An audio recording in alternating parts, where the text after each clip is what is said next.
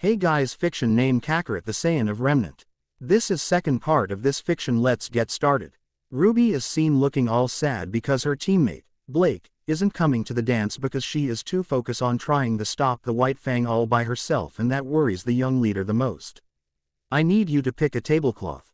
Weiss placed two clothes in front of Ruby as they both seemingly familiar shades of white. Ruby looked at cloths with a confusing look before going back to Weiss. Aren't they both the same? Ruby asked. I don't even know why I asked. Weiss rolled her eyes and walked away.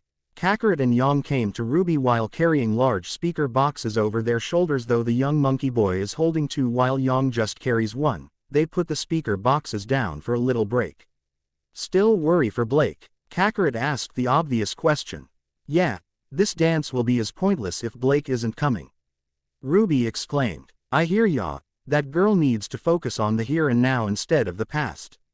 Kakarot rolled his eyes. Don't worry, Kakarot, I promise that Blake will go to the dance even if it kills me. Yang determined with a hand on Kakarot's cheek, making him blush. Yang quickly realizes what she is doing right now and retreated her hand away while her cheeks blushed too. Then she saw Weiss setting up something, which she got upset. Hey Weiss, where did you say you want these doilies at? Krillin asked. Weiss, I thought we agreed. No doilies. Yang complained. If I don't get doilies, you don't get fog machines. Weiss walked up and pointed her finger at Yang with a slight glare. Then Neptune, Sun, Bluma, and Yamcha have just entered the ballroom, seeing some of the decorations display around, walking up to RWBY and KK.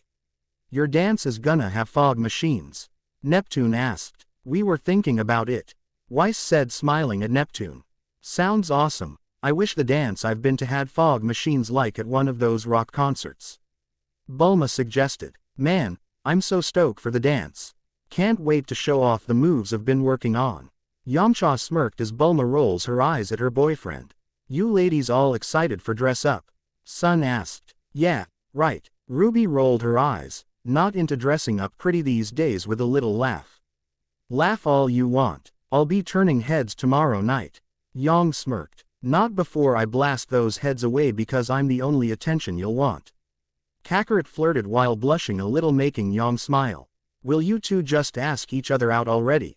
Krillin asked, teasing. So, what are you guys going to be wearing? Weiss asked the four friends.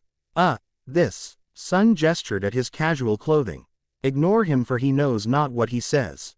Neptune exclaimed. Hey, can't blame a guy who grew up in Vacuo. Yamcha stated. Yeah, the place is not exactly a shirt and tie kind of place even before I moved to Mistral. Sun said proudly to have been born in Vacuo.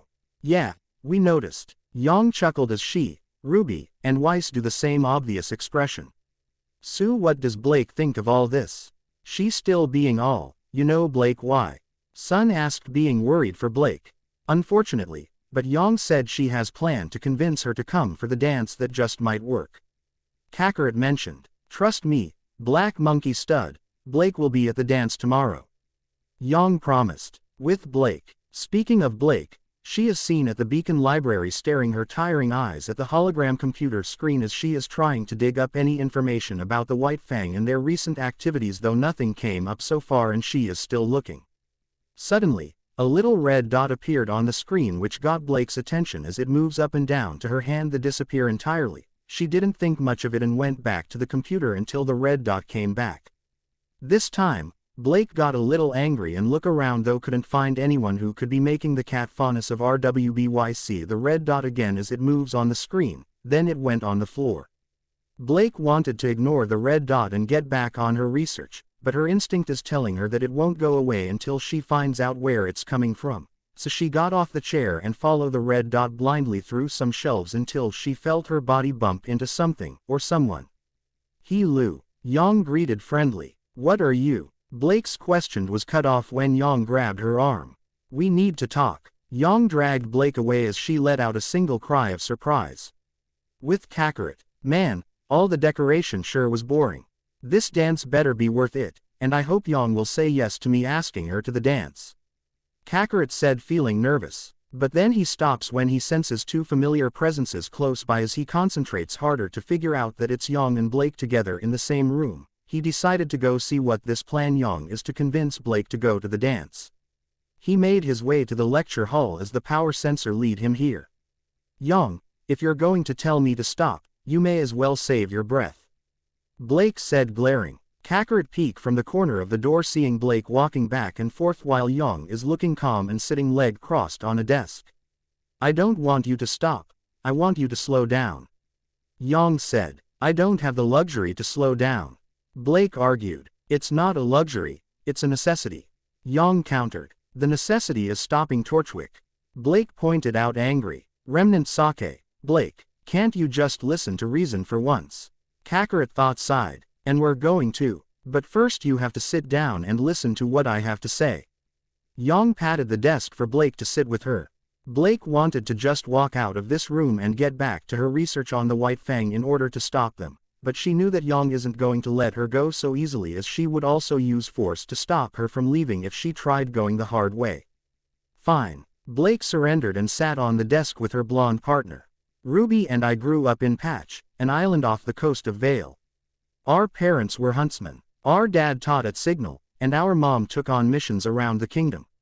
Her name was Summer Rose, and she was, like Super Mom, baker of cookies and slayer of giant monsters.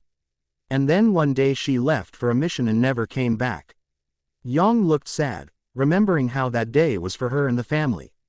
Blake and Kakarot looked sad for her that she lost someone important to her, feeling they would also feel that way if they lost either of their parents. Maybe I can convince Blake to have a video chat with Mom and Dad later. Kakarot thought, suggested. It was tough. Ruby was really torn up, but I think she was still too young to really get what was going on, you know. And my dad just kind of shut down. It wasn't long before I learned why. Summer wasn't the first love he lost, she was the second. The first was my mom. Young revealed, shocking Blake and the hiding Kakarot. He wouldn't tell me everything, but I learned that the two of them had been on a team together with Summer and Kiro, and that she'd left me with him right after I was born. No one had seen her since. Young explained, looking a little sadder. Why did she leave you? Blake asked. That question, why? Young sighed as she got off the desk and walked to the chalkboard. I didn't know an answer, but I was determined to find out. It was all I thought about. I would ask anyone I could about what they knew about her. Young picked up a chalk and started to draw something on the board. She explains her story. Flashback. A younger Young is seen inside a room as she looked down and picked up a smashed picture frame, what she believed to be something of a big clue. Then, one day, I found something. What I thought was a clue that could lead me to answers, or maybe even my mother. Young mentioned. The scene changed, showing Young is walking through a forest pulling a red wagon with a little, younger Ruby sleeping inside, even though she wanted to go alone until Ruby convinced her to come along. I waited for Dad to leave the house, put Ruby in a wagon, and headed out. I must have walked for hours. I had cuts and bruises, I was totally exhausted, but I wasn't gonna let anything stop me. Young said. Little Young managed to find the house that was just like from the photo. Despite the extreme exhaustion she was feeling, she was glad to have found it, hoping to find more answers. When we finally got there, I could barely stand, but I didn't care, I had made it. And then I saw them. Those burning red eyes. Young remembered how scared she was back then. Red eyes started appearing from the darkness of the old house and came out, or a horde of beowulfs growling at little Young as she became scared and couldn't move her body anymore, as she soon realized that her little sister is also in danger too. There we were. A toddler sleeping in the back of a wagon and a stupid girl too exhausted to even cry for help. We might as well have been served on a silver platter. But, as luck would have it, our uncle showed up just in time. Young smiled. The beowulfs started to pounce toward the little children for the kill, but a shadowy man figure slashed one in half, coming in to save Young and Ruby. Flashback end. The scene now shows Young has finished her drawing of her uncle's emblem, the clockwork eye, and put the chalk down. My stubbornness should have gotten us killed that night, Young said, regretting that day almost getting herself, and her little sister, in danger. Wow, I had no idea Young went through such an ordeal. That damn woman better hope I never meet her, or else I would give that so-called mom a beating she'll never forget. Kakarot thought, clutched his fists. Young, I'm sorry that happened to you, and I understand what you're trying to tell me, but this is different. I'm not a child, and this isn't just a search for answers. I can't just. I told you, Yang yelled, still facing the board and clenching her fists. I'm not telling you to stop. I haven't. To this day, I still want to know what happened to my mother and why she left me, but I will never let that search control me. We're going to find the answers we're looking for, Blake. But if we destroy ourselves in the process, what good are we? Yang pointed out strongly. You don't understand. I'm the only one who can do this. Blake proclaimed, refusing to stop. No, you don't understand. If Roman Torchwick walked through that door, what would you do? Yang asked with her eyes turned red of her anger, literally. I'd fight him. Blake answered glaring. You'd lose. Yang pushed Blake away. I can stop him. Blake tried to push back, but she's too tired to make Yang budge. You can't even stop me. Yang pushed Blake back again, making her land on the desk. Not to mention, your stubbornness will also get Kakarot killed if you don't stop. Yang yelled. No, he won't, because I'll be doing this alone. Blake proclaimed. You should know him better than anyone that he would still follow his big sister everywhere she goes, even if it means dying for you. Yang stated. No, he won't. Blake yelled. Yes, I will. Kakarot appeared and hugged Blake from behind.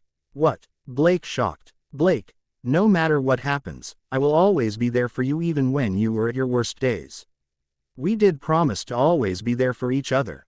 Kakarot mentioned the promise. Blake's eyes widen upon remembering that promise they made years ago when they were kids, the promise that no matter what happens they will always have each other through thick and thin and through any danger in the way. Now she realizes what Yang has been saying to her and would never forgive herself if anything were to happen to Kakarot because of her stupid stubbornness. Her eyes started to become watery and turns around hugging her adopted little brother back. I'm so sorry, I had no idea I could potentially hurt anyone around me if I went on like this. Blake apologized. We know, Blake. Yang placed a hand on Blake's shoulder. We're not asking you to stop. Just please, get some rest. Not just for you, but for the people you care about. Yang stated. Yeah, I will, thank you too for not giving up on me. Blake thanked. No problem, big sister. Now, I suggest you get back to your dome because you stink right now. Kakarot joked a little, pinching his nose. Okay, I get it. I'll get going and get ready for the dance tomorrow night. Blake chuckled as she walks away. And be sure to apologize to Sun too. Kakarot called out before looking to Yang. Thank you, Yang. You have no idea how happy I am to see Blake waking up from the White Fang obsession. Now she won't have to worry about the past holding her back anymore. Kakarot smiled. She's my teammate. I'll always have her back, and nice to know you were here to help. Hug some senses into her. Yang punned, making Kakarot laugh. You know. Kakarot laughed. I had a feeling. Yang said. Then she was caught by surprise when Kakarot took her hands into his. Then I hope you don't mind me taking you to the dance, as a thank you for helping Blake. Kakarot offered as his cheeks blushed. Yang couldn't believe this is happening, that the boy 2 years younger than her has finally asked her out to the beacon dance. Her heart started racing and her hair flicker of flame a few times as she smiles. Yes, oh my remnant, yes. Yang excitingly jumped in joy. With John. John and Pyrrha have just finished their training session in the night as took tomorrow night off since it's the night of the beacon. John took out a rose he hidden in his chest plate, knowing what he has to do with it. Come on, John, you can do it. John thought, gathered his courage and turned to Pyrrha. Hey, Pyrrha, John said. Yes, John, Pyrrha asked. Then she gasped upon seeing the rose in John's hand and holding it up to her. I was wondering, if you're not doing anything tomorrow night, besides going to the dance, then would you like to accompany me as my date? John asked nervously. Pyrrha didn't answer for the past 10 seconds as her eyes are widen of shock and her mouth open gasp that the boy of her dream has just asked her to be his date. This made John worry that she hasn't answered yet and suddenly tackled him down with the sound of smooching. Tomorrow night, beacon dance. Yang is wearing her dance dress, a short, white, halter neck dress with a pale gray hem and white pumps. She is standing at the podium to welcome anyone who is coming to the dance, and saw Ruby entering. I hope I'm not late for the dance. Kakarot entered the ballroom, wearing an orange tuxedo with a black tie. Whoa, Mama is liking what she is seeing. Yang winked. Blake helped me with this. Not exactly my style of wardrobe, but I'll make an exception for tonight. Kakarot offered his hand to her. Then let's have a great night together. Yang smiled, accepting his hand. The beacon dance have started great everyone as some have start to take the first dance with the music playing by the DJ. Yang and Kakarot are among the dancers, though the latter is having a little trouble keeping up with the movements. We're not slipping on banana peels. Yang giggled. Sorry, I never really done this before, even on my and Blake's birthday parties. Kakarot said nervously as he tries to make sure he doesn't step on her feet. I can see that, but I think I know of a way to help you. Yang grinned. Really? How? Kakarot asked. Just think of this as combat training where you only have to work on your footwork, move at just the right moment and go for it. Yang stated. If you think would help. Kakarot decided to give it a try. As they continue dancing, Kakarot pretend this is combat training like Yang said, moving his feet carefully. After a few dozen steps, the monkey belladonna was finally able to dance properly and perform a twirl on Yang as he laughs in victory. No way, I'm actually dancing. Kakarot surprised at him. See, I knew you could do it. Yang smiled. Then Blake and Sun enter the picture as they were dancing along the way, seeing Yang and Kakarot enjoying themselves. Rocking the dance floor, you too. Sun complimented. Never thought I would see the day my baby brother is actually dancing. Mom is gonna flip when she hears about this. Blake giggled. Don't you dare, Mom would never let me down on this. Kakarot exclaimed. Exactly, it'll be a riot, especially when she hears that you also got yourself a girlfriend. Blake said with a teasing smirk. Oh God, Kakarot sighed. I know the pain. My dad can be embarrassing to death too. Yang mentioned, petting Kakarot's head. The pain from families is never easy to get used, but you can never stop loving them. John said, dancing his way there with Pyrrha. About time you two hook up. Yang excited. Color me impress. I think Neptune would find that cool. Sun complimented. Thanks guys, and thank you Kakarot for encouraging me to ask Pyrrha out. John thanked. I just had a gut feeling that you two would be better off together. Kakarot smirked. And that gut feeling is what brought us together. Pyrrha smiled, resting her head on John's chest, making him blush a little. The first dance is done, and the three pairs walk to the punch bowl where Weiss and Ruby are waiting for them as they smile upon seeing Blake here. You had us worry, you know that.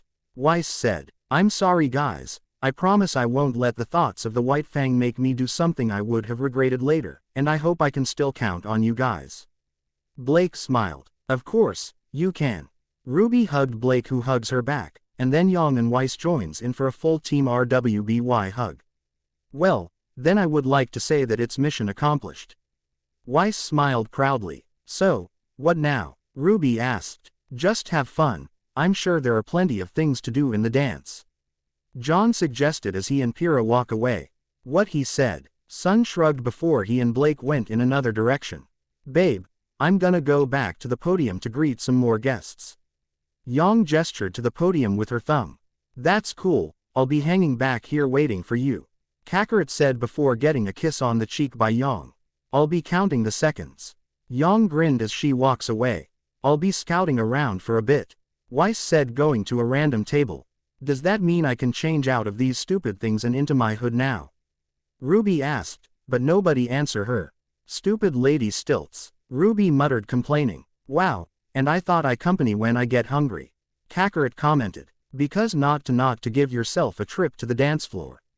Kakarot punned. Oh God, your puns are just as bad as Yang's. You two are definitely meant for each other. Ruby exclaimed. Yeah, surprise we are, but you got to least let yourself enjoy a fun night like this. Kakarot stated. He is right, you know. Ozpin agreed as he walks up to his two students. Oh, hello Professor Ozpin, I'm trying for everyone's sake, but I'm just not much of a fancy-pantsy dancy girl. Ruby chuckled nervously. Well, you can't spend your whole life on the battlefield, even if you may want to. Ozpin pointed out. Hey, my dad would say the same thing whenever I wanted to talk about fighting strong fighters. Kakarot recalled words similar like that from his adopted father, Gira. Yeah, looks like that lesson's been floating around a lot more than before. Ruby crossed her arms. If you think about it, fighting and dancing aren't so different. Two partners interlocked, although one wrong move on the ballroom merely leads to a swollen foot. Ozpin stated. Or a twisted ankle, Ruby said looking down at her own feet. Yang actually helped with getting used to the dancing, she said to treat it like combat training or something like that. Kakarot mentioned, it's not every day that friends are able to come together like this. Time has a way of testing our bonds, but it's nights like these that can help keep them stronger than ever. Nights like these are ones we'll never forget. Ozpin looked around seeing everyone is having a good time. Yeah, it does feel different than fighting and it's good too. Kakarot nodded. Yet why do I get a weird feeling that something is happening during the dance? Kakarot thought. Yang is standing at the podium waiting for some more students to come for the dance and saw Mercury and Emerald coming in through the door. You guys are just in time. Yang welcomed them. Wouldn't miss it for the world. Mercury smirked. Great, as you can see, the dance is great, and everyone is having a good time as you all will too. Yang proclaimed. Yeah, definitely look like something you and your friends put together. Emerald commented as she and Mercury walked past Yang. Meanwhile back with Ruby and Kakarot, they are just standing together at the punch bowl drinking some punch though Kakarot didn't like how it tasted and just drank water. Then Krillin comes in. Hey Kakarot, this dance sure is fun, isn't it? Krillin asked. You got that right, Yang and Weiss really did a great job setting this up, with our help, of course. Kakarot said, totally, and hey, I think I have found my dream girl. Krillin informed. Really? Who is she? Ruby asked. Oh, let's just say she's a real cutie despite having a cold stare most of the time though she is caring in her own way. Anyway, I asked her for a dance, and she agreed, only because she was bored, but I think I can turn that around. Krillin explained. Well, if you think this girl is the right one for you then go for it. Don't hold anything back, and this time I don't mean fighting. Kakarot advised. Thanks man, and congrats on you and Yang getting together. Krillin complimented. Yeah, I'm really happy for you too. Ruby smiled at Kakarot. Kakarot smiles from the compliment though he noticed from a little distance that Weiss is trying to get one flower to stand up, yet he can sense a little sadness within her which is odd. Hey Ruby, did Weiss came here with a date or by herself? Kakarot asked. Oh yeah, now that you mention it, I didn't see Neptune with her too. Krillin said. Oh, Weiss came to the dance alone. Said something about she had too much to focus on to worry about boys. Ruby explained. Huh, that doesn't feel right for some reason. Kakarot stated. Yeah, she looked like she was looking forward to asking him out. Krillin said thinking there is more than what's going on. Hey guys, your conversation sounds like someone is in trouble. John walked in as he overheard the last part with Pyrrha. We were just talking about Weiss who came to the dance alone. Krillin mentioned. Alone, but I thought she was gonna ask Neptune to the dance. John confused. That's what I said, Krillin said. John turns to see Neptune is laughing with Sun and Blake from a joke they were doing and look at Weiss still looking sad. John, are you going to talk with Neptune? Pyrrha asked. I am. I need to know what's going on and give that guy a talking he'll never forget. John declared. Wait for me, okay. John kissed Pyrrha on the cheek before walking away. I'm not sure if we should be worried or glad that John is going to take action in this. Ruby surprised to see John act this way. That is just John being himself. Pyrrha smiled proudly of her boyfriend. Hey Kakarot, I'm up for another dancing time and I'm hoping that my monkey would come dance with me. Yang smirked and offering her hand to him. Sure, anything for my son dragon woman. Kakarot accepted and takes Yang to the dance. Yang and Kakarot started dancing again through the music though a little faster as they stare into each other's eyes, then decided to make this a little funny by doing the dip on Kakarot which caught him off by surprise. I'm no expert on dancing, but I'm pretty sure the guy is supposed to do that. Kakarot said. I know, I just wanted to make this more fun for us. Yang giggled. Excuse me, you two. Glinda walked up to them. Hey there, Professor Goodwitch. You're enjoying the dance? Kakarot asked. I am, thank you for asking and I hope I'm not sounding weird or anything, but I would like to dance with Kakarot for a moment if that's okay with you too. Glinda said. Yang and Kakarot look at each other surprised to hear from their combat teacher that she wants to dance with the monkey alien boy, but they can tell that she just wants to have a good time like everyone else as they look back at Glinda. Sure, I don't see why not. Yang nodded. Care to dance, Miss Goodwitch? Kakarot offered his hand. Gladly. Glinda nodded, taking the hand. The two begin dancing together. Kakarot felt a little weird dancing with his teacher, as some people might think they are about to go out or something, but he didn't want to say anything rude to his teacher. It's night like these helps me feel like there is nothing to worry about. Glinda smiled. Yeah, I'm starting to see that from the others. Kakarot chuckled. I have to say, when Ozpin told me about another young student coming here early like Miss Rose, I thought he was nuts and worry neither of you two were ready until I was proven wrong. Glinda mentioned. Glad to have lived up to your expectation. I intend on becoming the strongest in the world and challenging anyone strong too. Kakarot spoken about his goal. Ambitious for someone so young, but please don't let that control your entire life. There are more things in the world that can offer. Glinda advised. Don't worry, I've already been told by that and I'm considering it too. Kakarot said. That's good to hear, and I am pleased to see that you have already found a love interest with Miss Xiaolong. Glinda looked over at Yang, who waves at them. I just pray that you'll be able to survive her puns. There's as bad as her father was, or even worse. Glinda mentioned. Really, I'm just yenning around with her for a tale of a time. Kakarot punned. Oh God, you're doing it too. Glinda exclaimed. Come on, it was funny, and you know it.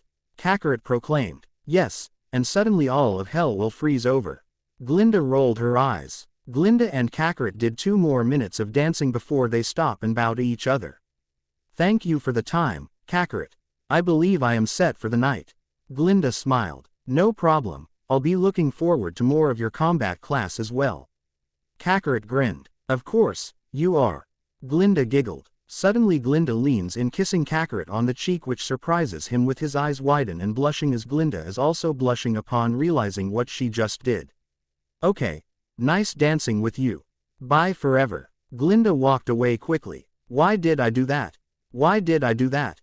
Why did I do that? Glinda asked herself softly and panicking. Okay, that was unexpected. Yang puzzled of what just happened. I'm not sure what to make out of this. Kakarot said, still in shock. Well, I think you a little rest on the 2nd floor with me. Yang grabbed his hand and dragged him to the 2nd floor. The couple are standing at the fence watching all their friends having a good time in the dance, and Ruby is with them too. You know, I think we really needed this. Yang sighed in relief. You can say that again. Kakarot nodded. Yeah, and you did a great job planning it too. Ruby complimented a job well done to Yang. Ah, thanks. Yang smiled with a one-arm bone-crushing hug around Ruby's neck as she struggles to get out. It wasn't all me, though. Weiss did a lot too. Yang said. Speaking of Weiss, the three looked down, seeing the white-haired rich girl sitting alone on a chair until Neptune came in looking a little nervous, rubbing the back of his neck, and Weiss invited him to sit. Tomorrow it's back to work. Yang sighed. Come on, Yang. We've handled tough things before, and we always come back stronger than ever. Kakarot pointed out. He's right, I'm sure we can handle whatever gets thrown at us. Ruby smiled. Then they see Team JNPR doing a special dance together, as everyone is having. Well, almost everyone. With Cinder. It appears all the dancers have partners. Emerald reported. How long do I have? Cinder asked, speaking to Emerald and Mercury through the earcom. You should probably be home by midnight, to be safe. Mercury said. I'll keep my eye on the clock. Cinder said, revealing herself to be on the rooftop of a building in the school campus while wearing a black suit. She puts on her mask and make her way to the CCT tower in order to release another part of the plan into motion, and using the night while everyone is at the dance as the perfect cover to get around without raising suspicious. Cinder then knocked out the Atlas guards that were guarding, making her way up the computer room as she places her scroll on the slot. Then the screen is turned on, showing some random codes. A party guest is leaving. Emerald alerted. Which one? Cinder sighed. Ironwood. Emerald answered. I guess the general had enough fun for one night. Should we intervene? Mercury commented. The hologram screen changed from the random codes to a black queen chess piece as Cinder smiles. No, we're done here, Cinder said before hanging up and taking out her scroll. Cinder saw the elevator door open and quickly hide before Ruby comes out with her side in hands, looking around and calling out to if someone is really here. Cinder decided to play a little and show herself, though not to speak a single word, so the little girl in red won't figure out it's her. Excuse me, you know, it's not a masquerade party, so why don't you take off that? Ruby gasped as unknown intruder attacked with glass shards. Ruby defended herself and fire those cinder blocks them with her hand and bring out her two swords though jump back from a slash attack. She combines the swords and fire them at Ruby who dodges but they explode causing a smoke for cover to escape. With Kakarot. Kakarot is seen at the balcony to enjoy a little alone time from all the dancing, then he senses something from a distance, and it feels a little dark. He decided to check it out as he flew to where this energy is coming from. Kakarot spotted a womanly figure jumping on the rooftops. Hey, Kakarot called out. Cinder turns around seeing Kakarot about to chase him. She fires 4 arrows at him though he easily caught them in one hand. Really? Kakarot asked, but the arrows suddenly exploded making him flinch a little and saw the mysterious woman is gone. What was that about? Kakarot wondered before decided to head back to the dance. Kakarot and Ruby are seen riding in the elevator together because they were requested by Ironwood to meet him, Ozpin, and Glinda to speak about what happened last night of that mysterious lady they encountered. I can't believe you fought a bad guy by yourself. Kakarot said. Well, what was I supposed to do when I saw something lurking in the darkness on the rooftops and into the CCT? I had a feeling that she was a bad guy. Ruby stated. And you were right, but you could have at least let your team know and not go in alone. Kakarot pointed out. I know, but this bad guy could be one working for Roman and the White Fang, which is something we've been looking into ourselves. Plus, everyone was having a good time at the dance, I didn't want to bother them. Ruby explained. Yeah, that got to almost having your butt kicked and losing the bad guy like an amateur idiot. Kakarot mocked. Hey, I will not take that kind of tone, mister, even when you're dating my sister. Ruby pouted. Then try to think better with your head a little more. Kakarot yelled. Maybe I will. Ruby yelled back. The two stared at each other for a moment, then they started laughing like the argue they just had suddenly turned into a comedy. Still, I don't think anyone would have thought about someone sneaking into the tower. Talk about chance. Kakarot commented. I just hope we don't have to tell much to the general and the headmaster. Ruby worried. Well, we would have been at the office sooner if you didn't press all the buttons. Kakarot complained. I just wanted to make sure each button works. Ruby proclaimed. Or you just couldn't help but feel powerful when pressing a button like that purple cartoon character who likes to eat lot. Kakarot pointed out. Whatever. Ruby crossed her arms together. Soon, they heard a ding of the elevator showing that they are finally at the headmaster office and enter the room seeing Ozpin with Ironwood and Glinda with him as expected. Sup? Kakarot greeted. Sorry it took so long. Someone accidentally hit all the buttons on the elevator on the way up here. Ruby said. It was her. Kakarot immediately ratted her out. Thank you two for coming, how are you feeling? Ozpin asked. Doing great. Ready to fight more strong opponents and destroying hordes of Grim to hell. Kakarot answered with a smirk that made Glinda giggle. I'm good too, I'd feel better if my bad guy catching record wasn't 0 for 3. Ruby said, getting a dead silent from everyone until Kakarot spoke. Lame. Kakarot deadpanned, earning an elbow from Ruby. Ruby, I feel it's appropriate to let you know that I think what you did last night is exactly what being a huntress is all about. You recognized a threat, you took action, and you did the very best you could. Ironwood admitted Ruby's bravery. Thank you, sir. Ruby smiled. And Kakarot, even though you didn't do much, I'm glad you trusted your instinct to confront the suspicious suspect. Good on you. Ironwood said. Thanks, though wish I could have seen how strong she was. Kakarot shrugged. Now, the general here has already informed us of the events that transpired last night, but now that you've rested, we were wondering if you had anything to add. Ozpin explained why the two students are here. Was anyone else with her? Did she look familiar to you at all? Glinda asked. Not that I know of, she was all alone. Kakarot mentioned. Yeah, she was wearing a mask, and she never said anything to me. But I know she fought with glass. I don't think that was her semblance, though. Her clothing lit up whenever she attacked. Ruby explained. Save for the glass, that sounds like the woman I fought the night we met Ruby. Glinda recalled that night. Embedding dust into clothing is an age-old technique. It could have been anyone. Ironwood stated. Well, there was also the arrows she fired at me. They were just normal arrows until they suddenly exploded. Didn't hurt me though, so making stuff blow up might be her semblance. Kakarot mentioned. An exploding semblance, we'll have a look into that. Ironwood said. Wait, you think this girl is connected to Torchwick and the White Fang? Ruby asked. It's possible, but we still lack the required evidence to link the two together. Ozpin stated. Actually, I think I remember her saying something about a hideout, or something, in the southeast. Just outside the kingdom. Ruby said a little lie. Really? But you said she didn't say anything. Kakarot surprised. Because I overheard her said that before she spotted me. Ruby quickly made that up. Is that right? Glinda raised an eyebrow. Thank you for your cooperation, Ruby. Kakarot. Why don't you go and spend some time with your team? You have a big day ahead of you. Ozpin allowed them to leave. Any time, Ruby said as she and Kakarot leave for the elevator. And Miss Rose, please try and be discreet about this matter.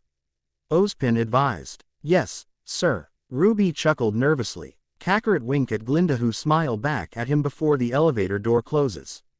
Dormitory hallway. Ruby and Kakarot are walking together to Team RWBY's room for a meet-up with their team. Dude, were you trying to rat us out about our own secret mission? Ruby snapped at him. What? I was just asking if that masked woman really said anything to you.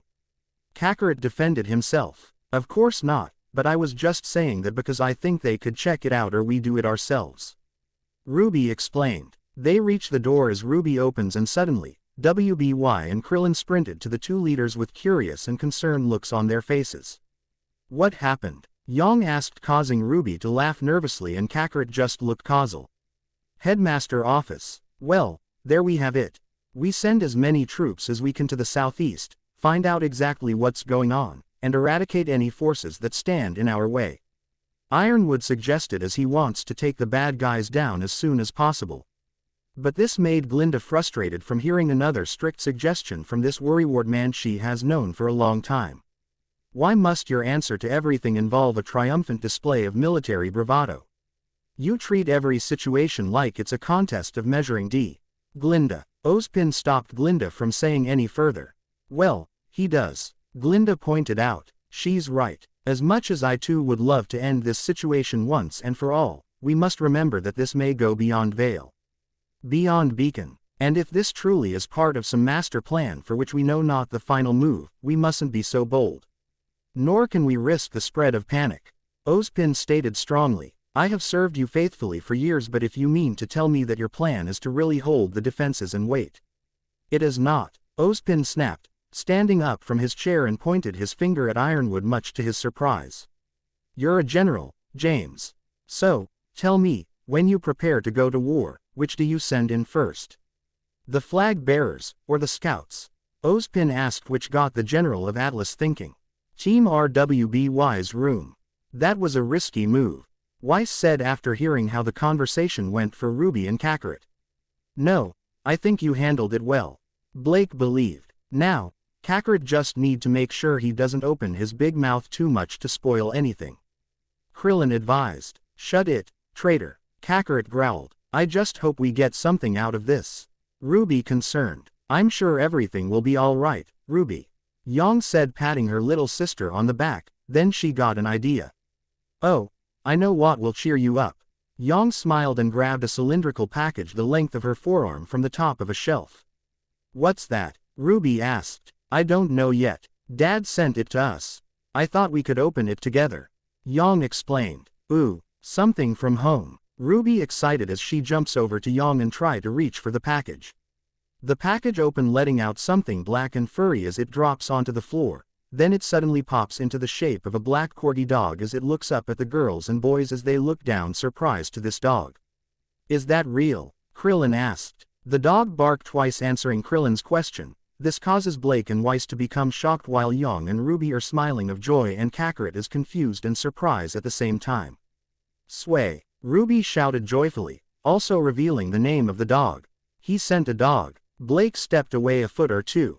In the mail. Weiss shocked very much. Ruby holds Sway in her arms as the dog is very happy to see the two girls doing okay and lick them, enjoy making the Rose girl giggle while Yang smile at the scene. Oh, he does stuff like this all the time. Yang said. Your father or the dog? Blake asked as she disappeared and reappeared onto Ruby's bunk bed. Blake, you're still afraid of dogs. I thought you gotten over that fear by now since that little incident. Kakarot surprised to see his big sister like this. Some things are never easy to get over. Blake glared at Kakarot. Oh, is there something I need to know? Yang asked curiously. Well, there was this one time we went to a pet store. Don't you dare. Blake snapped, hissing at them. I'll tell you about it later. Kakarot whispered to his girlfriend as she giggles. Are you telling me that this mangy drooling mutt is going to WIV with us forever? Oh, yes he is, yes he is. Oh, isn't he adorable? Weiss said, making little baby noises to the cute dog that melted her icy heart. Wow, I never thought I'd see the day that Weiss Schnee would fall to the cuteness might of a puppy. Krillin surprised and quickly took a picture. You better delete that. Weiss glared, causing Krillin chuckle in fear. Oh, that reminds me, Mom and Dad sent us a care package too. Blake informed and pointed at the big box for Kakarot. Cool. Kakarot opened the box to see 4 lightning dust magazine, a cloth, a pair of red metal arm brace gloves, and some packed meat in containers. Mom and Dad sent me a lightning dust and these gauntlets. Guess they thought I should start using weapons like you guys. Kakarot said. Wouldn't hurt, come prepare for anything.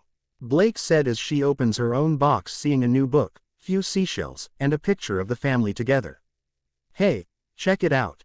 It's our emblem together. Kakarot showed the cloth to be a flag with Blake and his emblem together. Cool. Blake smiled and looked to Sway with a glare.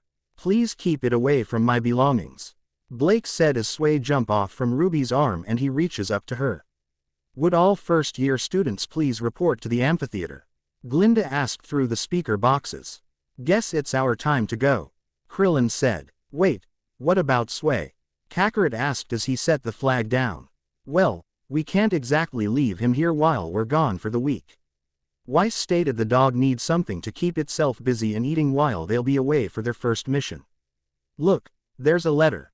Yang said as she took out the letter and Sway arrived in front of her, then move on to Kakarot, who petted his head, making the dog smile. Dear girls, I've got to leave the island for a few days, so I'm sending Sway to you to take care of. Enclosed is all the food you should need. Love you both, Taiyang. Yang read the letter. Ruby giggles upon seeing Kakarot is playing with Sway using his tail before the dog move on to Yang. Yang shook the package once and suddenly dozens of dog food cans fell out from the small package and all piling onto Sway, then his head pops up from the pile. Is your dad part magician? Krillin asked Ruby, who just shrugged. What is he supposed to do with that? Weiss asked. Yang shook the package one last time, dropping a can opener that bounces off on Sway's head. Well, that settles it. Come on girls, Sway will be here when we get back. Yang smirked and walked out of the room. Oh, I'll miss you so much, we're going to be best friends, I can't wait to see you. Weiss talked in baby talk and scratching under Sway's chin as she leaves. Hold on, you can't honestly expect me to believe that a dog can use a can opener all by himself, right? Right, Krillin asked, shocked, but he is ignored by the others. Later, dog, hope you can help Blake get over her dog fear. Kakarot petted Sway before walking away. Hey, what about the can opener? Krillin followed the others, still boomed by this, and Blake jumped from the bed to the counter and out of the room.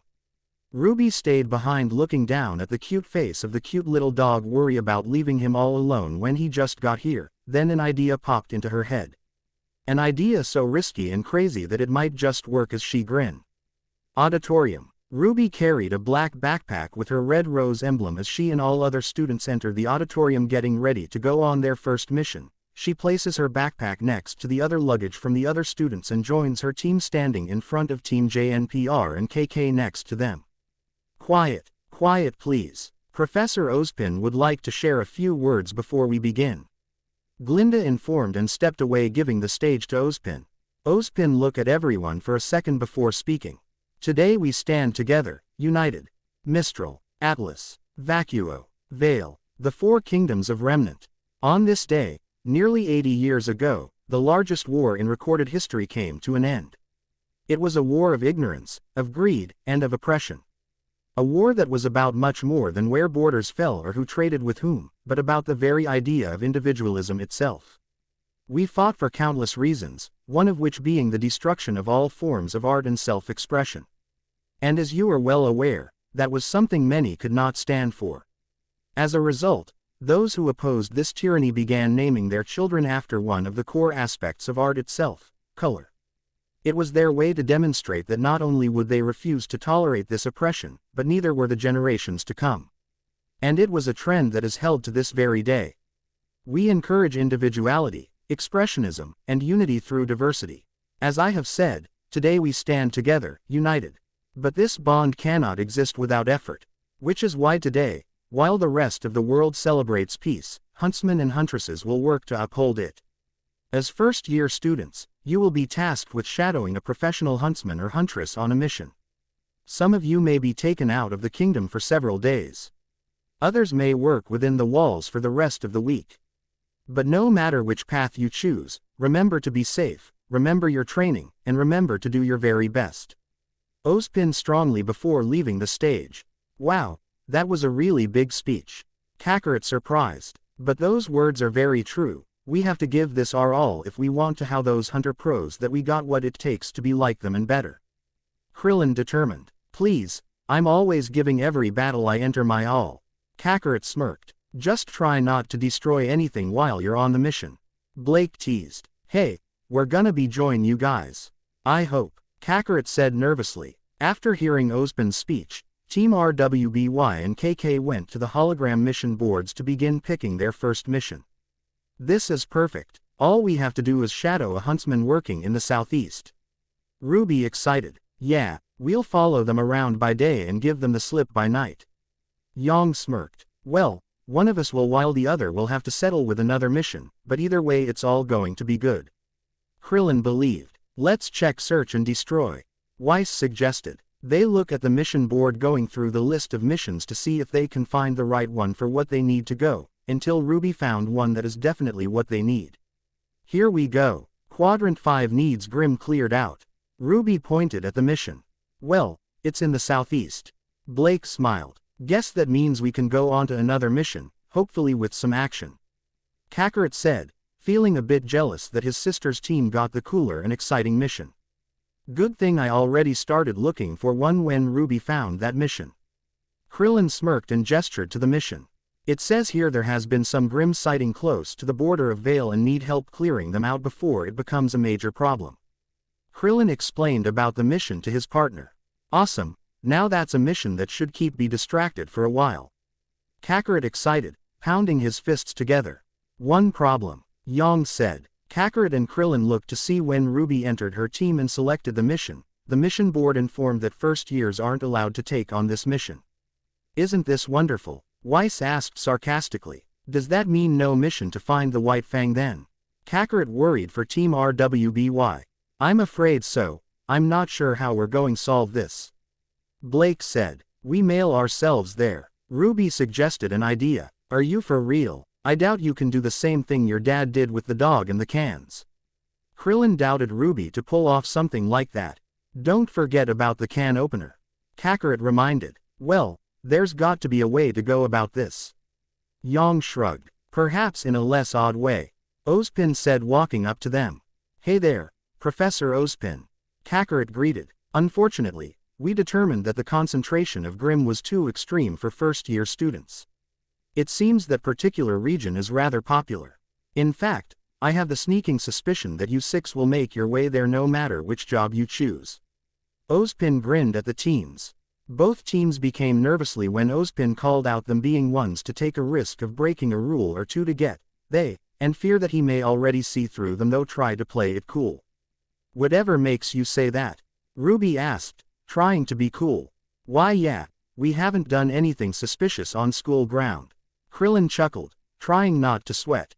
Except being out in the city doing something awesome. Kakarot blurted getting glares from everyone. As in fighting that giant mech you told me about during the dance. Glinda raised an eyebrow as she entered the scene. You told her. Yang gasped at her boyfriend. Mom always told me to be honest to the ones you can trust the most and we trust Glinda considers she's also my girlfriend. Kakarot shrugged. Damn it, why did you raise him to be so good like that? Blake thought blamed her mom for teaching Kakarot to be honest like that. That certainly would explain how you all found yourself at the docks last semester. I'm interested to know how you really learned about a hideout in the southeast. And I certainly wonder why witnesses reported seeing a giant robot, rose petals, and cars floating some time ago. Ozpin grinned, now catching them red-handed. Sir, I know we should have reported to you and the police, but this is something I couldn't ignore because I know they're up to something and need to be stopped now. Blake stated. Not to mention these guys were once our dad's group to make peace with the humans, but now they're no better than bad that needs to be dealt with. Kakarot added with a serious look. But you're still students and you need to rely on people like us whenever there's trouble. Glinda stated. Though I doubt you will stay put no matter what we say. Ozpin believed. You got that right, Kakarot said with a thumb up. Very well, how about this? Instead of waiting for you all to break the rules, why don't we just bend them? Ozpin typed on his scroll and the hologram makes a beep sound. Ozpin, I'm not sure if this is the right call. Glinda concerned. Don't worry, these girls are the toughest bunch you'll ever know. Kakarot believed. We won't let you down. Thank you, Professor, Ruby said with a confident smile. Do not thank me for this. Teamwork and persistence have carried you far. But you must understand, the things that await you beyond the protection of the kingdom will not care. Stay close to your huntsman at all times and do exactly as he say. He will be leading you on this mission, and he can have you sent back to Beacon, if he finds your skills to be unsatisfactory. Good luck, Ozpin advised before walking away. I guess there is nothing I can do from this point, just promise me you'll be careful. Glinda said to Kakarot and Yang. You got nothing to worry about, we'll crush these missions before you can have your next cup of coffee. Yang proclaimed with a smirk. She actually drinks more tea than coffee. Kakarot mentioned. Just be sure to come back, all of you. I'm sure I don't need to remind you all of how dangerous being huntsmen and huntresses is in that line of work, and I hope you are prepared as well. Glinda affirmed before walking away. Do you think she remembers the kiss she gave you? Yang asked whispering to Kakarot. I'm pretty sure she does. Kakarot nodded. The two teams leave the amphitheater to do some thinking about their mission, and mostly on what Ozpin told them. I'm now feeling scared from what Ozpin said. Krillin admitted. I thought he was trying too hard on being cool. Kakarot commented. Or being the opposite of cool. Yang shrugged. But it's the truth. Blake stated. It's gonna to be tough, but I know we can do it. Ruby believed. You should probably save the confident for yourself since the mission you're going is probably going to be tougher. Krillin advised. Hey, Team CFVY is back. A student shouted. This brought the attention of Team KK and RWBY as they turned their heads to see lots of students from Beacon and other schools gathering around 4 second-year students of Beacon, one both teams know very well and spotted one of them walking by. Isn't that Velvet? Kakarot asked. It is, Velvet, Blake called out. Oh, hello guys, good to see you again. Velvet greeted with a gentle smile. Velvet has long, brown hair and brown eyes. She also has a pair of brown rabbit ears. She wears a cropped brown jacket with a thin gold zipper and her emblem on the right of the chest, over a thin black top and brown shorts that decorated metal trim alongside black tights with golden metal flats. Accenting her outfit are a pair of gold spalders, cuffs, a belt, that have decorative patterns. The box containing her weapon attaches to the belt. Wow, I can tell you have become a mightier and braver bunny when we last saw each other. Kakarot complimented. You know what, I think you're right. Yang smirked. Thanks, it also helps that I have my team watching my back like with Yatsuhashi. Velvet gestured to her very tall teammate who nods at them. Greetings, younglings, Yatsuhashi said to the two teams. Yatsuhashi is a tall and athletic-looking young man with shaved short black hair and tanned skin and wears green and brown attire. His combat cloth is a long, short-sleeved robe, which he wears on one shoulder over a black muscle shirt. The robe is fastened at the waist by a leather-armored belt with 2 pouches on it. He also wears brown pants and black and green boots. His left arm bears a 5-layer soda which extends up past his shoulder. His weapon, a greatsword fulcrum, is affixed to his back with a padded brown strap slung over his shoulder. He also wears a pair of bracers as well as a pair of black gloves with green plates on the backs. Are you guys okay? Krillin asked. Your mission was supposed to end a week ago. What happened? Weiss asked as well. Nothing happened. It was just there were just so many, Velvet said, remembering how the Grims kept going at them until Team CFVY managed to wipe them all out. Wow, sounds like you guys were having a hard time. Wish I was there to help you. Kakarot concerned as the others are also showing worried expressions toward Velvet. Thank you, it would be nice to have another help from you like that time in the cafeteria with Cardin. Velvet giggled. And don't worry, you first years are just shadowing huntsmen, so you should be fine. Velvet believed. Right. Yang scratched the back of her head. I should go. Be safe, okay. Velvet waved goodbye before catching up with her team. Bye. Kakarot waved cheerfully back at her. We can do this. We've never backed down before, and we're not going to start now. Ruby stated. Right. Blake nodded. You got that right. If there's something dangerous and strong that needs to be dealt with, I will fight them until my last breath. Kakarot held his fist in the air. I guess that goes for me too, since I came here to be a huntsman.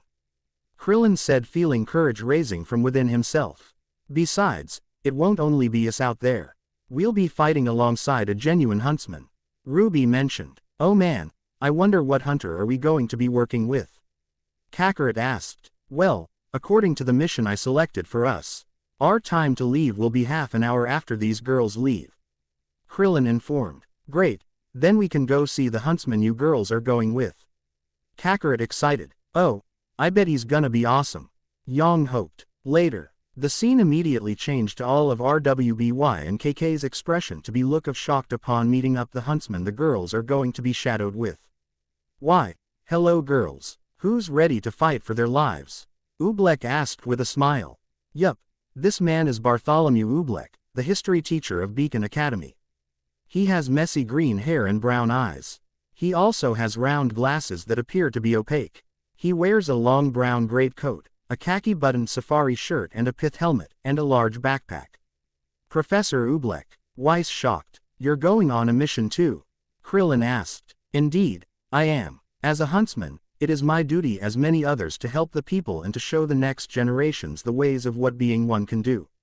Oobleck answered Krillin. I'm afraid those bags won't be necessary, girls, seeing as you've opted to shadow a huntsman on what is now essentially a reconnaissance mission. I can assure you, we will not be establishing a single base of operations. Rather, we will be traversing several miles of hazardous wasteland and making camp in any defendable locations we may stumble upon. I packed all of our essentials myself, plotted our air course, and readied the airship. And Oobleck looked towards Weiss before zooming at her. It's Dr. Oobleck. I didn't earn the PhD for fun, thank you very much. Oobleck stated before quickly backing away. You think you know someone? Kakarot surprised. Yeah, the guy with coffee addiction and history suddenly shows he's a badass fighter. Yang commented. Come now, children, according to my schedule, we are already 3 minutes behind. Oobleck gasped at the time of his watch. And you too, shouldn't you be going to your assigned huntress as well? Oobleck asked of Team KK. We just wanted to say goodbye to our friends before we go our separate ways. Krillin explained. Very well, be quick about it. Oobleck nodded before blitzing towards the bullhead. I suddenly feel like we owe that guy an apology essay for underestimating him. Kakarot felt a strange feeling and something odd taste in his mouth. Never thought I would hear those words coming from your mouth. Blake said. Well, alright, then. Looks like we're going to save the world with Dr. Oobleck. Okay, yeah, when you say it out loud it sounds worse. Ruby exclaimed. Yeah, and the trip will be more schoolwork than huntress work. Krillin worried. Did you say save the world? Nora called out. Both teams turned to see Team JNPR walking up to them. You're going on world-saving missions without us. I'm hurt sad, maybe a little hungry. That last one's not your fault, though. Nora glared at Ren, who looks away with his arms crossed and eyes close. Sounds exciting. Where ya going? John asked. Oh, just outside the kingdom, Ruby answered. Hey, so are we. Nora revealed, exciting. Ren and Nora wanted to shadow the sheriff of a nearby village. Pyrrha explained. Bet being all the way out would be a practice honeymoon for you too. Yang smirked, causing John and Pyrrha to blush with little giggling from the latter. We set out tomorrow. Ren mentioned. Then you can party with us tonight. Neptune invited as he and Sun walks up to them. We're shadowing a crime specialist. All inner-city detective stuff. We get junior badges, Neptune explained, which got awestruck from John and Krillin. So lucky. I wonder if we're gonna get a badge too. Krillin excited. We normally go to the city with you guys, which means stuff's always exploding and junk, so we thought this might be a better way to check out the kingdom when it's, normal. Sun shrugged. I don't know, I think normal is just how things go like crazy. Kakarot commented. 4 minutes, Oobleck shouted, reminding them of the time. Well, wish us luck. Ruby smiled and everyone put their hands in the middle. Let's go be awesome, Kakarot shouted of excitement. Close to 30 minutes later. So, what do you think the huntress we're shadowing will be like? Kakarot asked. I don't know, but I just hope that she isn't weird like Dr. Oobleck, or hopefully not Port. Krillin hoped to the heavens. It would be nice to see if we can be friends with the huntress. Kakarot said, you're gonna have to earn my respect if you want to be friends with the likes of me. A woman's voice said, strong, getting their attention. My name is Violet Danger, and it would be wise for you boys to follow my orders and not get on my bad side. Violet introduced herself. Violet is a young woman with white skin, blue eyes, and violet hair. She wears protective blue glasses, goggles, red gloves and matching boots, has a green flannel with the Vale Kingdom logo and orange military pants with a red belt. She also has violet color shoulder pads and elbow pads. Hi there, my name is Kakarot Belladonna, and this is my best friend and partner, Krillin. Kakarot greeted. Nice to meet you, ma'am. Krillin greeted, a little nervous. So, it's just the two of you then. Guess those little rumors I heard were true.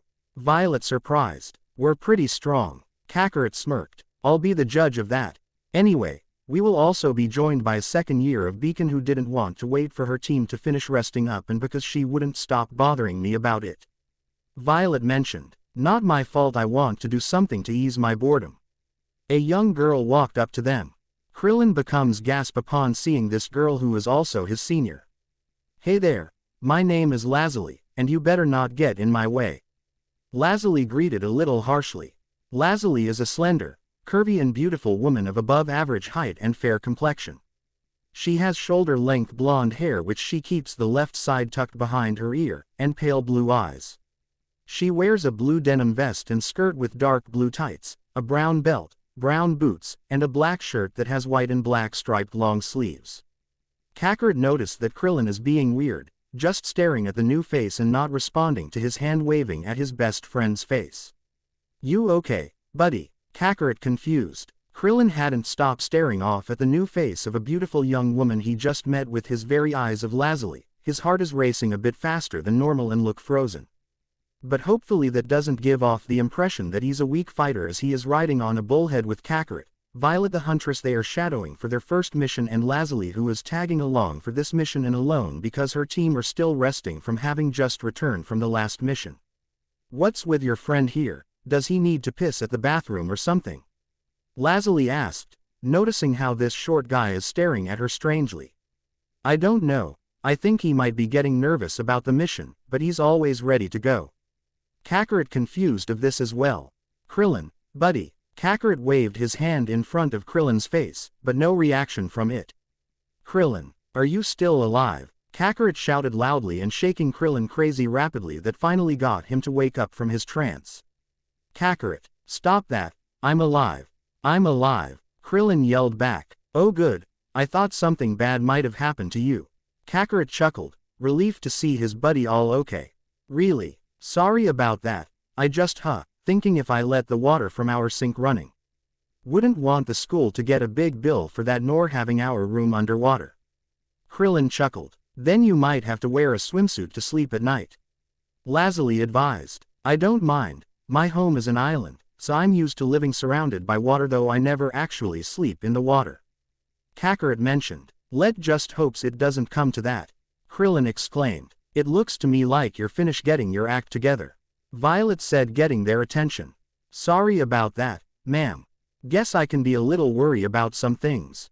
Krillin apologized. A hunter must always sharpen his mind and focus on what we are sent out to do, such as fighting off the Grimms, our biggest and sworn enemy. Violet stated. Way to make it more serious than it already is. Lazuli rolled her eyes. But she does have a point about the creatures of Grimm being our biggest problem with how dangerous they are, especially with slowly becoming stronger. Krillin pointed out, those guys would be exciting and awesome to have for training if they weren't all evil bent on destroying us. Kakarot commented, of course, you would see them like that. Krillin sighed, at least some of us have a sense to see that while the rest are just being idiots for not trying to put a big blow on the Grimms. Violet clutched her fists in anger. Kakarot can tell this woman does not like those who are too focused on themselves for some yet obvious reasons, like those who once and became hunters are just in it for money to make themselves rich or to become famous, or both at the same time, which is mess up in the means of being a hunter. Bet being a huntress is harder than it looks. Kakarot commented, more so than you think, monkey boy. Violet sighed. That's when they felt the bullhead stumble a little for a slight shake and the hatch door opening up, showing a different scenery than back at the dock in Beacon. We've arrived, Violet said as she and the students come out. They are now standing at the border of the kingdom, at the very edge of Vale where the big wall is in place to keep the Grimms out, along with a small building that serves as a living quarter, but they notice the place looks a little worn down. Alright team, our mission here is to find any Grimm that has been sighted close to this border and end them before they become a problem in the future. Violet told them of the mission. For the next 7 days, we will be working as a team, and I will be the one to see how you all will fare against the threat. Show me everything you learned from your school and strength you carry with your fists and heart. If you dare to lack off even a little, then I'm sending you back to school. Violet crossed her arms. I'm ready for action. Kakarot pounded his new gauntlets together. I'll do what I can to help. Krillin nodded with his turtle shell ready. Whatever gets in my way, I'll destroy them, no problem. Lazuli moved her hair up a little with a strong glare. Whoa, that's so hot. Be still, my beating heart. Krillin thought, amazed of this girl. All right, let go check in with one of the guards here, then we'll go hunt some Grimm. Violet nodded. The hunter group went up to one of the guards that is stationed here to help protect the border, and along the way, they noticed several Atlas soldiers are here as well, doing their own guard duty, and a few interacting with the Vale guards. Hi, we're the hunters here to help with Grimm problem. Violet greeted. Hello there. Glad you answered the call. We were worried that we have to wait a bit longer for any help to arrive. The guardsman relieved. Well, we're here and kicking monsters' butt is our game. Kakarot smiled, exciting. I can see that, but I think you should be careful, considered this is Grimm we're talking about. The guardsman pointed out. How many are we talking about? Violet asked. Over a dozen, and I fear there might be more, even though none of us here are making any negative feelings that could draw in so many. We managed to deal with most of them, but the stronger ones dealt a major blow to us and retreated in the woods. The guardsman explained and pointed at the woods. Even with the Atlas help? Lazuli asked. Yeah, them coming did help increase our numbers, though that's all we seemed to manage when those still came at us. The guardsman looked down in shame. Sounds like you guys haven't gotten any sleep as well. No wonder you look like shit. Lazuli said. Hey. Don't go trying to piss off the guy we're about to help. We're supposed to be working with them. Krillin gasped of Lazuli saying that out loud. Do we now? I guess you can see that much. The guardsman chuckled. He's okay with the insult.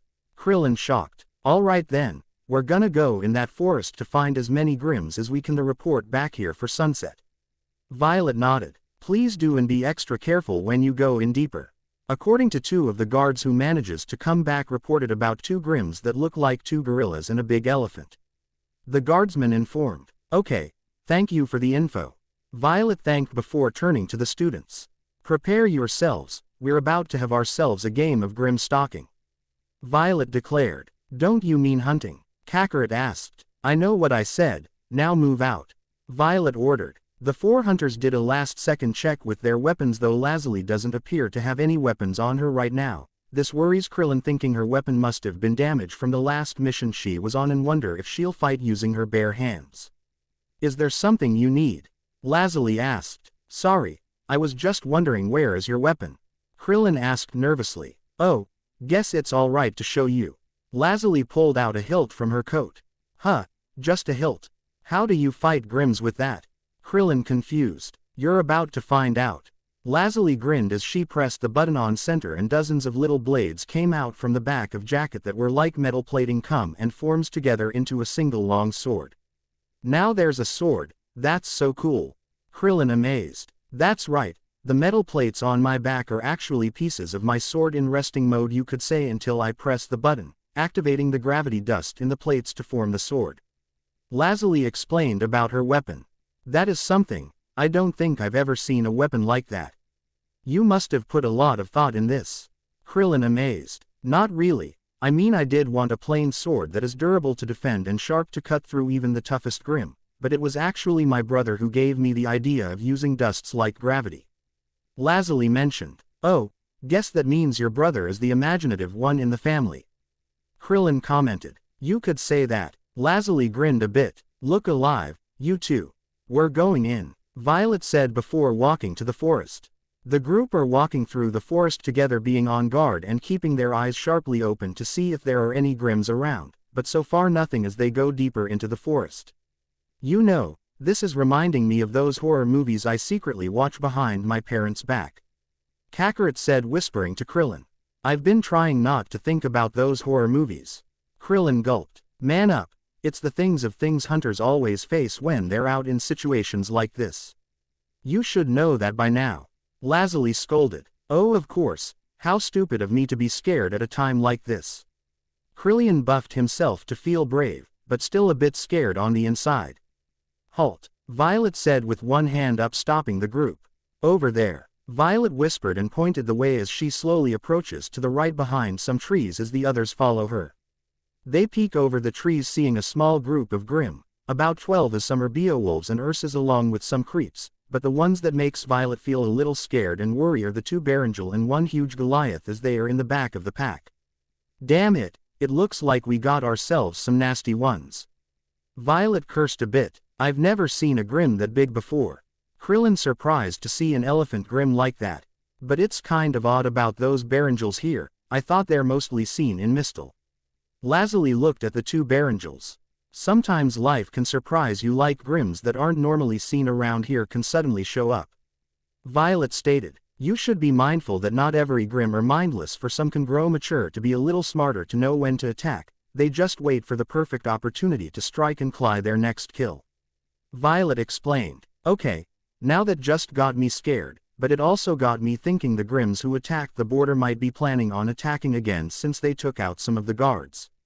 Krillin stated. Which is why we're going to stop them before they get the chance to attack again. Violet nodded. Krillin, how about you lead the charge? Show me what you got. Violet ordered. Me lead. Krillin shocked to hear this. Good thinking. My buddy Krillin here is smart and knows when to attack after defending. Kakarot nodded. Well then, I hope you can impress me today. Lazuli smiled. Seeing the girl he has been crushing on smiles directly at him causes Krillin to blush, with his face turning red and his heart racing, but he quickly calms himself down, knowing they have a mission to complete, and he is going to do his best to lead them to victory. Okay then, first thing we got to do is get their attention and have them focus on us. That should get them to forget about the border. Krillin suggested. Allow me to make the first move, I'll make those guys have a reason to attack. Kakarot volunteered with a smirk. Okay. That should give us a distraction to make our own move towards the horde while their guard is down. Krillin nodded. Already sounding like a leader, I'm almost impressed. Lazuli grinned. She's almost impressed with me. There's hope for me yet. Krillin believed joyfully. Kakarot, you should go over there about 30 feet from us, then you make start the attack. Krillin pointed at the left. Got it. Kakarot nodded before making his way to the left. Kakarot carefully make his way to the 30 feet mark while looking at the Grim intensely, but not so much intense to let them feel his negative emotions, as he is also very calm and focus on the mission. Once he arrives at the 30 feet mark, he smirks, getting excited to fight off those 3 strong Grims in the back. Time to fight, Kakarot said before jumping in the air about 60 feet, then throwing down an aura blast at the ground close to Grims. The sudden attack got their attention to look up, seeing the culprit in the sky, and blasted a few more aura attacks at them to make sure they don't take their eyes off from him. Now, Krillin shouted, and the 3 charges at the Grims. Violet took out her small gun, firing the first 2 bullets as they are glowing light purple, making first contact on a Beowulf, but the bullets slightly change course, flying, hitting the Grim and flying around fast to hit it again and again until going through the eyes and killing it through the skull. Die my purple ricochet. You undead bitches. Violet insulted the Grims. Lazuli jumps in, slashes at the creeps down with her sword, showing her mighty swings and strength to cut them in 2 or 4 with her sword. She moves out of the way as a Beowulf was about to pounce on her and impale it through the stomach and slash in 2. You puppies are not cute.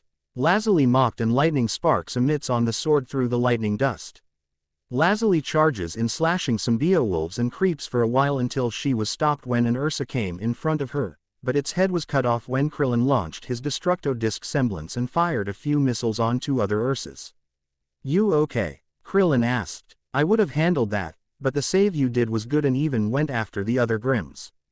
Good instinct. Lazuli complimented a little. I'm quick to take the action when it calls to me. Krillin chuckled. Less lover talking and more Grim killing, you too. Violet shouted and fired 6 bullets for 3 Grims, and this time they're infused with fire dust. Right. Sorry, ma'am. Krillin apologized and rammed 2 creeps in one charge. Take this. Krillin unleashed his disc semblance, destroying them while Lazuli kept charging and slashing at the Grims fast and strong. Okay. Let's see which one of you 2 will fight me. Kakarot smirked at the 3 strongest Grims here. The Barangel on his left roars in rage before coming in with a punch to the head, which Kakarot easily blocks with one arm, then throwing it off and blitz for a powerful kick in the stomach and jumps above to punch with an electric punch on the head so hard the Grim became dusts. Nice to see they're doing well. Kakarot smiled at the gauntlets. The second Barangel charges in, throwing some punches that Kakarot easily dodges while throwing some punches of his own and send it flying in the air. Kakarot charges up in the air and unleash a barrage of punches and kicks, then ending it with a neck twist by the tail before throwing it at a tree. Now for the big guy. Kakarot smirked at the Goliath. I want to have fun with you, but I got to make sure you don't cause trouble for others.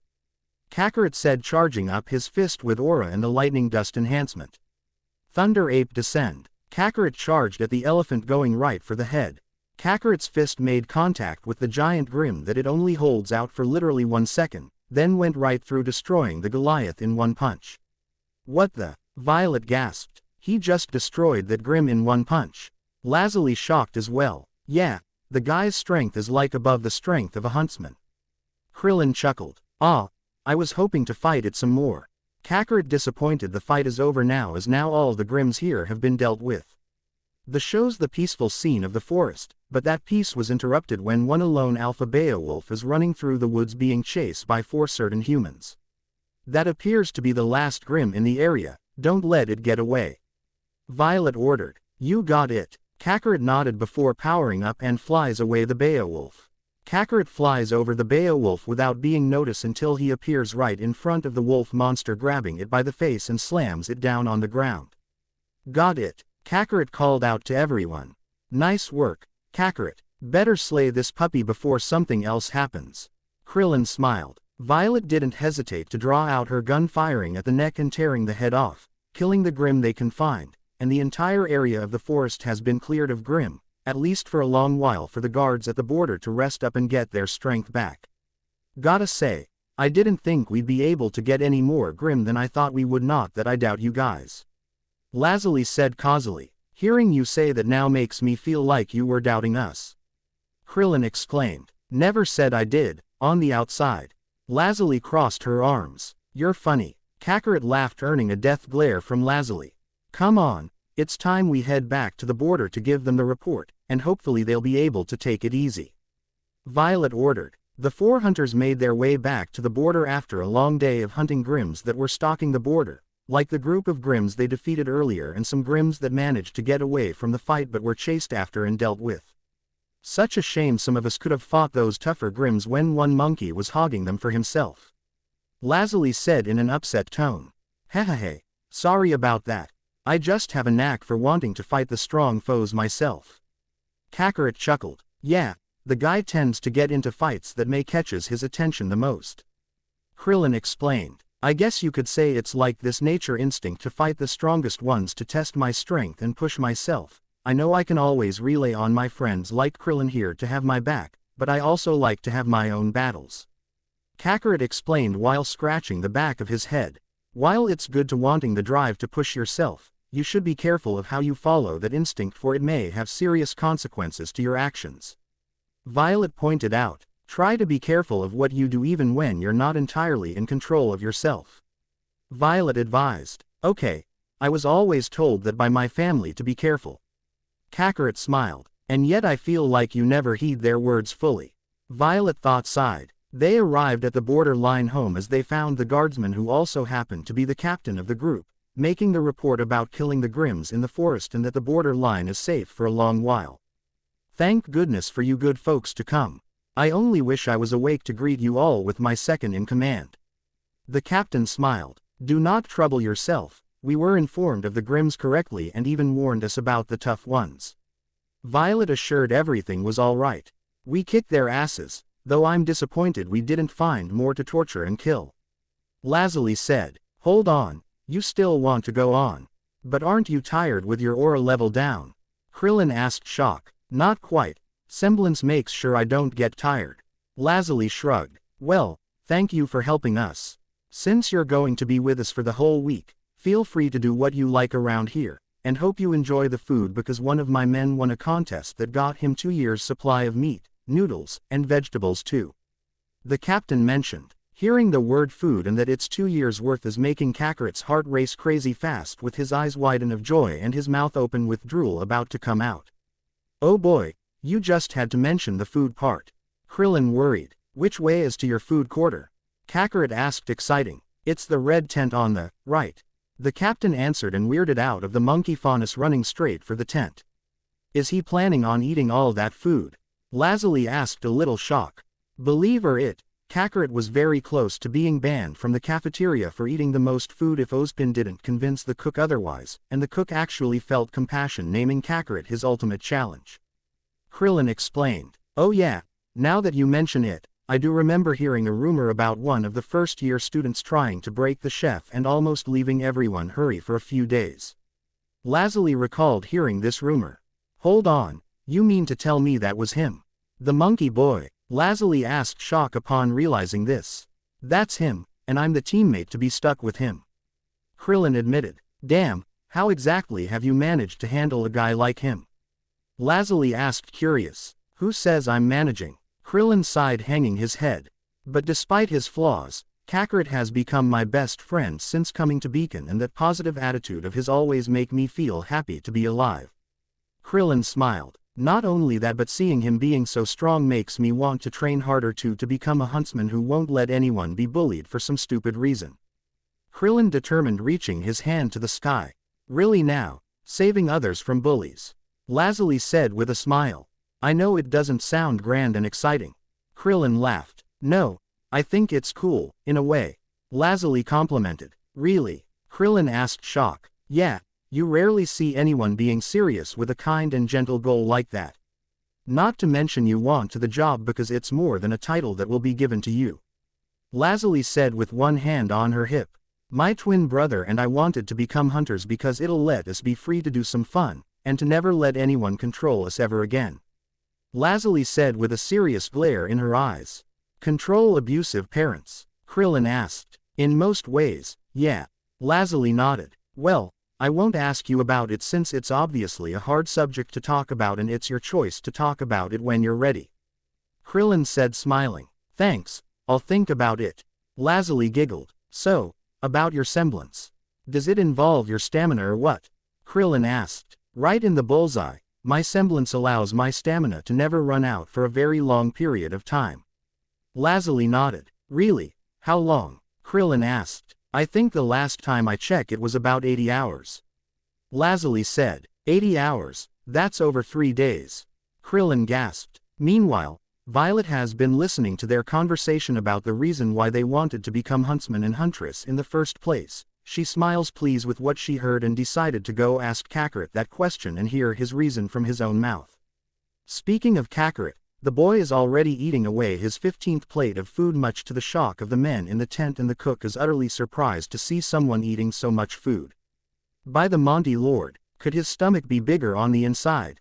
The chef thought wondered. Oh man, your cooking style sure is something else. Different than from what I used to back at Beacon, but it all tastes so good. Kakarot complimented. Huh, thank you for the kind words. The chef thanked. Wow, I think you might break that chef. Violet chuckled walking up to him. Oh, hi there, Miss Violet. Want something to eat? The chef can make something for you. Kakarot greeted while talking with still food in his mouth. First off, don't talk with your mouth full. Violet flicked his forehead. Kakarot realized this and quickly chews on the food that are still in his mouth and swallows them all and drinking some water to get them down and let out a sigh of relief. Sorry about that, I always forget the manner part when I'm eating. Kakarot giggled. I can see that, Violet said before sitting next to him. Do you mind if I have some of that? I think the people here would get the wrong impression that you want all the food for yourself and kill anyone if you approach. Violet asked, pointing at one of the meats. You sound just like my family, I'm not that selfish. Kakarot said as he passes one plate of meat and veggies to her. Must feels nice to taste some good food. Violet commented. Yeah, food is always good and sometimes it's better when you eat with someone close to you like friends and families. Kakarot believed. Really now, is that why you decided to become a huntsman? To enjoy good food like this with everyone around you? Violet asked. Kakarot stops eating for a moment as he was a little surprised of the question out of the blue like that, though does some thinking, asking himself that same question of why he wanted to become a huntsman and what exactly is his goal. Well, I always had this goal in mind before I got accepted into Beacon, and that is to fight the strongest fighters I cross path with and to keep on surpassing myself. Kakarot said. But do you want to get stronger? To fight more strong opponents? Violet asked curiously. I'm not really sure myself exactly, but I just want to get stronger and stronger and stronger still. Kakarot smiled. But that doesn't mean I won't use my strength for good. I know there are a lot of bad things in the world like faunus and humans still hating each other, and Grimm's hurt a lot of innocent people just for pure destruction. Kakarot said with a slight serious look in his eyes. There are also people going about doing wrong things even though it may seem like the right reason, which is not in my opinion. Kakarot said. Anger of the memories of Adam. Deep down I really want to help Remnant as much as I want, so I want to get stronger to protect my friends and family so we can all enjoy some peaceful days together like eating all this delicious food together. Kakarot determined strong and true before getting back to his eating.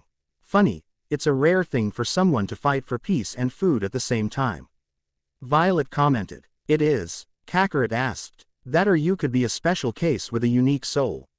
Violet grinned. Never forget those feelings of being a hunter because I never once regretted becoming one.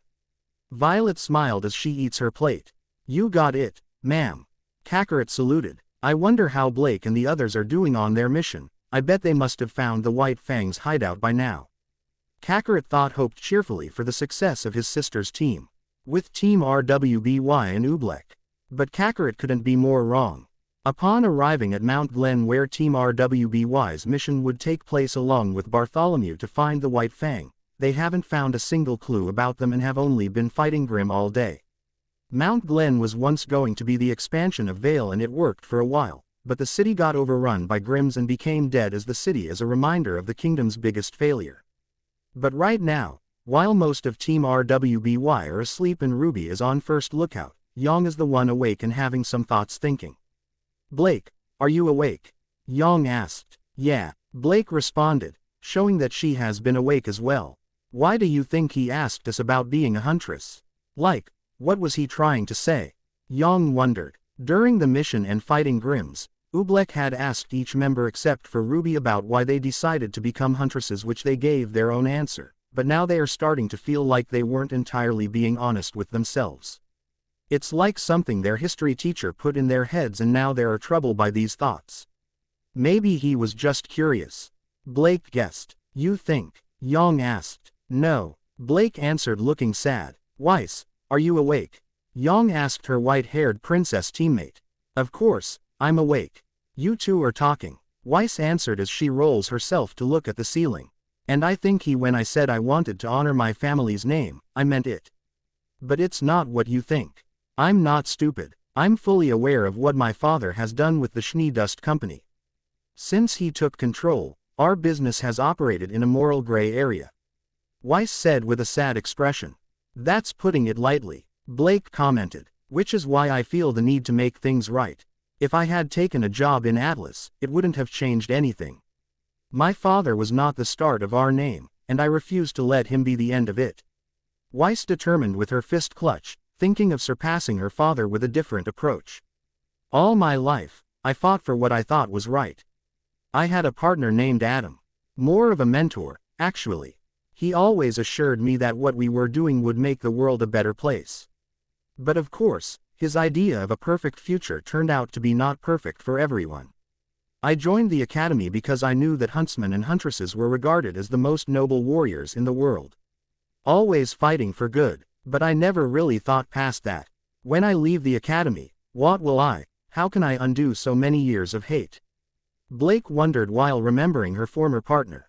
I'm sure you'd figure it out. You're not one to back down from a challenge, Blake. Yang believed. But I am. I do it all the time. When you learned I was a faunus, I didn't know what to do, so I ran. When I realized my oldest partner had become a monster, I ran. Even my semblance. I was born with the ability to leave behind a shadow of myself, an empty copy that takes the hit while I run away. Blake blamed herself. That's now how Kakarot sees it. Yang said, making Blake curious. He would tell me how amazing you were with your skills and semblance. You're like the ultimate cat ninja, destiny to do good for all of Remnant and the entire universe. Yang replayed the words Kakarot said to her. Blake blinks a few times and starts to feel happy with some laughing. Even when the two are far apart from each other, Kakarot can still make her big sister happy in his own way. Kakarot has always been the happy kind of guy, whether it comes to fighting or food or caring for his friends. Ready to go off adventuring for a good fight. Blake smiled. That's something we got something else in common. Yang chuckled but looked sad again. At least you two have something that drives you. I've just kind of always gone with the flow, you know. And that's fine, I mean, that's who I am. But how long can I really do that for? I wanna be a huntress, not really because I want to be a hero, but because I want the adventure. I want a life where I won't know what tomorrow will bring. And that'll be a good thing. Being a huntress just happens to line up with that. Yang admitted and looked over Ruby. I'm not like Ruby, she's always wanted to be a huntress. It's like she said, ever since she was a kid, she dreamt about being the heroes in the books. Helping people and saving the day, and never asking for anything else in return. Even when she couldn't fight, she knew that's what she wanted to do. That's why she trained so hard to get where she is today. Yang explained, feeling proud of her little sister too. Well, she's still just a kid. And so is Kakarot, Weiss pointed out. They're only 2 years younger. We're all kids, Blake countered. Well, not anymore. I mean, look where we are. In the middle of a war zone and armed to the teeth. Yang gestured of the dead city they're in. It's the life we chose. Blake said, it's a job. We all had this romanticized vision of being a huntress in our heads. But at the end of the day, it's a job to protect the people. And whatever we want, will have to come second. Weiss stated. Oobleck is listening to all of what the girls are saying while pretending to be asleep, proud smiling of those students. Kakarot and his hunter team are sleeping sounding together in their tents as morning has come, though the group is still sleeping. Though Violet was the first to wake up, she turns to see the young hunters enjoying their dreams. These kids, they could have enjoyed the rest of their younger days to being normal people. Violet smiled as she looks outside. But nope, they fully decided to become huntsman and huntress to help the world when it needs help the most. Violet said, looking at the sky, remembering how her younger days were when she was in training. Nice to know we got such strong generations. Violet believed. Violet turns her head into the direction of the Veil City, wondering if everything is doing okay over there, even though she knew everything is going to be fine with the police and hunters there along with the Atlas military helping out too. I shouldn't be worried, but I can't shake the feeling that something bad is going on right now. Violet said to herself. Violet, something terrible has happened. The captain shouted, running up to her. What's going on? Are there more Grims out there? Violet asked. Worse than out there. It's more of the Grims being in there. The captain pointed at the city. What? You're not making any sense, Captain. What's happening in the city? Violet asked, worry, fearing the bad feeling she is getting might be right. Check your scroll. You should be getting the emergency call alarm. The captain advised, looking very worried himself. Violet quickly took out her scroll and opening it to find the captain is right about the emergency alarm going on. She presses the hologram screen and saw the emergency message that made her shake in fear from her very core. You got to be fucking kidding me. Violet gasped. The emergency message says that a big horde of Grimm have somehow breached into the city apparently from the inside of an underground tunnel and a train broke through too, and now the Grimms are going on a rampage destroying through the city. Shit, we have to get back now. Violet growled. I already have an airship waiting to take you back. The captain informed, surprising the woman. You and your team have already helped us so much on dealing with the Grimm while most of us were recovering. We can handle the rest even as we are now. We weren't assigned to protect the border for nothing. The captain assured with a proud smile. All right, that's a good enough reason to leave. Violet nodded and hurried back into the tent. Wake up, you lots. We're leaving the camp now. Violet shouted. Violet kicks Krillin off from his bed and took away the pillow Lazuli was sleeping on top, then smack her on the face with that said pillow, and the huntress grabs Kakarot by the tail making him flinch in pain. Hey, what was that for? Kakarot asked, wincing in pain from his tail. Get your gears on, we're going back to the city. Violet ordered as she quickly done her weapon checkup. What, we're going back already? Krillin confused, knowing it has only been 1 day since they got here. Something bad happened in the city, didn't it? Lazuli asked with a firm look on her face. That's right, Grimms have invaded the city. Violet informed, shocking the 3 hunters in training. What, Grimms are in the city, but how? We've been out here on this camp fighting off the Grimms and none of them got by. Krillin shocked. That's because the Grimm got in the city from the inside with a train. Violet explained a little, but I thought Grimms couldn't drive trains. Kakarot confused even more. Look, there's no time to explain. We need to get to the city right now or else people will die and we aren't there to help them survive. Violet screamed in rage as she ran for the airship. Damn it. Krillin groaned as he and the others hurried themselves to getting their gears on and ran after their huntress leader. Will we even make it back to the city with the airship? And what if Blake and Yang are there? Kakarot thought, worried. He decided to try focusing his mind to sense where Blake and Yang along with the rest of their team are hoping to still be in that southeast place, but he was proven wrong when he sensed all 4 of Team RWBY all together in the direction of the Vale City. No, what happened to their mission? Did something bad happen while they were trying to find the bad guys? Kakarot thought, feared and clutching his fists in anger. Damn it, I got to go there now. Kakarot exclaimed, angry. Kakarot, come on, the airship is just up ahead. Krillin informed. Forget the airship, we're taking a new air ride. Kakarot said. What do you, Krillin screamed when Kakarot suddenly sprinted at blinding speed and picking up his best buddy over his shoulder. Before Violet and Lazuli could react, Kakarot suddenly scooped them up too and carrying them onto his back and launched right into the sky while the other 3 are screaming for their life. Next stop, Vale City. Kakarot shouted as he flew in the direction of the city while the others are holding onto him for dear life. Huh, the airship pilot confused as he looks up seeing the 4-hunter team flew off. Kakarot, are you crazy? You really want to fly us all the way to the city? Krillin asked, screaming. Figured it would be faster this way, I gotta help my sister and girlfriend. Kakarot stated. Who are you talking about? Lazuli asked. The sister is Kakarot's big sister and the other is his girlfriend who is also the sister's partner. Krillin answered. Seriously, how do you even know they're in the city right now? Lazuli asked, now more shocked and confused. I can sense their energy along with their teammates, they're definitely there. But what worries me is that I can sense their enemies being low, like they don't have a lot anymore. Kakarot narrowed his eyes of concern. Okay, now that's something to worry about. Krillin gulped. But can you even get us there on time? Violet asked. She can feel the wind pressure and the speed that this monkey boy is faster than an airship.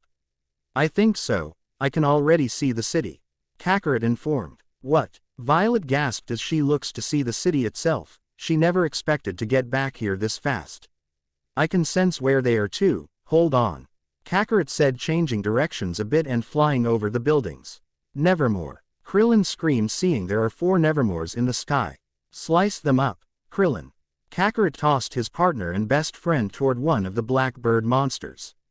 Kakarot, you idiot. Krillin screamed louder. Krillin became really scared when he saw one Nevermore looking at him, thinking it's time to have some human flesh in the sky, but the young bald man wouldn't let that happen as he threw his disc semblance to slice the Nevermore in two from the mouth.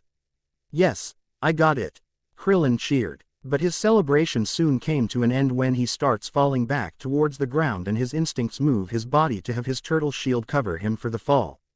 Meanwhile on the ground, Blake is shooting down 4 creeps that were running towards her and turns around to see one Beowulf charging at her.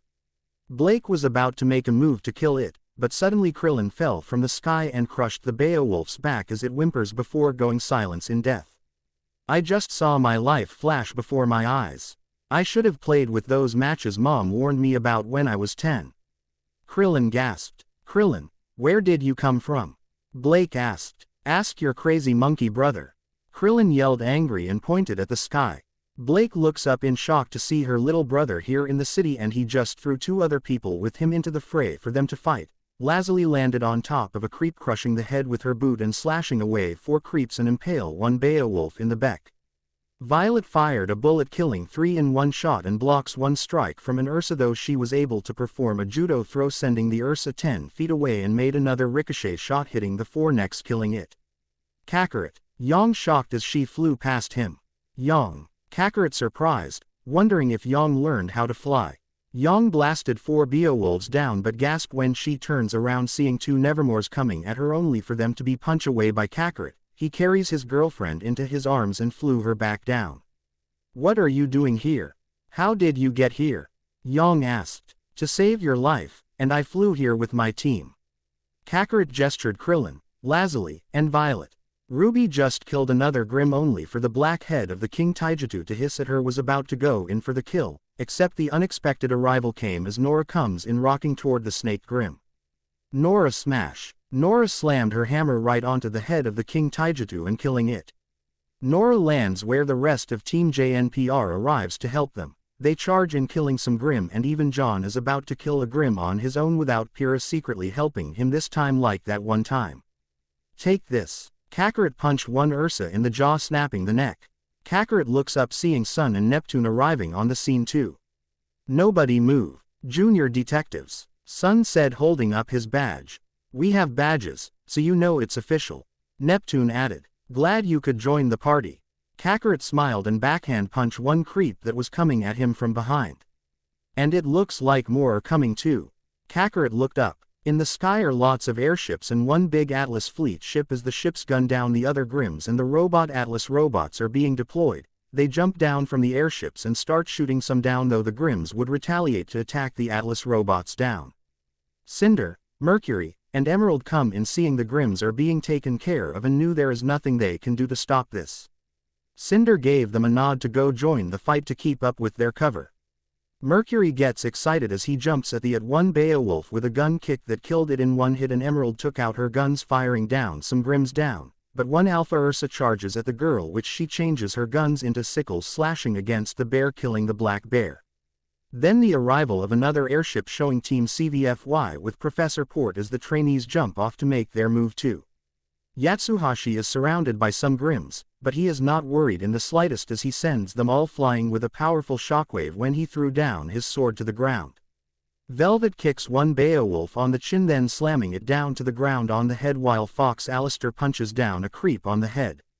Fox is a teenage boy with dark skin and dark, messy copper hair that has a long fringe and a cowlick. He wears a sleeveless, muted orange zipper vest with black lining and a high collar, a pair of black jeans, and brown, laced shoes. His eyes are pure white, showing that he is physically blind. His arms are covered in scars, and he has a vertical scar on his lips. He also wears a pair of long black gloves and has several pouches attached to his belt. Fox senses an Ursa coming at him, so he decided to come to the Ursa, striking with punches and slashes with his bladed armband before sending it flying back with a double fist to the stomach, and then the Ursa exploded, causing the spikes to impale the other nearby Grims too. Whoa! Kakarot amazed while keeping 2 bigger creeps down and crushed their necks in his arms, which kills them. "Nice hustle, Fox. Good job." Coco Otto complimented with a pat on his butt as she walks forward to one tall and big Beowulf. The leader of Team CFVY is a young woman with fair skin, short dark brown hair, and dark brown eyes. She has wavy locks on one side of her face, dyed with a gradient that starts as dark brown and transitions to caramel. Her clothes consist of a long, cocoa-colored shirt with an upturned layered frill collar with a black single-strapped waist cincher. She wears black trousers that have golden lining around the pocket and ribbons attached to the back of a golden zipper seam around her knees. A black golden studded belt is normally hidden by a large cocoa-colored belt with gun cartridges on the left side and a large golden crosshair buckle. A large piece of black fabric is attached to her belt hanging down on her right side. She wears a pair of dark black, high-heeled leather calf-high boots with golden buckles. Coco also dons a number of accessories, such as a bracelet with black roses as decoration. These are accompanied by black gloves and 3 beaded necklaces alongside a black scarf tied around her collar. She wears a black beret with a cocoa brown trim and a pair of black, wire-rimmed aviator sunglasses. She is seen holding a black shoulder bag with gold studs, which is held by a bandolier strap. "You just destroyed my favorite clothing store," Coco said before letting out a spit. "Prepare to die," she warned. The Beowulf just growls at her and throws down its claws, which Coco just smack it away with her purse and kicks the Grimm right in the balls. "I know the Grimms are our enemies, but that was just brutal." Krillin winced upon seeing that and holding his hand between his legs. Coco leans down looking at the Beowulf in the eyes before slamming her purse, crushing its head, and saw 3 Beowulfs and a Deathstalker coming at her. She easily smacks 2 away with her purse and kick in the butt. She looks up seeing the stinger and jumps away to avoid it.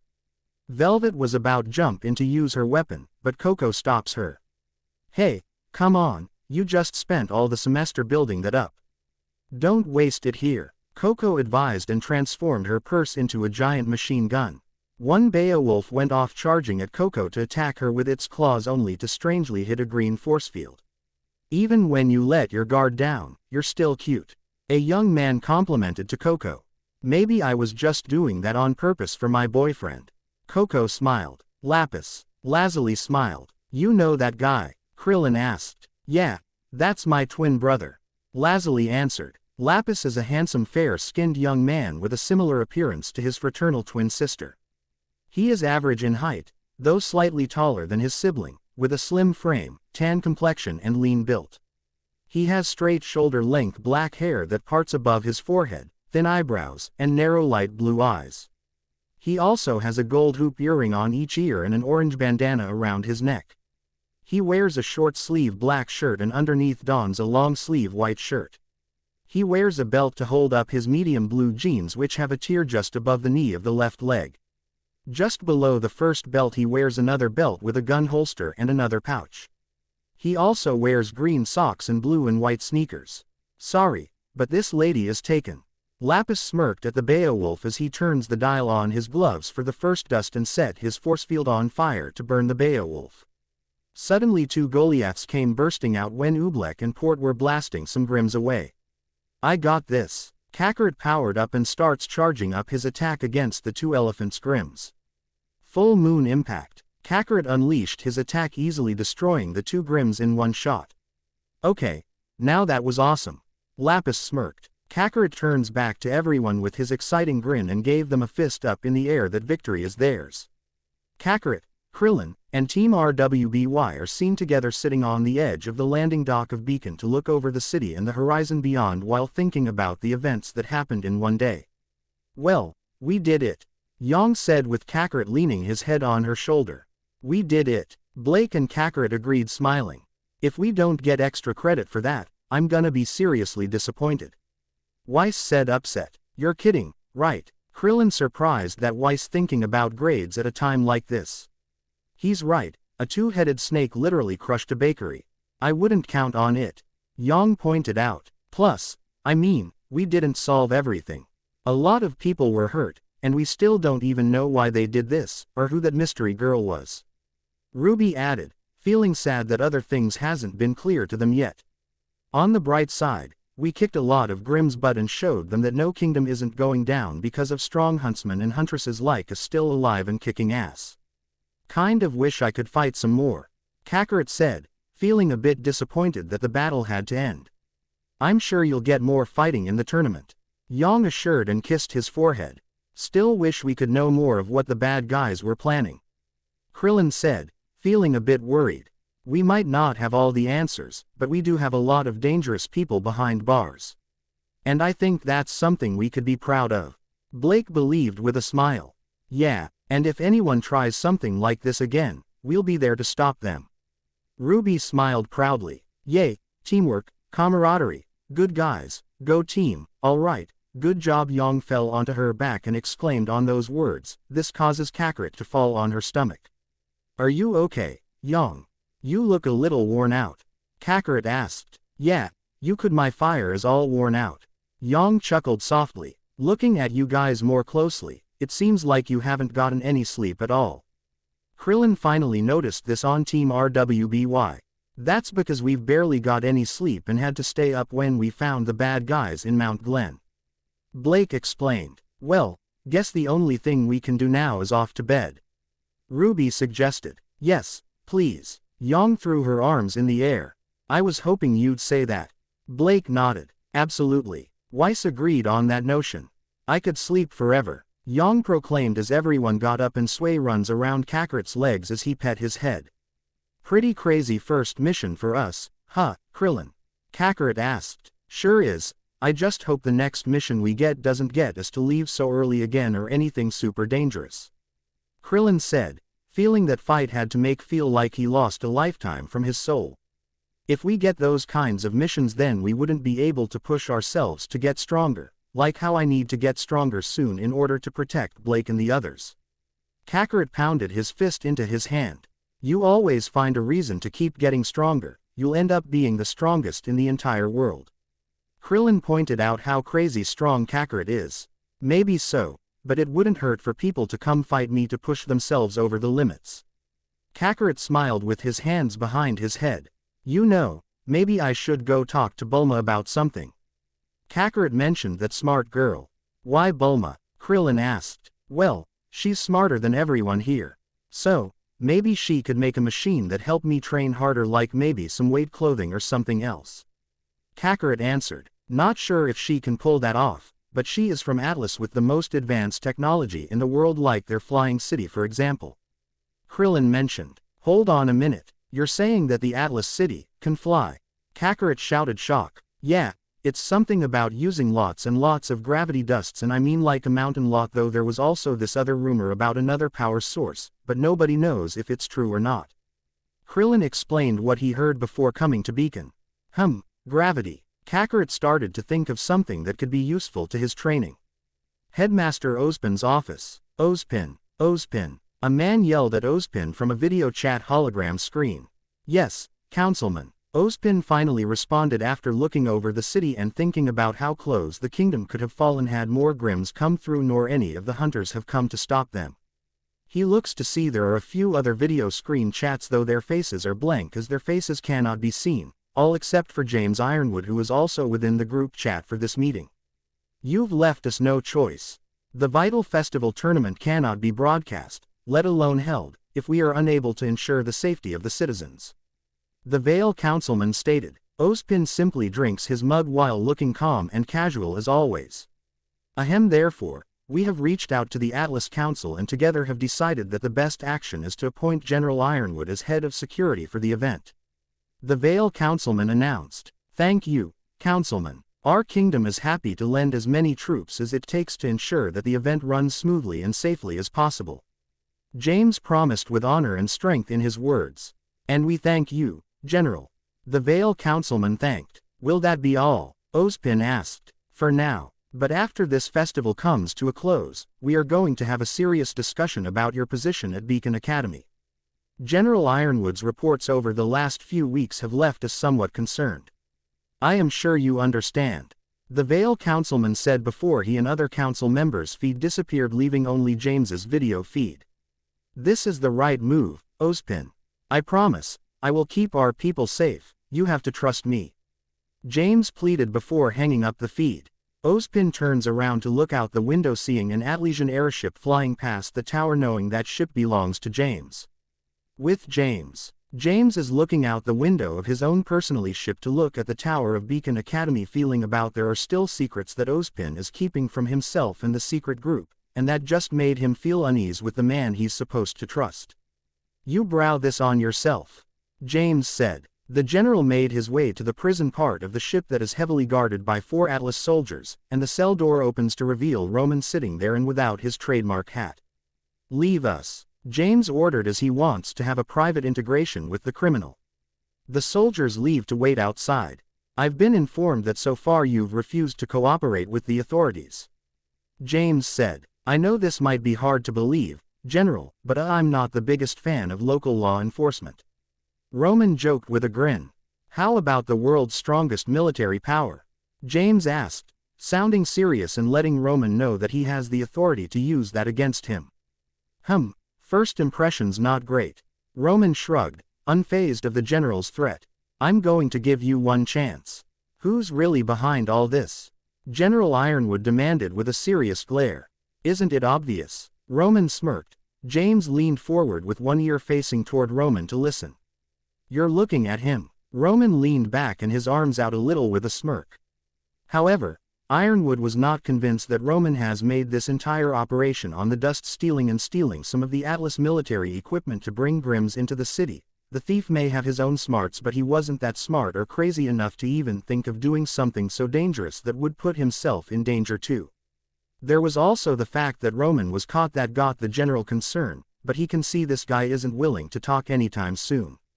Very well then, James said before turning around and walking away. What's the matter, General? I thought you wanted to talk. Roman said playfully. The council's given me custody over you for as long as I see fit. So, you can make yourself comfortable. I can be sure that you'll have plenty of time to talk. James assured him that they will have more to talk later on. Oh, wonderful, Roman chuckled with a smirk. Second phase of the plan, complete. Roman thought declared, and now he has to wait for Cinder and her group to carry on the rest. With Cinder's group, Cinder and her 2 followers are looking down at the area where the Grims have invaded when Roman broke through the wall with the train, but despite the hunters being able to stop the hordes from barely harming any people and kept them from dying, Cinder smiles. All in all, I call today a success, Cinder declared. Those stupid kids really made a mess of things. Emerald shook her head, wondering how this could even happen in the first place. Yeah, a lot of Faunus didn't make it out of the tunnels. You still think the White Fang's gonna listen to us? Mercury asked, a bit worried this could cost them an ally with the White Fang. No, but they'll listen to me, Adam stated, walking up to the group. And I take it you have witnessed that Monkey Boy's strength, Adam said, referring to Kakarot taking out 2 Goliaths in one shot. I knew the kid was strong when I sparred with him, but that right there was crazy strong. Mercury admitted, even fearing that Kakarot could kill him with ease if he wanted to. Not only that, but he has become far stronger than when I last fought that brat. Adam stated with a hateful glare under his mask. You got to be kidding me, Mercury hung his head exclaiming. I am not, Adam said. I also noticed something else whenever he and I have a fight with each other. Every time he recovers from a serious fight or gets healed from some worse injuries, he comes back stronger than ever. Adam explained his experience with his fight against Kakarot. It's almost like his body was made to be fitted as the perfect warrior, to grow stronger faster than normal through training and even being healed from serious injuries. Adam theorized, okay, now that just proves this kid is the most trouble of them all. Emerald worried, indeed, and from what you told us of Kakarot, he'd continue to get stronger in the hopes of facing stronger opponent and surpassing himself, as any martial artist would think of the same thing. Cinder stroked her chin, looking over at Beacon Academy from a distance. There's also the vital festival plan we have to consider. If that monkey brat gets in the way, then everything we have prepared for will be for nothing. Emerald feared. That got Cinder to worry about, knowing that Emerald makes a good point, seeing as she also saw how strong that boy is firsthand, but she also thought carefully on the boy's personality that she knows so far in measuring his strength in her head. Then her mind went back on the moment back in their room when Emerald mentioned the giant ape and the full moon. I'm getting a strange feeling that Kakarot may hold a special role in the plan, after all. Cinder thought, smirked. That look on your face means you have a plan to deal with Kakarot, or at least keep him at bay from interrupting the plan. Adam guessed when looking at Cinder's face. You could say that. Cinder smirked before walking away from the edge of the rooftop. With Kakarot and Blake, Hours have passed since the big breach of the Vale City that everyone is still talking about that incident, and no doubt it's going to be on the big news in the morning. It'll be the talk for days or maybe even weeks. Kakarot is seen standing at the edge toward the Emerald Forest where the launching platforms are. Standing on one of them makes him think back on how the initiation was back then. I see you're about to skip on dinner, Blake said, walking up to her adopted little brother. Just thinking about how far we have come since we got here. All the training we went through back on Menagerie did not prepare us for this kind of adventure. Kakarot looked at his fist and up at the night sky. Yeah, fighting against the White Fang that went darker than before, even teaming up with an evil human like Roman. Then came battling a giant mech, infested Grimm in an abandoned city, and battling Grimms that got in the city. Blake listed the things that happened to them. All that, and we're first in our first year.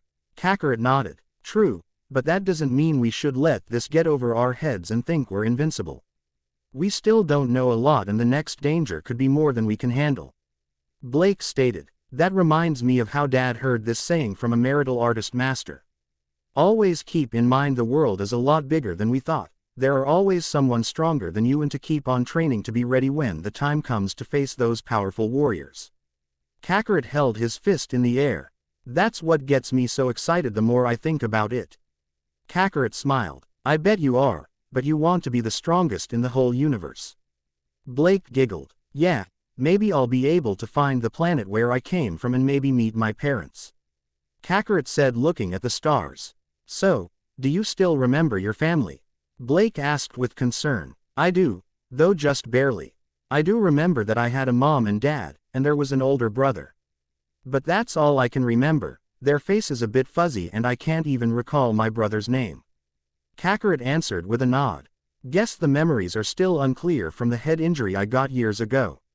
Kakarot chuckled. You're lucky that head injury wasn't too serious, otherwise you might have gotten about us.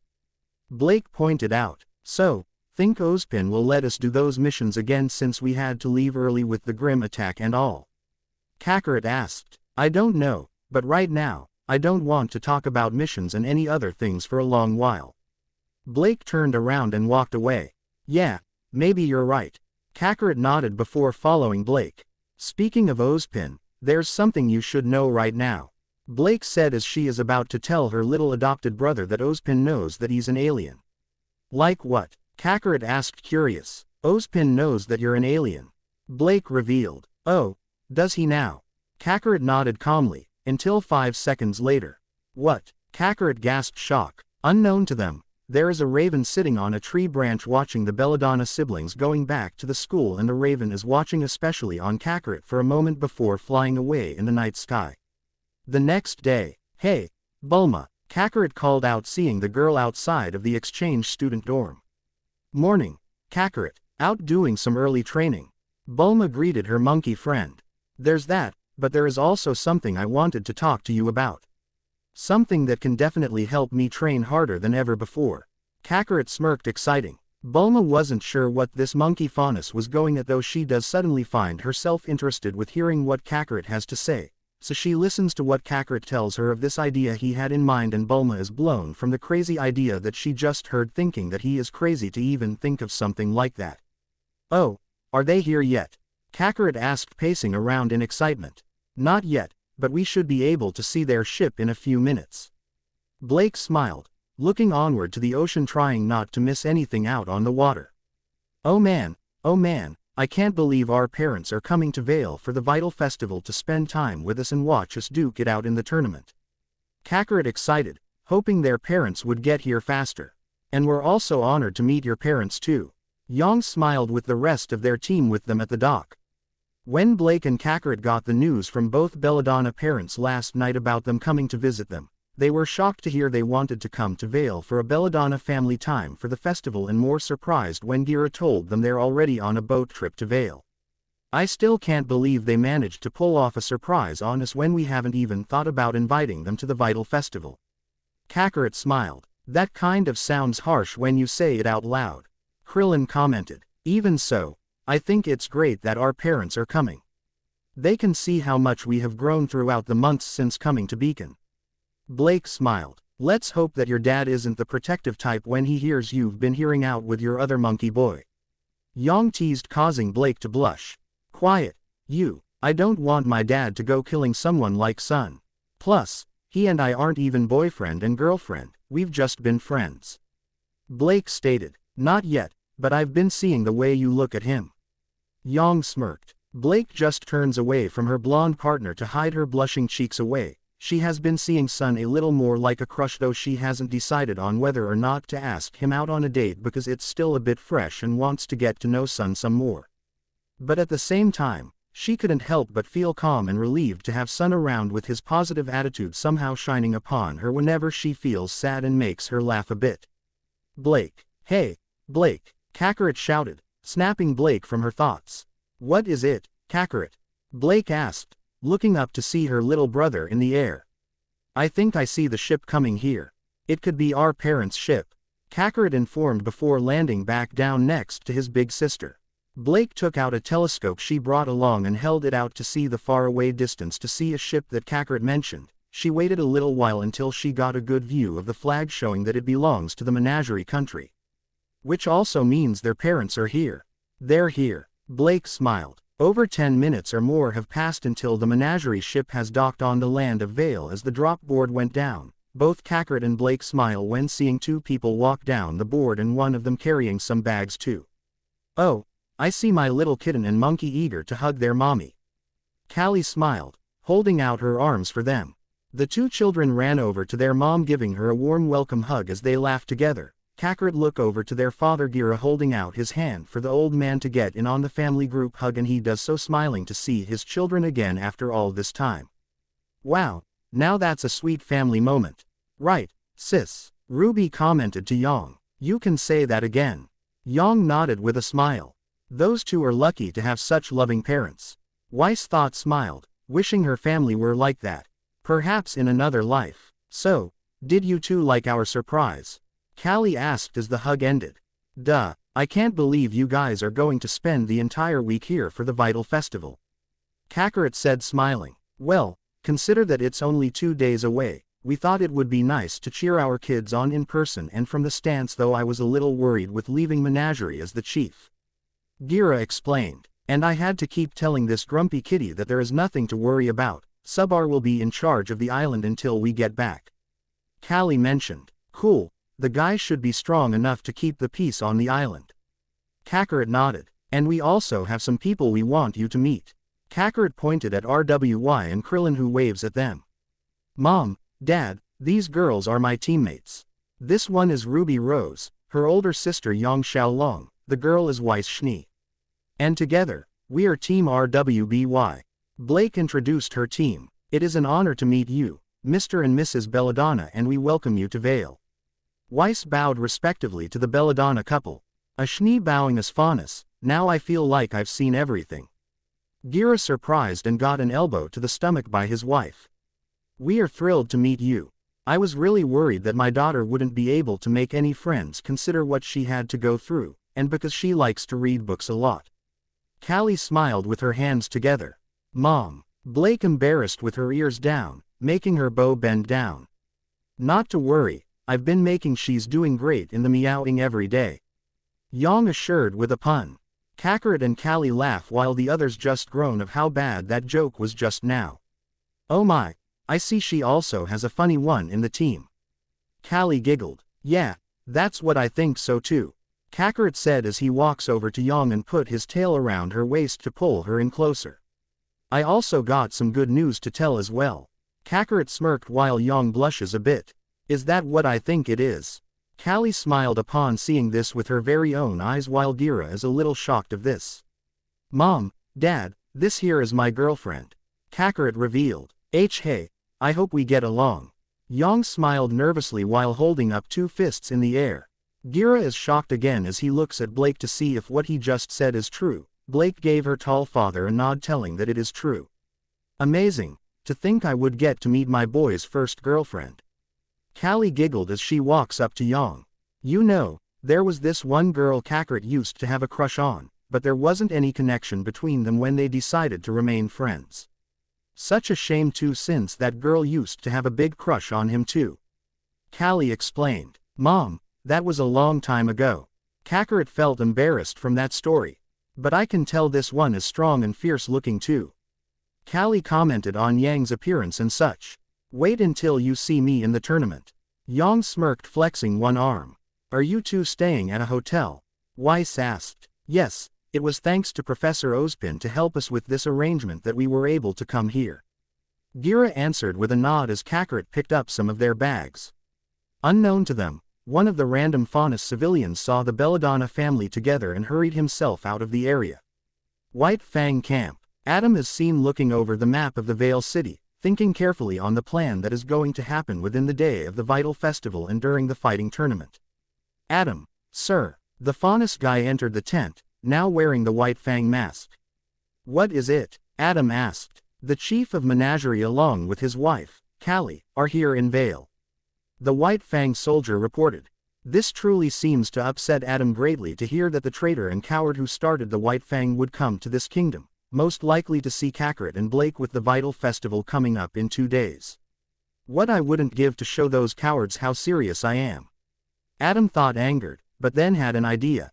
Hope Cinder doesn't mind that I go ahead and deal with Kakarot myself.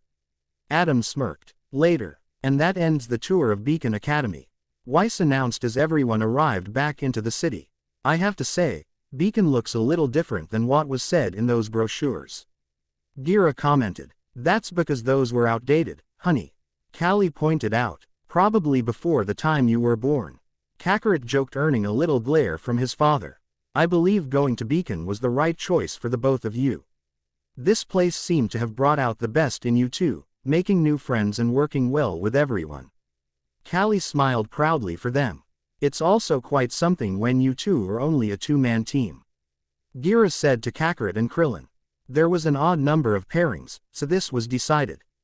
And I wouldn't have it any other way. Krillin smiled at his partner. You got that right, buddy. Kakarot grinned friendly and the two fist bump. Hey, are we going to get something to eat?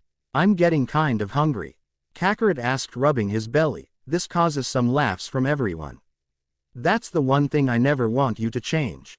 Callie smiled. Luckily for you, we have already chosen one restaurant to enjoy the afternoon. Weiss smirked, showing her scroll on the map app. Which way is that? Kakarot asked. Just down the. Kakarot sprinted in the direction Weiss pointed, much to the white-haired girl's shock. Street, to the right. He could have at least waited until she finishes her sentence. Gira sighed. Kakarot blitzes through the street until he stops 4 blocks down, looking to see which building is the restaurant Weiss mentioned. Oh, I hope they have good meat. Kakarot excited. Hey kid, wanna try a sample of ham?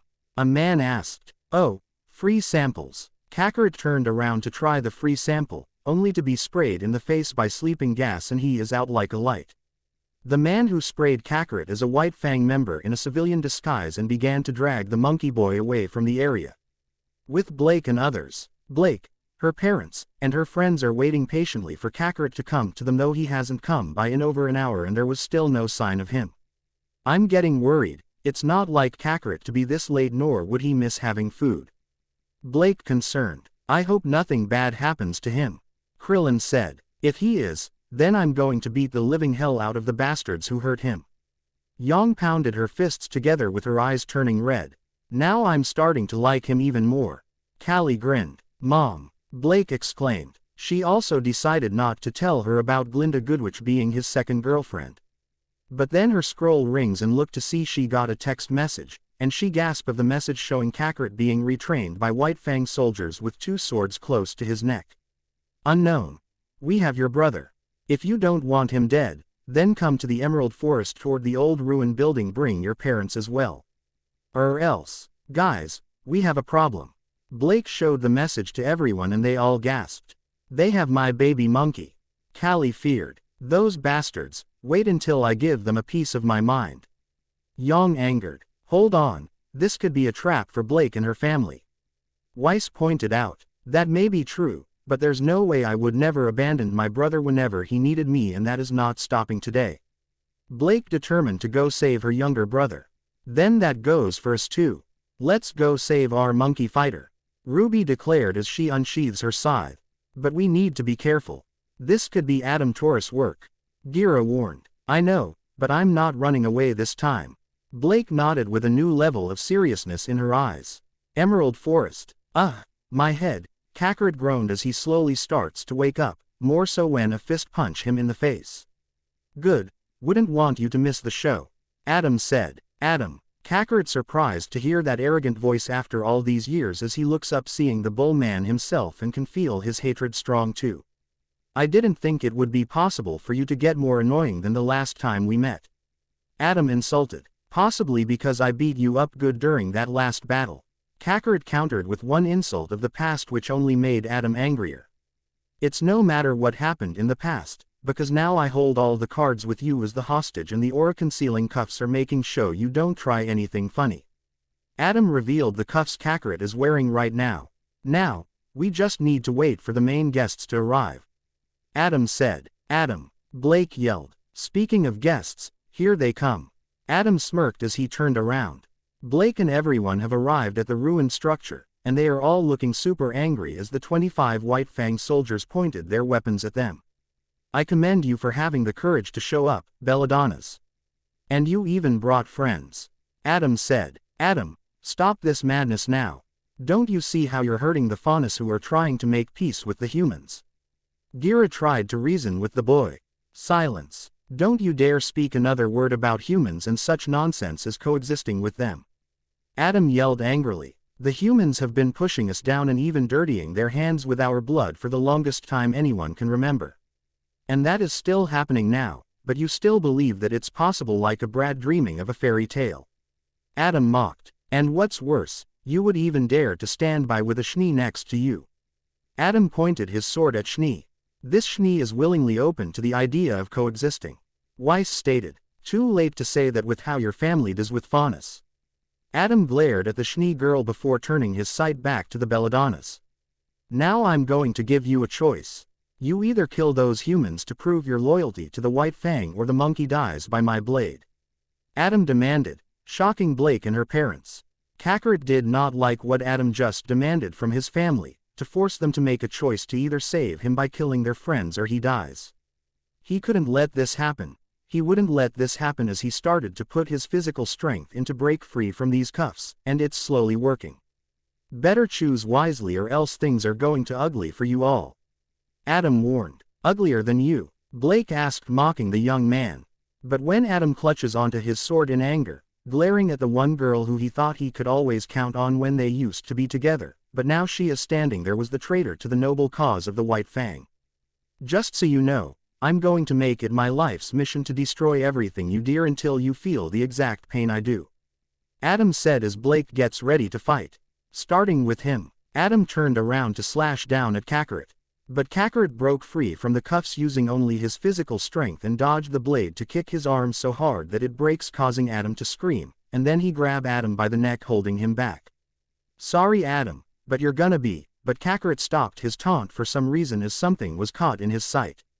And that sight is the full broken moon, and his body starts to flinch with his heart racing hard and fast as he suddenly lets go of Adam. Oh no, no, no, no, no. Gira noticed the body flinching in Kakarot's eyes. He looks up seeing the moon. Kakarot looks away from the moon. Gira shouted. But it was too late as Kakarot has already begun changing with his body growing in massive sizes with his muscles bulking up, brown fur covering his body, and his eyes turning blood red with one mighty primarily roar. Kakarot. Blake shocked to see her little brother becoming a big, monkey monster, brother. Ozpin and James Ironwood are enjoying some tea together in the office while the former is checking the preparations for the vital festival which is only in a few short days from now. Everything appears to be in order. The food for the festival ground is done along with the game stands and other things for the festival. Ozpin informed as he closes his hologram computer screen. And so far, everything appears to be quiet since the breach incident. That makes me worry even more, Ironwood admitted. About the true masterminds behind the breach and having Roman take the fall, am I correct? Ozpin asked. Yes, Roman keeps claiming that he's the one who planned that breach with all the dust stolen and the mechs he managed to take from me, but I know better than to think a thief even with his kills could pull off a feat like that alone even with the White Fang's help. Ironwood stated. Indeed, Roman would only do this sort of thing if he was taking orders from someone greater and not in this for the money as well. Ozpin nodded. I can feel it in my guts. Something big is happening and that something has to involve with the queen. Ironwood clutched his hand. Easy, James. Don't want to let out too much negative emotions for the Grimms to come rampage in the city. Ozpin calmed his friend and joking a little at the same time. Sorry, it's kind of hard to do so. James apologized. It's always hard whether you're running a military and hunter school or part of a secret war, harder if you become too deep into it. Ozpin stated. Speaking from experience, I see. James saw what Ozpin was doing just now. Experience that I'm hoping you all learn from and do better. Ozpin said. Suddenly the alarms went off with the hologram screen coming back up blinking in a red color and the word alert on it in a yellow color. What's going on? James asked, getting himself ready to call his men into action. The alarm system went off and it appears to be coming from the Emerald Forest, next in the area where the old ruined structure is. Ozpin checked on the data. Must be Grimms. I really hate it when those things suddenly come out at the worst timing when we were having a peaceful time. James angered. Really hate those Grimms just like any other days. Not possible. While there are Grimms in the Emerald Forest, none of them would go toward that ruin to attack. Ozpin explained. They suddenly heard what appears to be a soft roar which must have come from a loud roar of a Grimm monster, but Ozpin started to think this Grimm feels a bit off for some reason. Well, it certainly sounds like that Grimm is having a stroll at the ruin. James commented upset. Hold on, I'm bringing up the footage of the area to see just what kind of Grimm we're dealing with. Ozpin typed on his desk and pressed enter to bring up the live footage from the security camera. But what they saw through the security footage was something else they did not expect nor even seen something like this ever in their lives. A giant monkey monster is rampaging in the Emerald Forest, and it looks like some of Ozpin's students are there too. We need to get some ships down there and take out that Grimm. James ordered. James, I know this is gonna sound crazy when I say this, but I don't think that's even a Grimm. Ozpin said. Ozpin knows about the horde of Grimm all too well because every single one of them is always black with red eyes and have some white bones for armor, but this monster doesn't have either of those things save for the red eyes. I don't know why, but I feel like I know that monster somehow. Ozpin felt this instinct in his head. Emerald Forest, ruin. The giant ape monster Kakarot roars some more while pounding his chest hard like a normal gorilla with a little shockwave. Everyone around has become completely shocked of the sudden transformation of the monkey boy. No, if only I knew it was gonna be a full moon tonight. Gira cursed himself. Dad, what is going on with my baby monkey brother? Why did he suddenly turn into a giant ape monster? Blake asked as she is freaking out. Oh, I knew you were going to find out about this sooner or later. Callie worried. What, you knew about this too, Mom? Blake shocked. You know, I always thought Kakarot was too big of a monkey for his own good, but I didn't literally mean that big. Weiss screamed. The rumors I heard about a giant ape monster suddenly appearing one night in Menagerie then disappeared when morning came the next morning, they were true. Adam recalled hearing that rumor. And that monster was Kakarot all along. Adam realized the truth now. Yong threw a blast from her Ember Celica for Adam's head though he quickly reacted with holding his red sword to block the blast and getting a little power up with his semblance too. Don't you dare call my boyfriend a monster even when he's monkeying around big time. Yong glared angry at Adam. Giant ape Kakarot started moving with a vicious glare at anything in his sight to destroy starting with a few trees knocking them down with his arm. One White Fang soldier is scared with his legs shaking in fear rapidly. To think he was hiding this kind of power. He could have used that power to help the Faunus get our revenge on the humans, yet he dares to deny the fights of our people's anger. Adam growled a bit and looks at Kakarot. And saw that his giant foot coming down at him. Adam quickly moves out of the way before he could become flat with the grass. Giant ape Kakarot roars again only to be silent for a bit when the scared White Fang soldier shoots some fire dust bullets from his little machine gun, all while screaming like a little high-pitched girl.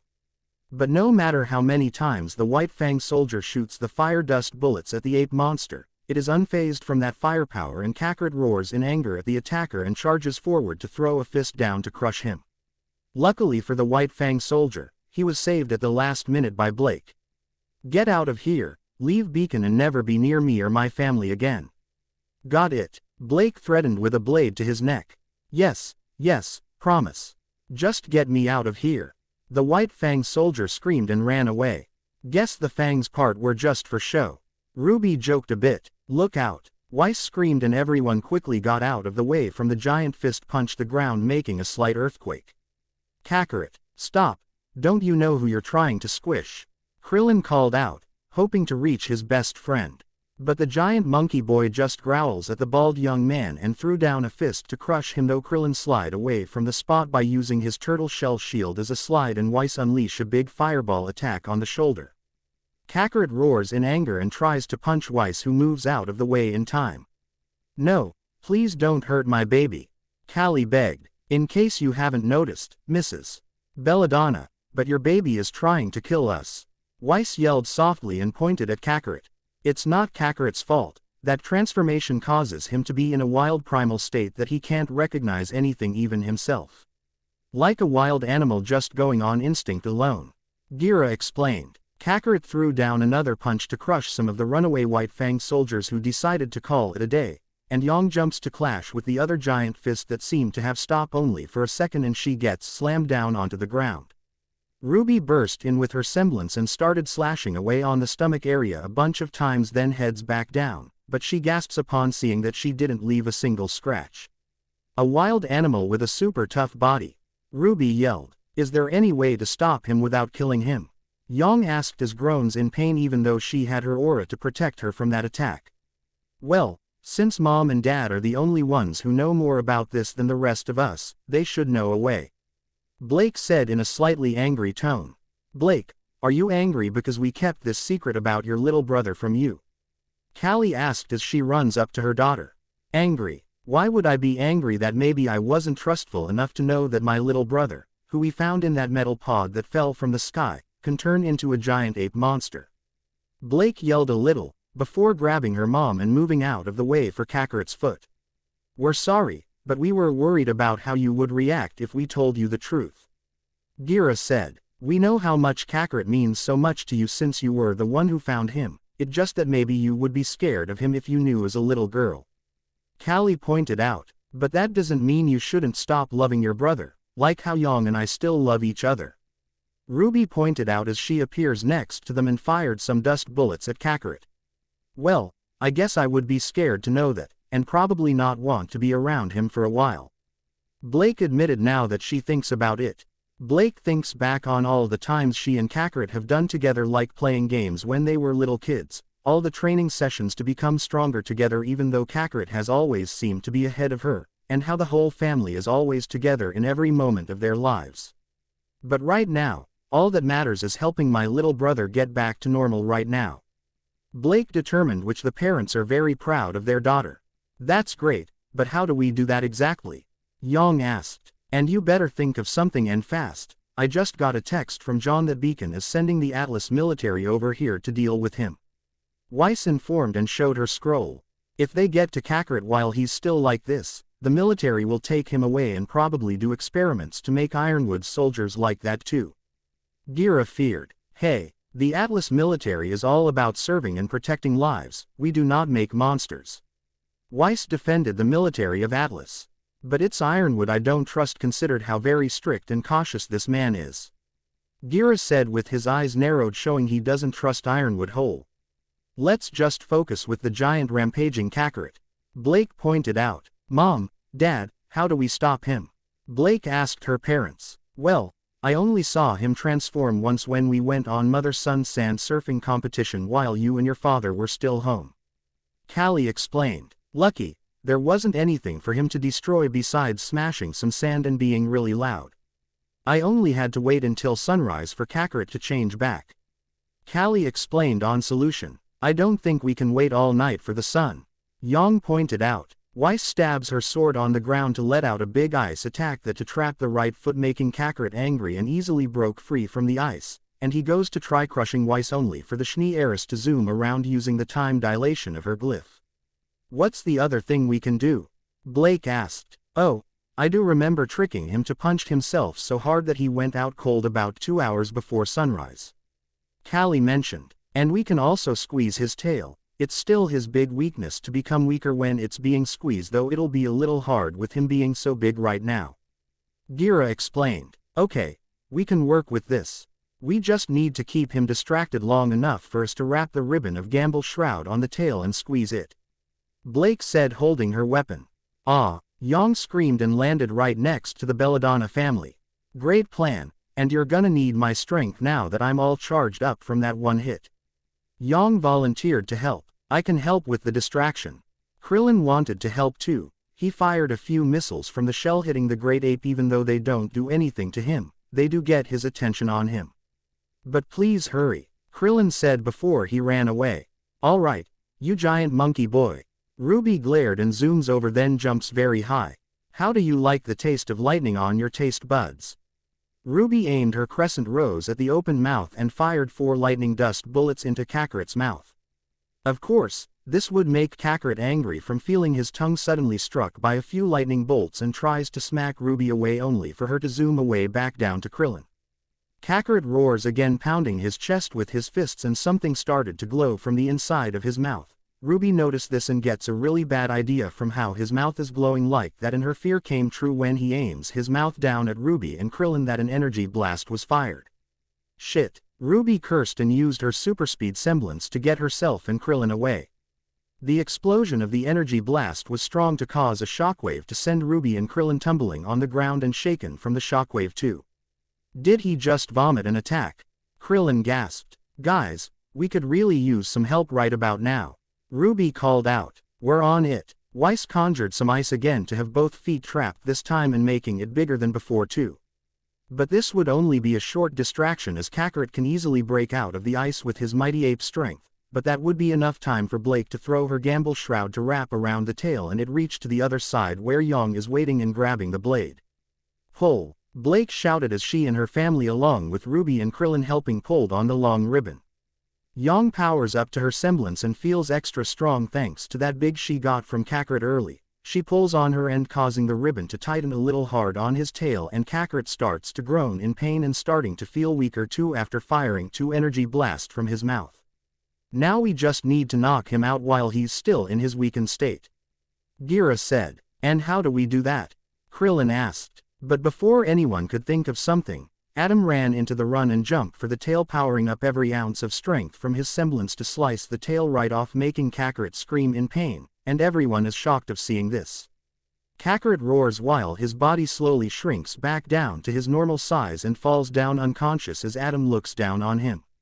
"You could have been part of the solution for the Faunus, revenge," Adam said. "Adam!" Yang screamed. Adam turns around to see Yang coming right at him faster than he could almost react, and threw a powerful punch on his face so hard that she destroyed his mask and sent him flying far away, about 2 to 3 miles away or a little further. "You're so lucky you're not worth the kill," Yang angered before going to check on her boyfriend. "Is he okay?" Yang asked. "He's fine, just unconscious, but it looks like he won't be happy once he sees his tail is no longer there," Blake answered. "Freeze!" An Atlas soldier shouted, getting the group's attention as the Atlas military has arrived with Ironwood and Ozpin walking up to them along with a worried Glinda. "You have some explaining to do," Ironwood said in a firm tone. Blake and everyone look at each other for a moment, knowing this isn't going to be easy to defend Kakarot and cool down the angry general. Kakarot is seen laying on the bed of the medical room in the school and just about to wake up from his unconscious, feeling a strange headache which felt familiar to him somehow, though can't figure out why. "Man, I must have eaten some rotten meat that did not go well with my stomach," Kakarot groaned. "Kakarot, thank goodness, you're all right, buddy." Krillin was relieved as he was sitting next to the bed. "Krillin, what happened to me?" Kakarot asked as he sat up. "Well, there was this guy Adam who kidnapped you to get revenge on your family, and things went weird." Krillin hesitated to tell more to Kakarot if he doesn't remember. "Adam, oh, that's right. The bastard tried to make me a means to get Blake and my parents, but then everything went blank at the ruins." Kakarot remembered most of that, including seeing the moon. Krillin asked nervously. "The moon? I think I remember seeing the moon, but nothing else." Kakarot, confused, feels like this has happened to him before.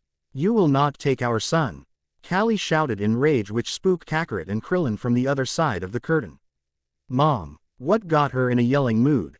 Kakarot asked. "Well, Your parents are talking with General Ironwood right now and they are not happy about him suggesting something that they didn't like. Krillin explained a little. Like trying to take me away. Yeah, no, I'm gonna give that guy a piece of my mind. Kakarot decided to give his own words to the general. Wait, no, Kakarot. I don't think that's a good idea. Krillin tried to warn his best friend, but he didn't listen.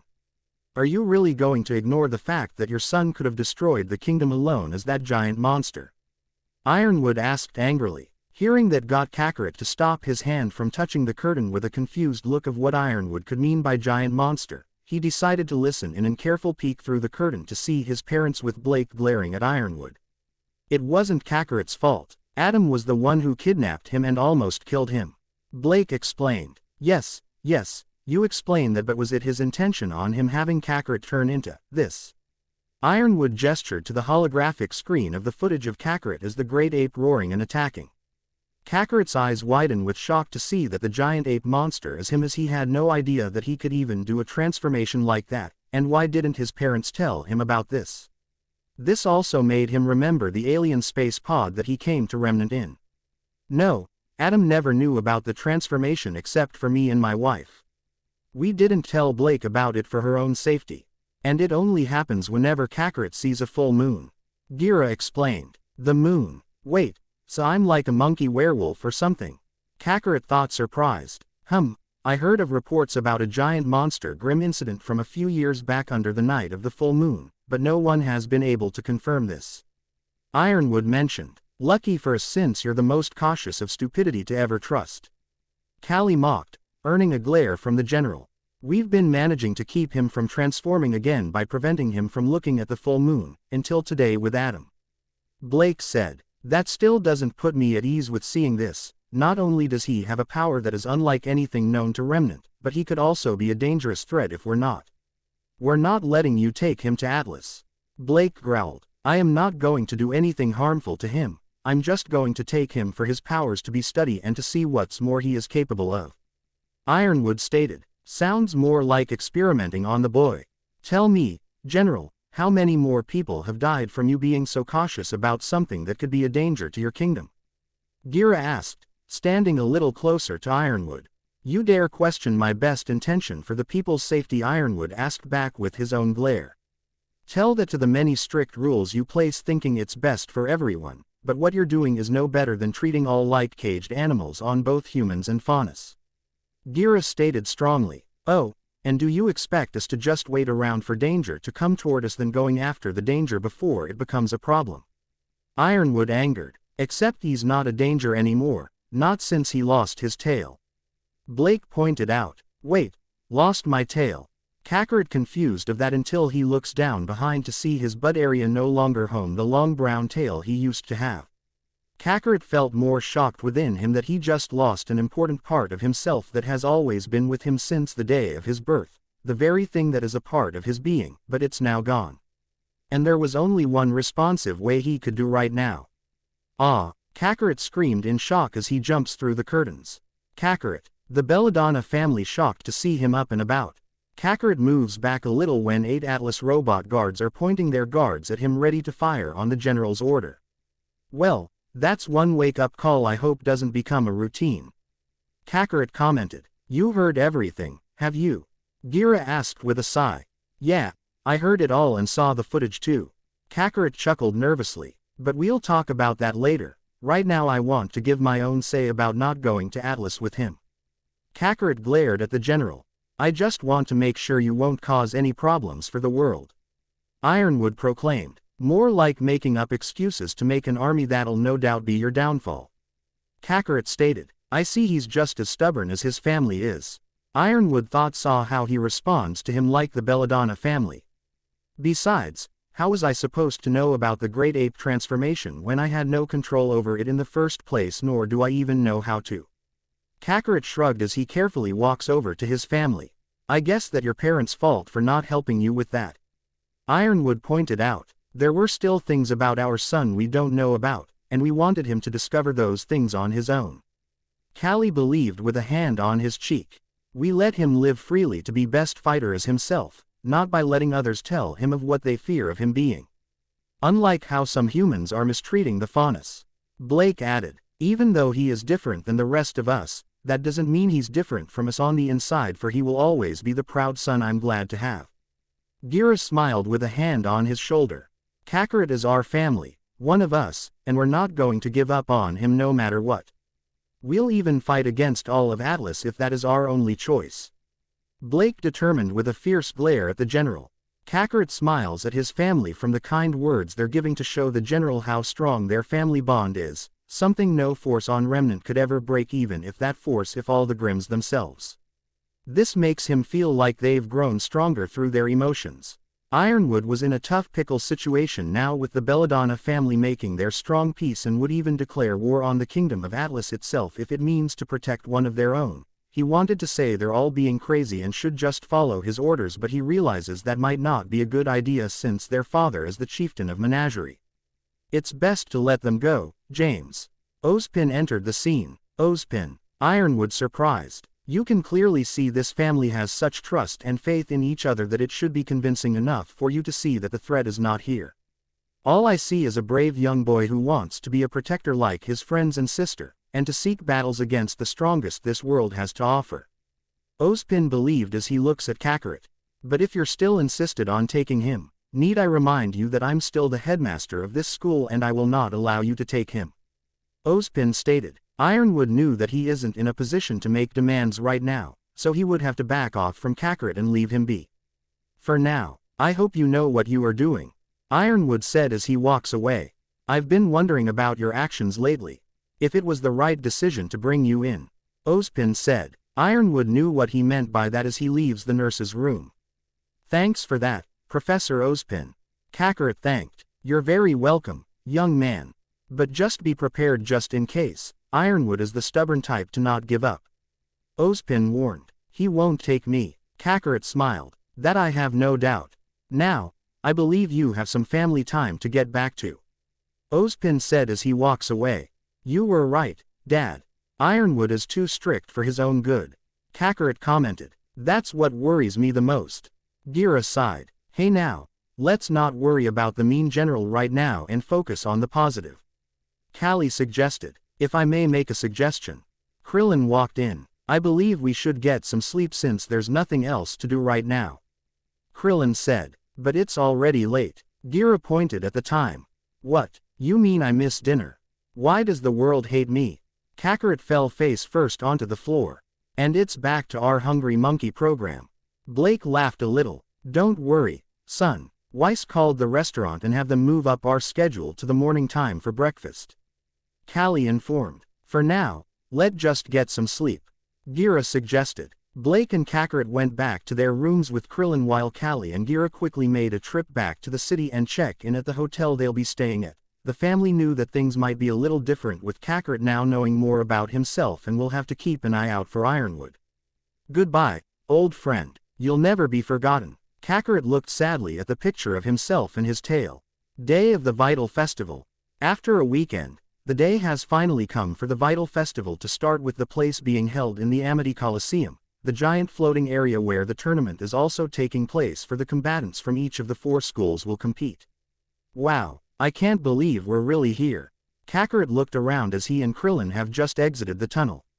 You're telling me, I'm still getting goosebumps before we even arrived here. Krillin said, rubbing his arm a little. Oh man, I can't wait to fight all the strong warriors here. Kakarot excitedly as he couldn't contain himself. Loving the energy, buddy. But save them for when the actual fighting start. Krillin advised. He feels a bit jealous that his best friend isn't feeling nervous nor scared in the slightest. But he's gonna try and be brave like him, to get through this tournament for his lovely Lazuli and hopefully make it far past the double round. Are you ready for this, Krillin? Kakarot asked. Ready as I'll ever be. Krillin answered and they fist bumped together. Hey, those guys must be our opponents. Krillin pointed ahead, seeing 4 men on the fighting stage as just he and Kakarot walked on it. Do your best, sweetie. Give those 4 a hard course of defeat they'll never forget. Callie cheered loudly with pom-poms. Callie, try to control yourself.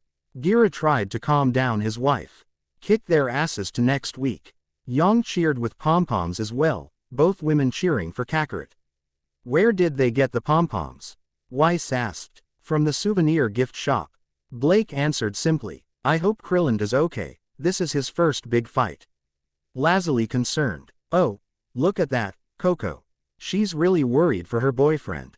Lapis teased with his girlfriend and her team CVFY. I can totally see wedding bells above them. Coco winked. Shut up, you two. Lazuli glared at the couple. You can call it payback for all the teasing you gave us back when we were first years. Coco smirked and leans onto Lapis' shoulder. Whatever, I'm just worried about Krillin getting hurt and all. Lazuli thought proclaimed, trying to shake off the weird feeling about her liking Krillin more than a friend. Looks like we got some fresh meat. One black man named Chappa commented at the two. Chappa is a dark-skinned, tall and muscular young man with a black afro hair and reddish-brown eyes. He wears a yellow robe with a metal blue belt, brown-yellow gauntlets with matching leg braces as he goes barefoot. Easy with the cockiness, Chappa. We have yet to see what they're capable of.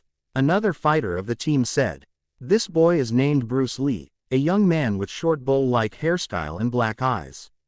He wears a black and white clothing style of a Chinese martial art fighter while a nunchuck in one hand, and black shoes with the bottom part being white. I hope this fight will be as painless as possible. One named Nam prayed to the heavens. Nam is a fairly tall man with brown skin, a long face, small beady eyes, and a small red dot on his forehead known as a bindi. He wears a white turban and an orange and maroon robe similar to the traditional garbs worn by Indian and Thai Buddhist monks. Come on, let's get this fight over with. The larger one of the team shouted. This one is known as Jiren. He is a large and obese young man with blue and green hair, and yellow eyes. He wears a thick metal blue vest, brown fingerless gloves, dark green pants, and dark blue shoes. He's a faunus with a rare trait, that is the pair of pterodactyl wings on his back. Be patient, Jiren. The match will start soon, and then we'll show that duo what we're made of. Chappa assured his large friend that this match is in the bag. Still, I'm surprised that Beacon would even allow only 2 first years to become a 2-man team. Chappa admitted, must be because of the odd numbers of students that came to Beacon, they couldn't find another pair to work with them and couldn't send them away after completing the initiation. Nam guessed. You got all of that from a guess. Jiren shocked. Hi, I'm Kakarot Belladonna. And I'm looking forward to meeting you. Kakarot greeted. Hee hee. Hi, I'm Krillin. Krillin waved hello. This is gonna be easy. Jiren smirked. Be nice. Bruce scolded his teammate. Hello everyone, it's time to start the official tournament round of the Vital Festival. Port announced with Oobleck sitting next to him. The crowd cheers loudly for this. We are broadcast live from the Amity Coliseum. Oobleck added. Let us break down the rules before we get started. Port said. He wants to make sure everyone remembers the rules. The tournament is divided into 3 distinctive rounds: teams, doubles, and singles. Age and school year are irrelevant. In this tournament, your only attribute being tested is skill. Oobleck started off with the rules. Correct. The winners of this battle will elect 2 of their members to represent them in the doubles round, followed by the winners of that round choosing 1 member to advance once again. The remaining combatants will then fight their way through the final bracket in the hope of achieving victory for their kingdom.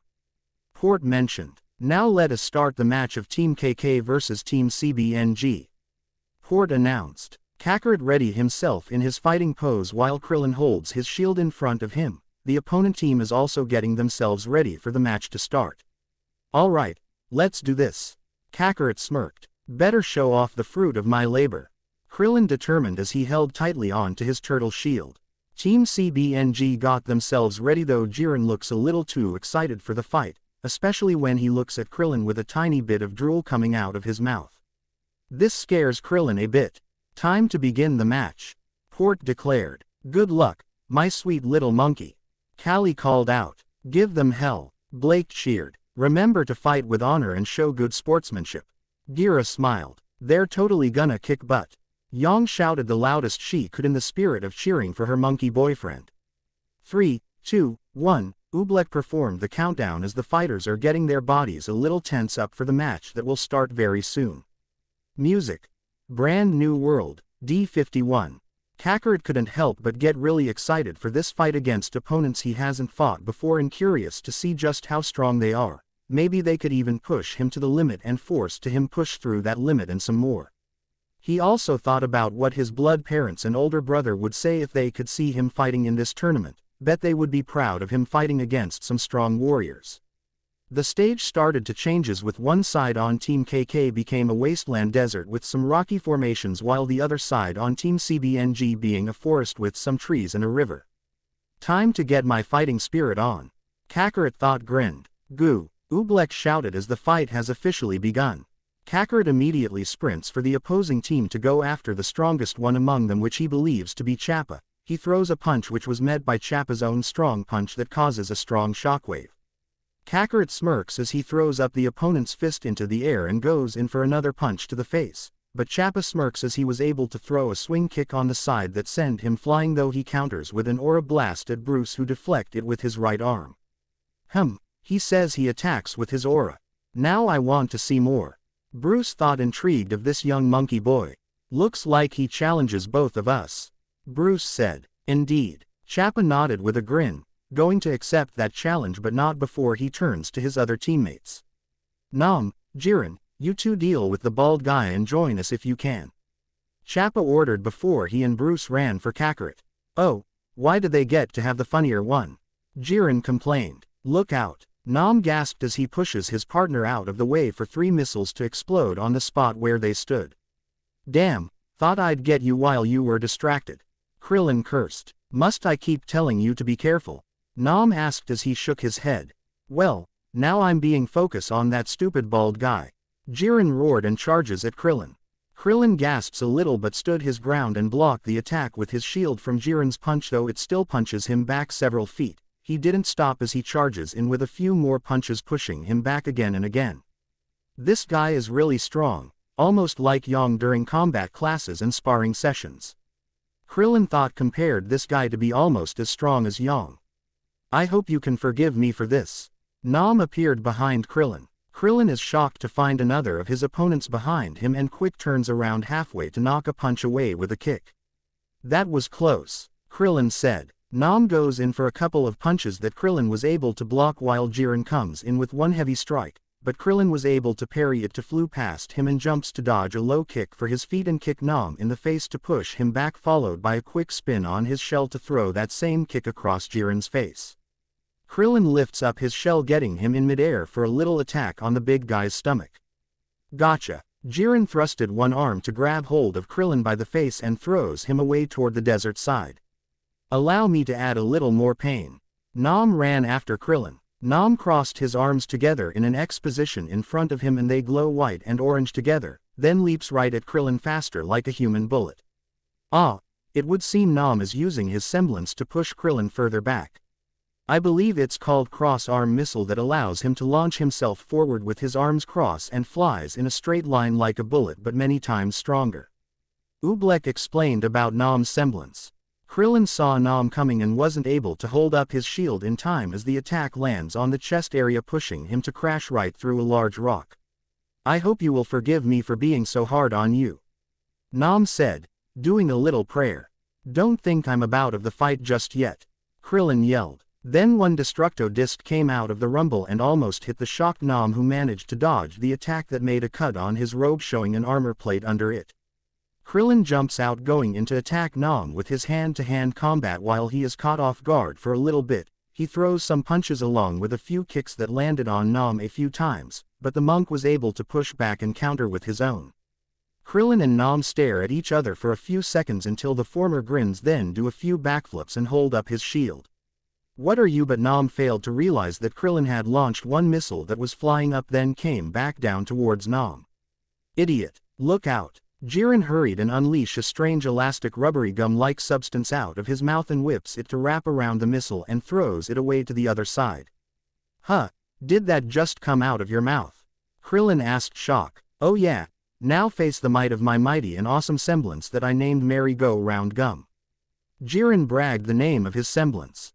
But instead of being feared of him with his semblance, Krillin just straight up laughs and falls on his back with his legs in the air while Jiren has a sweat drop. Oh dear, Nom feared this would happen. Hey, did that kid really named his semblance like that? Hort asked Oobleck, whispering and one hand covering the mic of the headphone. Oh yes, it's all official and such. Oobleck nodded. Seriously, what kind of stupid name is that? Did you seriously got that from having to ride a merry-go-round when you unlocked it? Krillin laughed mockingly. Nom slowly turns his head towards and sees him gritting his teeth so hard that he could have sworn he saw little sparks. I fear the bald one has committed a taboo. Nom thought gulped. You're dead. Jiren shouted in rage and flapped his wings to fly high into the air. Krillin was a little surprised of how fast Jiren is flying and saw him coming down at him like a cannon. He quickly moves out of the way, but Jiren fling his merry-go-round gum to wrap around the waist. Let's see if you find this funny. Jiren pulled Krillin in with his semblance for a strong punch in the face, being sent flying only to be stopped by the rubbery gum thing to stretch and pull him back to be punched again, and the process is repeated for several more times. Come on, just try laughing at me now. Go ahead and make fun of my semblance again. Jiren laughed angrily. Looks like your baldly hero isn't doing so good. Lapis said, seeing Krillin getting beaten. Probably from how he laughed at the big guy. Don't know what it was, but it must have really made him mad. Coco guessed. Don't count him out just yet.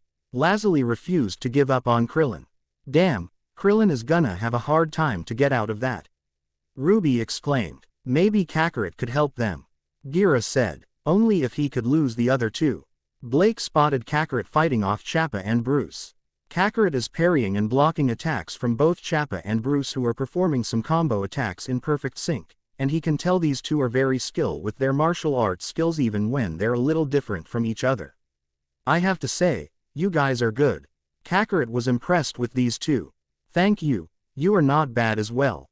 Bruce commented. Bruce threw a fast high kick that narrowly hit him in the chin, though he jumps back and flew in the air, sending 4 aura blasts at the two. Chappa runs around to dodge the 2 blasts that were coming at him and look up. He jumps high to land a strong punch that Kakarot was able to counter with a knee kick that connects with the fist. First, those energy blasts you did earlier, and now you can actually fly. Just what kind of semblance do you have? Chappa asked. Let's just say I'm a special case. Kakarot smirked before grabbing his arm and starts spinning him around and around, then threw him into the forest side. Kakarot flew after Chappa with Bruce following right behind, hoping to get a few moments of one-on-one with that boy. Chappa managed to land on the side of a tree and look up to see Kakarot coming at him fast. His arms glow and hold them up to defend against an incoming punch that causes the tree to lean. This guy is really strong.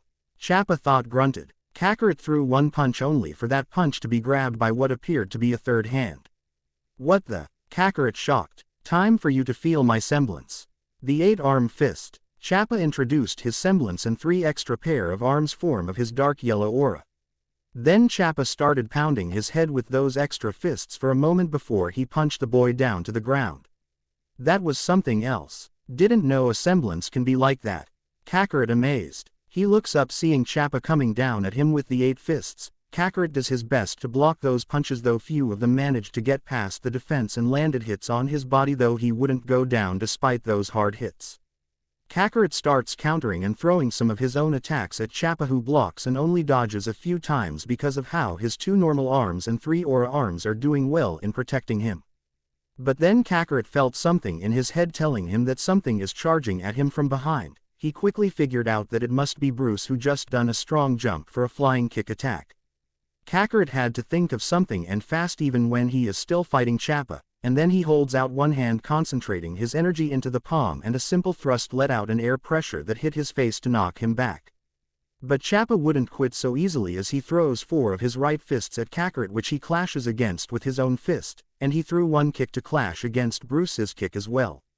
This is exciting. Kakarot laughed. Even 2 against 1, Kakarot is really holding his own out there. Hort amazed with the boy's skill and strength. You appear to be enjoying yourself. Bruce commented. How can I not? This feels like the greatest fight I have ever fought, and it makes me wanna push myself even hard. Kakarot smiled. That's what it means to be a marital artist. Bruce said before he jumps away from Kakarot. That no matter how strong you become, there will always be someone stronger than you out there in the world, which is why you must always keep training when the time comes to face those strong fighters. Bruce stated the quote that every martial artist knows. Oh yeah, hearing all of that gets me so excited that I could explode. Kakarot shouted and his aura flares around him with a strong shockwave.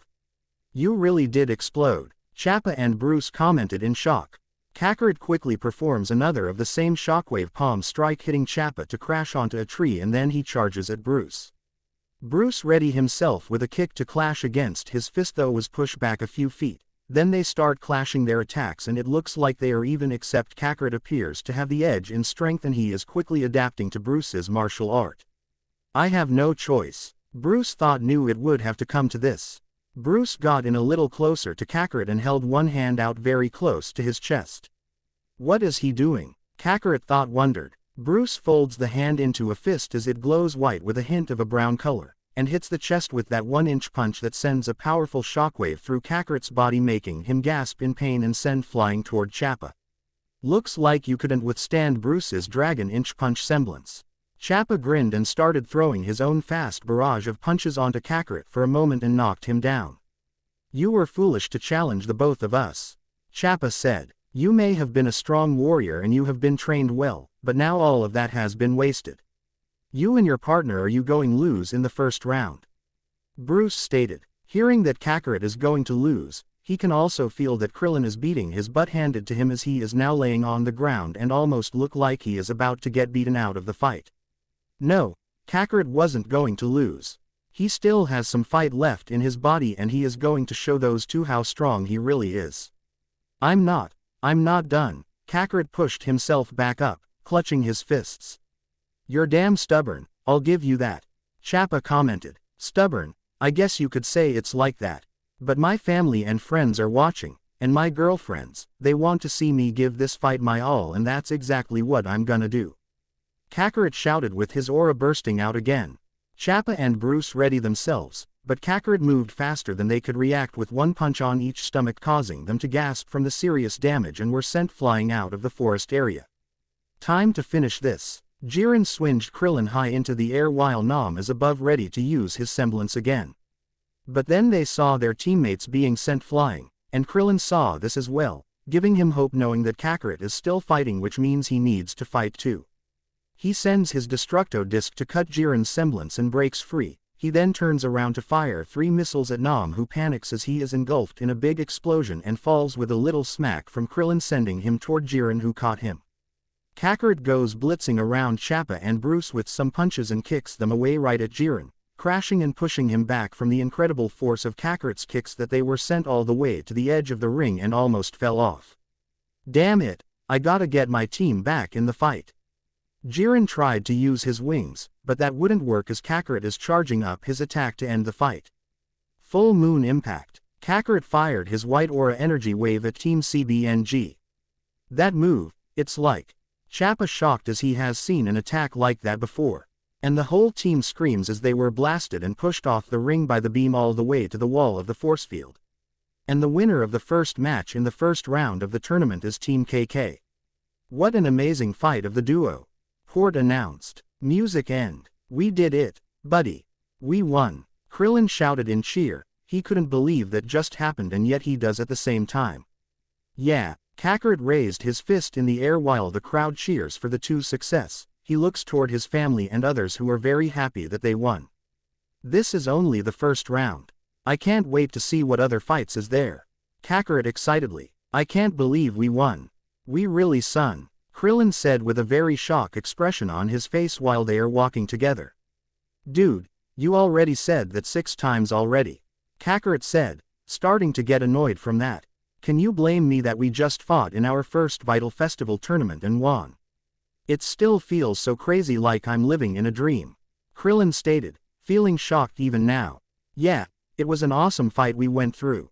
Seeing those strong fighters and showing us their strength to the max, it was the best fight I ever had in years to push me far. Kakarot smiled with his body still slightly shaken from that fight. And best of all, we get to have another fight in the tournament as the two of us again. Kakarot felt excited for that. Oh yeah, we were only a 2-man team. Krillin exclaimed. Come on, Krillin, you should be excited, getting to fight twice in a row, feeling your blood pumping to fight more strong opponents. I bet the final round is going to be so cool. Kakarot tried to get his best friend excited for more of the tournament. Easy for you to say, Krillin sighed. You were awesome, Yang shouted as she and everyone ran up to them. That fight was something else, it looked like you were having fun. Blake said, oh, I was fun, and I can't wait for more. Kakarot smiled. My baby monkey's first win in the tournament. I'm so proud of you. Callie smiled proudly and took a picture with her adopted son, and then pulled Blake in to have her in another picture too. Seeing the festival up close, it's certainly more exciting than watching it from TV. Gira commented, I still can't get over how powerful your semblance, having flight with super strength and speed and shooting energy blasts from your body, it's unheard of. It's like it's not even a semblance at all. Weiss pointed out, I guess you could say it's out of this world. Kakarot joked, which got Yang and most of the others to laugh. Dude, where did that come from? It was golden, Yang smiled, and better than any of Yang's puns. Ruby added without shame, earning a glare from her older sister. I'm looking forward to see your fight in the tournament, I bet it's going to be amazing.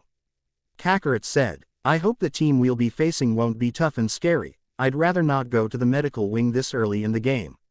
Ruby worried a little. While Ruby is right to be nervous and a little scared about facing against any strong opponents in their first match in the tournament, but that doesn't mean she should have doubts about herself when she and her team are about to make themselves known throughout the world. I'm sure you're gonna do great. You have your whole team with you. Kakarot pointed out, he's right, we're gonna show them how strong Team RWBY is. Yang believed they can win this. Of course, I can't afford to make myself look bad when we have come this far. Weiss nodded with a small smile. We'll do great. Blake believed as well. Oh, you girls sure know how to make me feel better. Ruby smiled, really glad to have her team that has her back and such. Okay, time for Team RWBY to fight, Ruby declared as she and her team are on the fighting stage. It is time for the match between Team RWBY of Beacom versus Team ABRN of Haven. Hort announced. The leader, Arslan Alton, has a dark complexion, platinum blonde hair and olive green eyes. She wears a yellow robe with only one wide, loose-fitting sleeve over a black tube top. She also has black pants and shoes, and a red sash embroidered with a white endless knot on it. She has bandages on both her legs and arms as well as a red necklace and what appear to be two matching red sticks on the back left side of her head. Bolin Hori has lightly tanned skin, amber eyes, and black hair. He wears two yellow sashes, one around his waist, the other over his shoulder, alongside a dark blue vest and gray pants with yellow lacing up the sides. He also wears black boots and black fingerless gloves, and a dark gray beaded necklace. Reese Cloris appears as a young girl with light green hair swept to her right, with teal eyes and fair complexion. She also wears two black facial markings on her cheeks reminiscent of eye black. She wears a skater motif. She wears a dark purple hoodie over a mauve sweater. She also wears black shorts as well as knee pads and elbow pads on her arms and legs. She wears black shoelaced high-top sneakers. Nadir Shika has long pink hair tied back into a short ponytail, with an undercut, and the undercut portion of his hair is black. He has a dark complexion and blue eyes. He wears a cream-colored short-sleeved jacket with yellow details and a black, long-sleeved V-neck shirt, with cream-colored fingerless gloves. He wears black medium-length pants and cream-colored sneakers. They don't look that tough. Yang shrugged. Wait until the fight starts. Blake said. Go get them. Kakarot cheered loudly. Music. Blizzard, Daichi Miura. The roulette appears spinning for how the stage is going to be set this time, and then stops, showing that one side is going to be an icy field, and the other side is going to be a very hot field. Both sides ready themselves with their weapons out and get into their fighting stances as they wait for the fight to start. This is going to be awesome.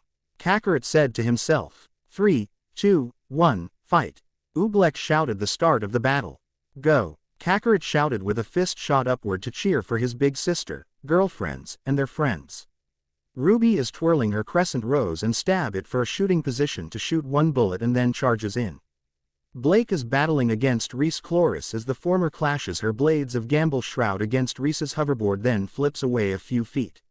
Weiss and Yang are also battling their own opponents, with the latter firing twice and charges at Arslan. Reese is riding on her hoverboard, then throws at Blake, who strike it back to the user, but Reese wasn't worried as she punches the hoverboard back to attack Blake again, but Blake kicks it away this time only for the hoverboard to crave around back to Reese just in time to block some swift assaults. Reese twirls her hoverboard and strikes at Blake's blades with the blades of her board, then jumps back and flies to ram her opponent over. Blake smirks because she is ready for this. She forms a clone with her shadow semblance and combined it with ice dust to make an ice clone for Reese to attack, and comes in with an uppercut sending Reese into the air and her board in half. But the board was not cut in half, but Reese had her board split in two to become dual guns, firing a few energy shots at Blake. Unfortunately, she was not quick enough for the landing as she fell on her butt painfully that Blake felt bad for her to have such a hard landing. Yang goes in with a punch to the ground as Arslan backs away from the strike only to get punched by two quick punches, but after dodging each other's kicks Arslan lands some heavy hits of her own to Yang. Then the two reel their fists back and collided with their punch, causing a massive shockwave that pushes each other flying a few feet away. Dang, this girl is really strong and I'm loving this. Yang felt excited fighting Arslan. Yang charges at Arslan with a couple of kicks which her opponent dodges, and wrapping one leg with her rope dart to pull her in and kicks her to the ice side. Yang tries to stand back up on her feet, though the slippery of the ice causes some problems for her. Yang looks up, see Arslan charging at her for a punch, and quickly blocks it with her arms, though got sliding back from the force of the punch and her legs shaking from the slippery struggle. Nadir Shika of Team ABRN ready to attack Yang with his assault rifle, but suddenly a blast hits him on the legs, and now being encased in ice. Got your back, Ruby said, has been the one who shot the ice blast at the opponent. But who's got yours? Bolin asked as he twirled his staff, about to attack Ruby from behind. But a big black glyph appeared on Bolin's left and was kicked into it by Weiss, sending the guy flying to the lava side and crashing onto a rock. My BFF. Ruby smiled. No. Weiss deadpanned before going to attack Bolin. Yes, Ruby said softly to herself, knowing that Weiss is indeed her BFF. Bolin got himself back up, seeing the white-hair rich girl is coming, though is struck by her speedy strike, but he managed to defend himself from above when Weiss tries to attack him that way. Weiss creates a white glyph for Ruby, who jumps high and strikes at Bolin, who blocks the attack with his staff. Ruby pulls the trigger, pushing Bolin back and down on the ground as she flips back to Weiss. Bolin got up, then noticing the fire crystals behind them, and he decided to charge in, dodging their attempts to stop him, though confused of what he is doing. What? Ruby was shocked the guy didn't even try to attack them, which wasn't his plan at all. Bolin reached for the crystals, snapping one with his staff and tossing one to Reese, who caught it and placed it into her hoverboard, changing the green of her hoverboard to red. Reese rides her board to Nadir, freeing him from the ice with the heat from her board. Thanks, Reese. Nadir thanked before getting back into the fight. Reese continues her fight as she charges at Blake with a heatwave blast, sending her crashing through a big ice block. Reese jumps for a board stomp as Blake dodges and made a shadow clone to dodge a flaming flip spin. Blake retreated behind a big wall of ice and Reese follows her. She spotted Black standing there with her back turned. Reese goes in to take her out, consider how close she is to the edge, but it was all a trap as she only hit a shadow clone with a ribbon to stop Reese and kick her out of the stage. Ooh, a double whammy. Reese Chloris is eliminated by ringout and aura level. Port announced. Oh, she really should have worn a helmet. Oobleck commented. Reminds me of the first time I tried skateboarding when I was younger. It was more painful than hers. Krillin flinched from the memory of that time. How so? Gira asked curiously. I fell from the top of my house. It was 2 stories. Krillin revealed. This shocks Gira. Arslan is sliding through the ice field with the use of her rope dart, with Yang chasing after her with her Ember Celica giving her a boost. Nadir flips and pointed his gun at Weiss, but the Schnee Eris conquer a black glyph to have Bolin crash onto his teammate. Weiss makes another black glyph, making the 2 boys of the opposing team float around and slam them onto each other, and starts forming a giant ice hand, grabbing Nadir and Bolin. Then that fist form into a large, rounded ice ball that starts rolling with the boys screaming. Arslan saw her boys getting embarrassed out there and roll her eyes, knowing that they need her to get them out of a tough jam, again. She quickly gets herself in the path of the rolling ice ball and ready herself when it gets closer. Arslan gets into her stance and threw one strong punch that broke the entire ice that freed 2 of her male teammates. Did you see that? She just punched that huge ice into pieces with just one punch. Kakarot pointed out with amazement. Bet you can do that with one punch, son. Callie believed. You think so? I'll need to find myself a block of ice bigger than the one Weiss just used. Kakarot started getting an idea for a new training session. Now I feel worried, Gira said. Yang. Now. Weiss shouted and created a giant ice slide, part of the plan for Yang to deliver the final blow. Yang knew it was her time to finish this fight once and for all, using the extra boost from her Ember Celica to get on the slide and Blake threw her Gamble Shroud for Yang to grab. Blake jumps and leaps high from Ruby. Blake threw the ribbon forward, which causes Yang to be launched right at the three remain of Team ABRN, and threw one strong punch that sent all three of them out of the stage, which eliminates them out of the fight. Yes. Yang cheered loudly for victory just as the buzzer alarm sound went off. And that's the match. Team RWBY is victorious. Port announced. Music end. We did it. Weiss shocked, looking at her teammates to make sure this is real and not a dream. Yang looks over to Blake, both with surprise look on their faces, and look back at Weiss and Ruby. All right, I knew they could do it. Kakarot smiled. I'll admit, I was on the edge of my seat for what was about to happen. Krillin said, let out a single breath, almost like he forgot how to breathe for a second there. We did I. Festival ground. Is anyone else starving? Ruby suddenly hunched over upon feeling her stomach going hungry right now. No kidding, I haven't realized that I'm so hungry right now. Doing all of that fighting and watching a fight got my hungry in a grumpy mood. Kakarot rubbed his stomach. Gee, if only there was somewhere on campus to get food around here. Oh, wait. Weiss gestured her arms to both sides that everyone is on the festival ground with the games and other things. Even Yatsuhashi Daichi is also on the fairground, flexing in front of two girls nearby who took an interest in him. It's okay, Weiss, I forget about the fairgrounds, too. Ruby chuckled, oblivious of what Weiss' attitude right now while taking a shoulder of Weiss. I was being facetious, Weiss said as she smacks the hand away. Gah, well, if you were hungry, why didn't you say so? Ruby asked, shocked. Man, there are a lot of foods around here. I wonder what I should try first. Kakarot looked around, finding this to be a hard choice. No need to think too much on your cute monkey head, I know just that place. Yang smirked as she petted his head and leads the others to the perfect stance. Weiss's scroll rings, grabbing her attention to see who is calling her at this time. Her face grew a little angry when she sees the caller ID is from her father and she doesn't want to deal with him right now. She rejects the call and hurry up to her friends. Hey, might be hard to eat without this, Emerald said, getting their attention, and showed that she is holding Ruby's wallet. No. Ruby panicked as she realizes that her wallet is gone. Good to see you, Ruby. Emerald chuckled as she gave the wallet back to its owner. Oh, thanks, Emerald. Oh, guess I dropped it. Girl pockets are the worst. Ruby believed. Did you ever have problems with your pockets? Kakarot asked Yang, who just shrugged, saying that there wasn't anything wrong with her pockets. What's up, Em? Yang greeted. Just left the stadium after your amazing fight. You guys were awesome, Emerald complimented. Oh, shut your stupid little face, Ruby blushed from the compliment. I heard your team progressed to the next round too, Blake mentioned. You know, I feel that we haven't seen your other teammates. Weiss said. I think you're right. Krillin realized that. How'd they do in the fight? Yang asked. Emerald tilted her head, remembering how the fight with her team against the opponents was. Like her blasting and slashing, Mercury fired a strong air blast from his boot. Cinder kicked one opponent down and their fourth member just stepped on the poor guy's face. Really well, Emerald answered. We're just about to get some food, you wanna join us? Kakarot offered them to join the group for lunch. Oh, gosh, that's so nice of you, but my teammates are all kind of. Emerald paused as she looks over to see Mercury sniffing a boot from one of the stands. Introverted. Really socially awkward. Ooh, yeah, I could see that, Yang said, but Kakarot is confused.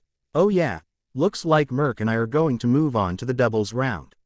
What about you guys? Emerald asked. Well, as the leader of this team, I thought long and hard about this decision. Ruby smirked proudly. We put it to a vote, Weiss said with a straight face. Yes, but I decided that we should put it to a vote, Ruby proclaimed nervously. We voted for Weiss and Yang. Blake revealed. I will happily represent Team RWBY. Weiss said with a curtsy. Yeah, we're going to kick some butt. Yang pounded her two fists together. Krillin and I are going to rock this. Kakarot excitedly. Well, if Mercury and I see you down the line, don't think we'll go easy on ya. Emerald promised. Wouldn't have it any other way. Yang said. Yeah, give us your 100%. Kakarot smirked. Alright, well we're going to catch some more fights. Emerald said as she walks away.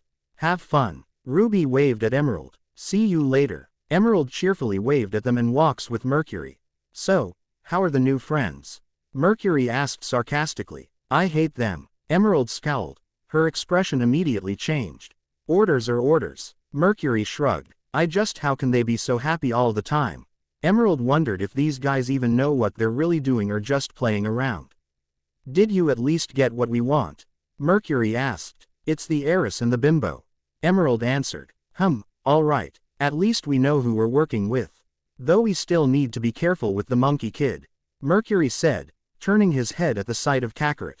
The group of family and friends have arrived at one place where they can all enjoy a nice quick meal before the next match for them to watch. A noodle chart called a simple walk where Yang and Kakarot heard this serves the best noodles in the whole kingdom. Oh, this look settles. Callie commented. Smells settle too. Kakarot sniffed the air, smelling the great scent of the noodles. Everyone gathers at the noodle cart with the old man seeing the numbers and set up an expansion with chairs and making the counter longer for everyone to sit in. I'll have a bowl of the regular, please. Yang made her order, and the old man gave her a large bowl of noodles. Ooh, I'll take the same. Ruby requested and she got the same large bowl at Yang. Do you have anything with a low salt? Weiss was gonna ask about the noodles the old man has, but she just got one large bowl of noodles as well. Okay. When it was Blake's turn, she simply looks at the old man and not even saying a word about her order as if the old man already knew she wants from the look of her face, then zips into the back and coming back out with a large bowl of fish much to her delight with her eyes became stars and drooling. You've been doing okay, old man. Kakarot asked and held up a fist for him. The old man nods with a smile and fist bumped the boy. Cool, you know what I want. Kakarot smirked. The old man smirks telling him that he has been preparing for this very moment should he ever meet this monkey boy again, then rushes back into the back again and came back showing 4 very large bowls of ramen with lots of meat and few fish cakes. You eat that much? Gira was surprised. This is our son, after all. Callie reminded her husband how Kakarot likes to eat a lot. I'm really thankful that the school was able to willingly pay for the food he eats at the cafeteria.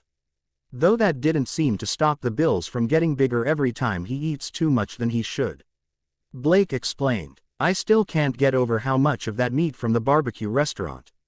That bill was brutal, Krillin exclaimed. Don't worry, I'll pay you back once we become full-fledged huntsmen. Kakarot promised while eating his ramen. Then allow me to pay for this.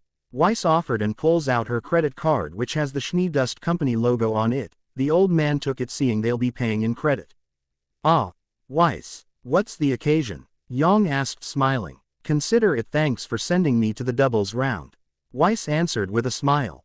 But suddenly her credit card was thrown back at Weiss like a shuriken forcing her to look as to why he did that, and she sees the old man's register beeps her card has been declined. What? How can my card be declined? I was barely into my monthly allowance. Weiss shocked. Allow us to pay for the meals, Weiss. You have been such a good friend to our kids, it's the least we can do. Gira offered as he took out his wallet. Good thing we've been preparing ourselves plenty when it comes to Kakarot's stomach. Callie whispered to her husband's ear as he nodded. And here I was offering myself to pay for you guys. Pyrrha said as she and Team JNPR walked up to them, along with Glinda. Hey everyone, you come to try some good noodles? Kakarot asked. Yeah. Pyrrha wanted us to get ourselves fuel up as much as possible and said this place would help with that. John explained. Don't worry, I'll be paying for my whole team. Pyrrha assured the Belladonna parents that they don't have to pay for their meals as well. I'll be paying for mine as well. Glinda added. In that case, let's eat. Ruby declared. Moments later, everyone has eaten their share of the large bowls with very satisfying like Kakarot who really enjoy those bowls of ramen. but then there are some who felt like they have eaten too much due to how big the other bowls were despite them being smaller than Kakarot's. I don't know why I found myself eating more than I should. Glinda said, pinching the bridge of her nose. Guess the smell and taste kept luring us in. Krillin pointed out. Are you sure it's wise to have eaten before a fight? Ren asked concern. Of course. It will give us energy. Pyrrha nodded with a smile while the shopkeeper took the bowls away for cleaning. Then Nora let out a loud burp that nearly blew her off the chair she is sitting on, and John groans from feeling so sickly right now. If I barf, I'm blaming you. John exclaimed. Ooh, aim at the enemy. Nora suggested with an evil smile. Nora, that's disgusting. But if you feel the urge, Ren knew that might happen if John's stomach doesn't feel better soon. Got it. John responded, groaning with a thumb up. Well, we should be off. Pyrrha said as she stood up from her chair. So, you think you guys are ready? Ruby asked. Ready to bring the pain? Kakarot asked with an exciting smile. Of course. We've got a world-renowned fighter on our team. One's basically ninja. I can bench 5 of me. John, we trained all year. Our weapons are awesome. Glinda barely yells at us anymore. And John. Nora bragged, though couldn't think of anything great to say about John at the moment, even though he has been training hard. Are you gonna take that? Ren asked his leader. She's not wrong. John shook his head, groaning. Well, you have improved your combat skills a little bit. Glinda complimented him the best she could. I'm kidding. He knows I'm kidding. Nora chuckled. Don't be so nervous. The worst that can happen is we lose. That is just a few more years of walking around school with everyone knowing we're failures. Our friends will slowly abandon us to preserve their social status. We won't be able to show our faces in class. No one will sit with us in the cafeteria. Ren and I have no parents. We have no home left to go to. We'll be officially renamed Team Lose Ipper. Nora talked fast, slowly going into mad laughter, then turned sob as she slams her face on the counter. So, yeah, we're feeling pretty good. Ren said. Don't fret. If anything, we should be looking forward to a fight with actual guidelines, and not, well, murderers. Pyrrha felt glad she and the others don't have to deal with all that anymore. Yeah, don't sweat it, we've all faced way worse before. Yang smirked. Let's see. Grim invasions, violent extremists, a destructive sociopath. Blake listed the things they faced. And that's all while we're still in training. Oh, imagine what it would be like to graduate. Ruby excitedly, already seeing their future of being great hunters. Maybe then I'll be able to pay for a meal.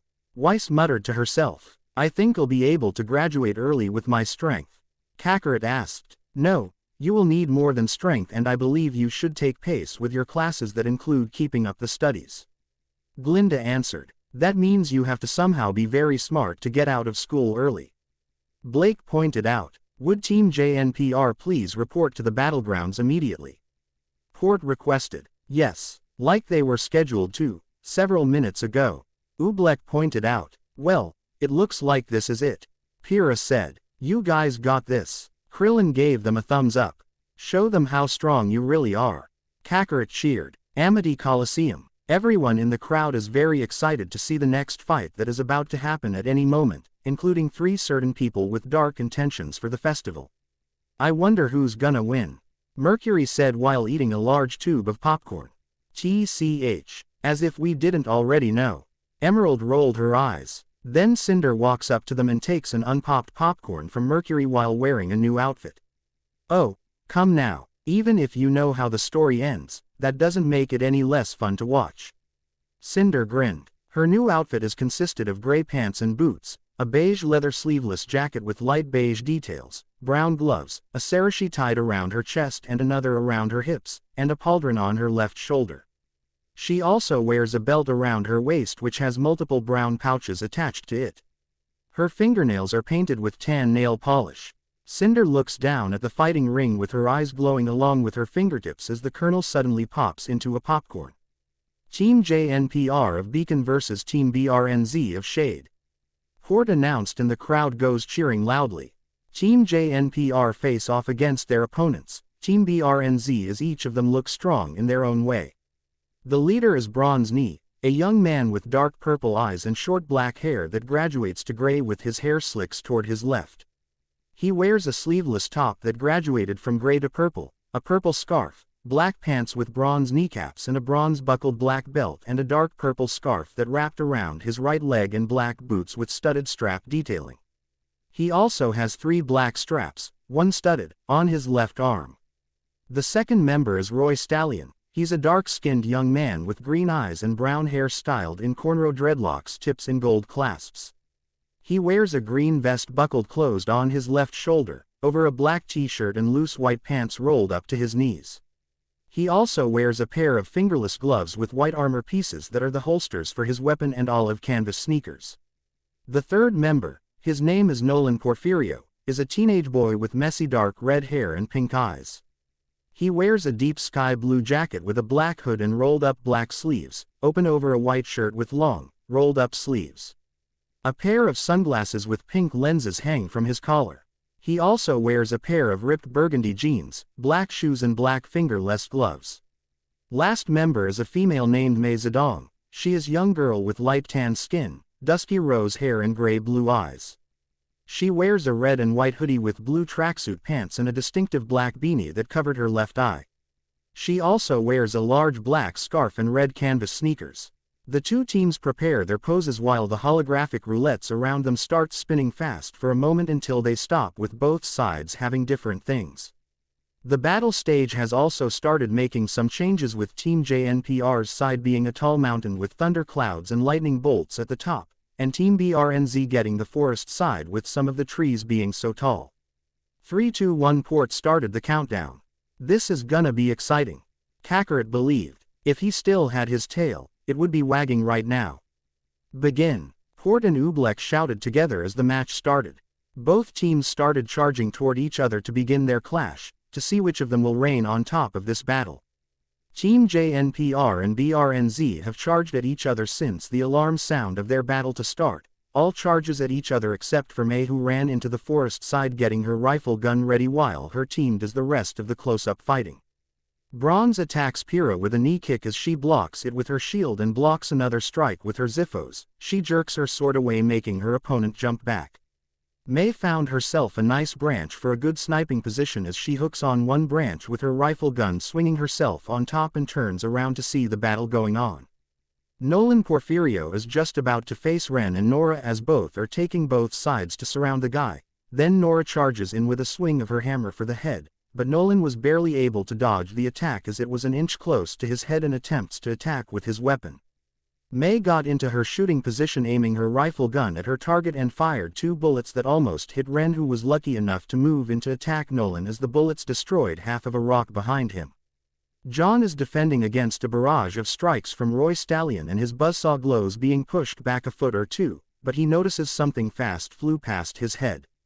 When John noticed this immediately and looked over beyond his opponent to see the sniper hiding out among the trees on the other side, he instantly realizes this is the strategy of Team BRNZ to take down his team with both long and close-range combat. Retreat. John called out. Team JNPR hurry over to their mountainside, hiding behind some rocks that haven't been blasted by Mei's sharp shooting, but they also know that they can't hide behind the rocks forever, for they have a match to win. What do we do? Pyrrha asked. John looks over the rocks to see 3 of the close fighters of Team BRNZ charging towards them while their sniper is still shooting from a distance. Spread out. Try to keep moving, John ordered, and quickly blocked a punch from Bronze. Mei jumps onto another tree branch to get into a higher position as she aims her sniper rifle carefully. Pyrrha is fighting Bronze again while Nolan walking towards Ren with a confident grin as his opponent just slides right into his path.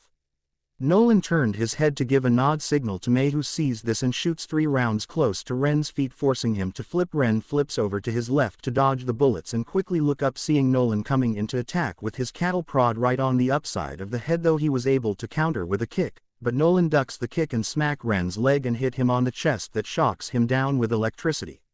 Ren. Nora gasped. No one hurts her precious best friend, brother, and gets away with it.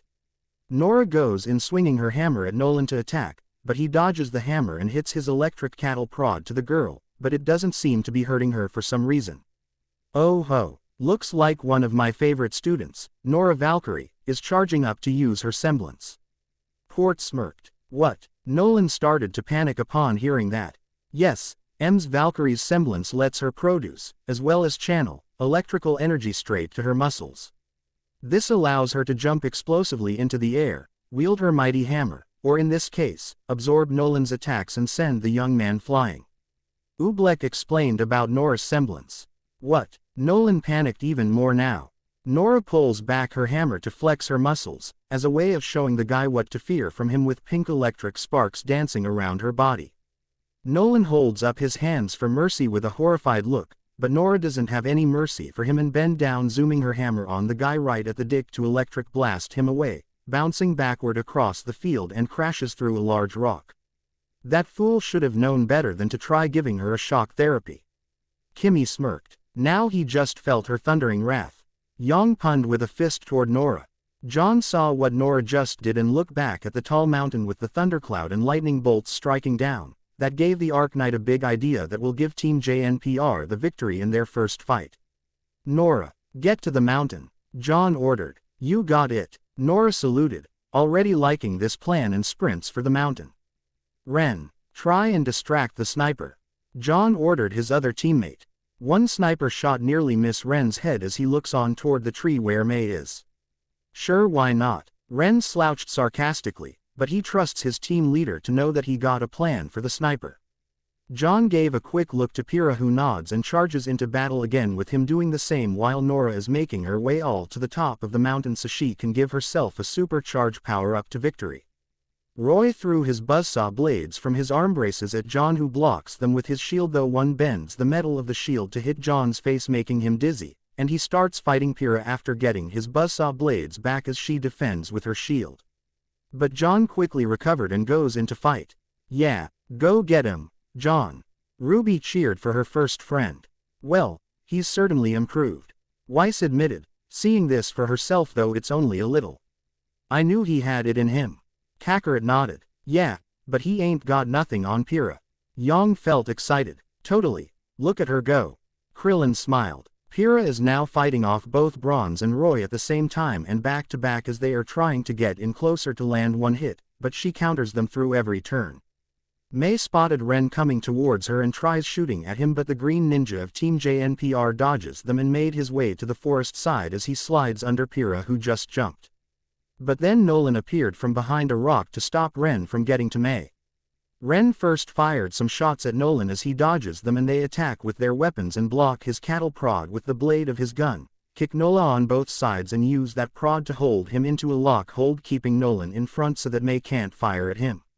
May can see that her teammate is being held hostage and tries to think of something, but then she saw the hammer girl climbing up the mountain heading for the thunderclouds. Remembering what those old teachers said about her semblance, she takes aim to her enemy. Nora. Ren worried with the sniper now having her attention on Nora. John clashes his sword against Bronze's claw gloves, holding him back, and turns his head to see that Nora is in danger. There was only one thing he could think of at this point. Pyrrha, up, John called out and pushes Bronze away. Pyrrha goes under Roy and towards John as she jumps over Bronze to land on the arc shield and is thrown high into the air. May has the target in sight and pulled the trigger to fire the dust bullet, but the shot never met with Nora because of Pyrrha getting in the way and her shield taking the shot. Wow, that was close. I wonder how this is going to end, Kakarot asked as he keeps watch of this fight carefully. Nora reached the top of the mountain and held up her hammer for the lightning bolts to zap down onto the carrot head girl, giving her tons of electric strength and power into her body, and switched her weapon into the grenade launcher mode and 6 at May as they somehow form into a pink heart cloud of death. A bit of pink explosion erupts on the tree, destroying it almost completely. May was able to jump out of the way in time, though the smoke was too much for her as she jumps back to ground level. But Nora isn't done. She jumps high from the mountain and holds her hammer high, coming down like a pink comet of destruction, and slams down her hammer that creates a strong shockwave, blowing the 3 boys of Team BRNZ away and crashing close to May. Wow, that girl really knows how to make it boom. Callie was impressed with Nora's strength. Totally, she's one of my favorite sparring partners. Kakarot smiled and heard Yang gasp when saying that. I said one of my favorites, you're my #1 favorite. Kakarot clarified to his girlfriend, making her smile with pride. Oh, do you think they're gonna finish this with a special team attack? Krillin asked. I think they're about to. Ruby believed. This is it, guys. Let's finish 'em with team attacks. Ren, Nora, Flower power, John commanded. Wait, what? Nora confused. John is shocked to hear that Nora has no idea what he is talking about and turns around to also see that Ren is also confused while Pyrrha just whistles innocently. Flower power. That's your team attack name. John said. Since when? Ren asked. Guys, we've been over this. Flower power is Ren and Nora. Ren brings the flower, Nora brings the power. John tried to explain the reason for the name while failing to realize that Team BRNZ just got back up and getting ready to attack them again. How do I bring a flower? Ren puzzled while scratching the back of his head with one of his guns. No, silly, not a flower. Flour, like in baking. Nora pointed out, completely missing the point of the conversation. Why would I bring that? Ren asked, believing that makes no sense. No, it's your symbol. John said. Sue, what are we? Pyrrha asked if she and John have a team attack name too. Pyrrha. John gasped of how his own partner could question him like that. Sorry, I just want to make sure it's clearly defined. Pyrrha said. Pyrrha, you and I are Arcos. It's that thing when we take our shields. Remember? John reminded his partner about the combination of their last names together as he tries to be patient with his team. Team BRNZ are just looking at their opponent with confusion on their faces as they are wondering why those guys are talking to each other right now when they should be more focused on them. Arcos. Pyrrha was surprised and felt a little conflicted about the name. Yeah, it's our names put together. John explained. Right, no, I get it, Pyrrha said, suddenly feeling a little fluster of their combined name almost like a couple, even though they're not and not sure if the name is suited for a team attack. What? Do you not like it? John asked. No, it's good. Pyrrha hesitated to give John a clear answer. I sense hesitation. Nora teased with a smirk. Yeah, this was really getting annoying to Team BRNZ because they want to get their fight over with since they lost their fight to Jotaro and Kimi, wanting to redeem themselves in this second chance they were given. But they can't do that if their opponents aren't in the fight. Hey! Bronze shouted, getting Team JNPR's attention.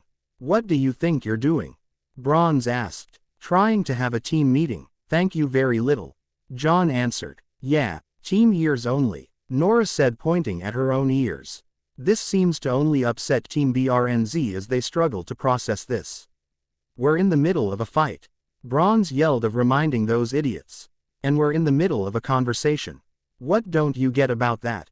John shouted back louder and angry. John. Pyrrha talked to her leader. Yes, Pyrrha, John responded, still annoyed with these guys.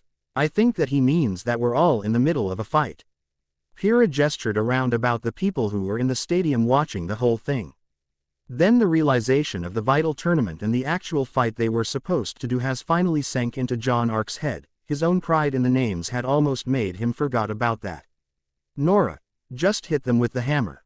John sighed as he facepalmed himself with the flat end of his sword. Got it. Nora smirked evilly. Wait, what? Bronze gasped as he and his teammates became very scared of the carrot top girl. Nora jumps over to Team BRNZ before they can react, and she is right in front of them, and she swings her mighty Magnile, hitting all four of her enemies, sending them all crashing right onto the force field of the audience seats.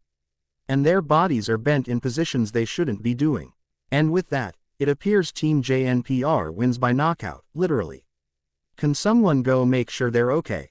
Port asked. Crow Bar. At a local bar where one dark gray-haired man has been watching the fight between Team JNPR and Team BRNZ and seeing the former team won, and the bartender was also watching the match and seemed to like Team JNPR kids. Those kids weren't half bad. The bartender smiled while cleaning an empty cup. However, the gray-hair man didn't react much, just giving a meh expression, and took another drink. With Kakarot and others. Okay, that was not the kind of ending I expect to see in a fight. Kakarot was surprised at how that fight ended. I take it your friends are always like this? Gira asked Blake. They have their moments, and I say they are also good friends to hang around. Blake answered. And I would have come up with better names.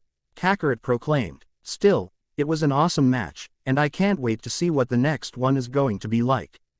Kakarot said. Well, Vacuo fans are sure to be hurting after that one, but this next one will have them on the edge of their seats. Oobleck said after seeing the flashback footage of Team BRNZ's defeat at the hands of Team JNPR. Team NDGO of Shade is certainly a crowd favorite, but these lovely ladies are going against some of the toughest, testosterone-filled teammates we've seen so far. I'm of course talking about Team SSSN. Hort announced the two teams facing each other in this match. Team SSSN enters the fighting ring as they wave to their fans and Sun waves at Kakarot and Blake, letting them know he's gonna do his best. Sun Wukong and his team are certainly a force to be reckoned with, and although he'll be representing the Mistral Academy of Haven, I'm sure his friends and family back in Vacua will be cheering him along. Hort explained. Good luck, Neptune. Weiss cheered for the pretty blue hair blue. But then Neptune turned his face to see the opposing team and well, let's just say the blue hair boy became interested in these four young ladies. Ladies. Neptune greeted the girls with his handsome and confident smirk. Break his stupid face, NDGO. Weiss shouted in rage. Sounds like Neptune has dug his own grave just now. Kakarot commented, making Callie surprise. Alright, girls, try and remember hands above the waist. Neptune advised, gesturing to his abs and chest. I'm so sorry about him.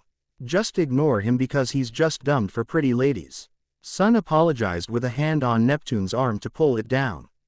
Team NDGO weren't into the blue hair guy's flirting, which made them feel weird that this guy was trying to be a player right when their fight is about to start. The holographic roulette appears again with the symbols spinning fast for a moment, then slow down with the symbols on NDGO's side showing a yellow sun image with rock formations and sand came up with a small bright orb shine above with some in the audience puts on sunglasses.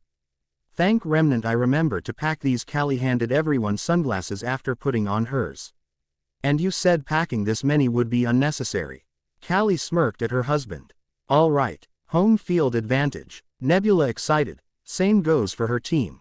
Don't get too cocky. That's my turf, too. Sun smirked, never forgetting where he was born and raised. He just hopes his teammates will be able to keep up. I hope I don't get sand in my shoes.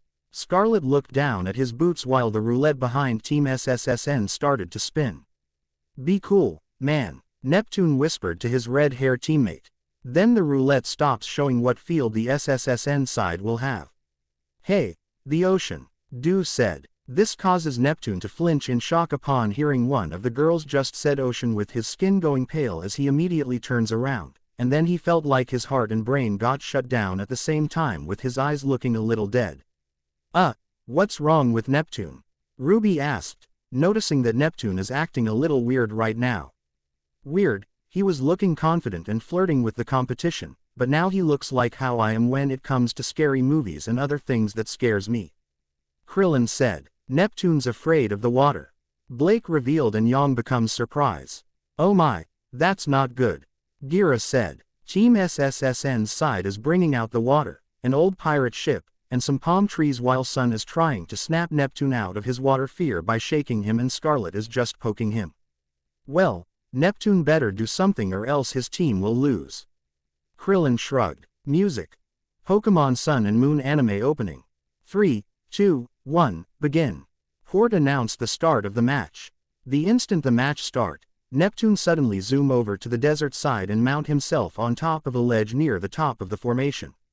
Without his team, Neptune, what the fuck are you doing? Sage asked, calling out to his fleeing teammate. Just gaining the higher ground. Neptune responded nervously. On the enemy's side, Sun asked exasperatedly. They would never expect it. Neptune proclaimed, hoping the ladies would buy it. He's not wrong. Krillin shrugged. He's not wrong.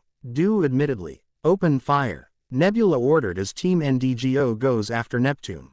Scarlet goes after Octavia, who slides around to dodge his sword strike as she slides just past Sage and Du as both are about to rumble. Sage charges forward to swing his big sword as Du ready with her spear, with the clash being even and pushing both away from each other. Du then creates a little twisters to kick off the sand onto Sage's face, which was a distraction to surround him with 3 other twisters as they come together to form into a bigger one that lifts Sage off the ground and threw him right out of the ring. And NDGO gains the advantage. Oobleck announced. Octavia slides down in front of Sun and Scarlet, who got into their stance. She swings down her sword using fire dust to create 2 waves of flames hitting the sand to make it fly up to the boys' faces, though Sun was able to jump out of the way while Scarlet wasn't so lucky. Neptune. Sun called out to his best friend. Neptune looks down seeing what that red-haired chick was doing and knew he needs to stop her as he jumps down from his high advantage point to help his team. Octavia saw the blue-hair guy coming down and using the blinding strategy on him, but Neptune was quick to put on his goggles to protect his sight from the sand and fire an electric blast at her. Octavia blocks the shot with her dagger, but she couldn't brace herself when Sun comes in with the shining light behind him and landed one solid kick on the head, knocking her back. Sun goes in, striking Octavia with his red staff on the head, the side of her torso, and her legs, and striking at her some more before swinging his staff up to smack the end under the chin, followed by a thrust attack in the face, knocking her down several feet away. That strike also got her aura down to the red zone. Oh, and we're down to 3-0-3. Port informed with excitement. Sun looks to see the remaining of his team doing pretty well, with Neptune squaring off against Gwen, dodging her knives while Scarlet is clashing his sword against Dew's spear. But Dew uses the wind dust to put Scarlet inside a tornado and send him flying out of the ring. However, what she didn't realize is that Scarlet's semblance allows him to glide in the air and got himself onto the mass of the old pirate ship. Nebula shot an arrow at the mass of the ship while Gwen threw a couple of knives. This was a little distracting for Nebula to jump onto the arrow to get to the red-hair boy, and her crossbow transform into a large sword, starting to attack the red-hair young man.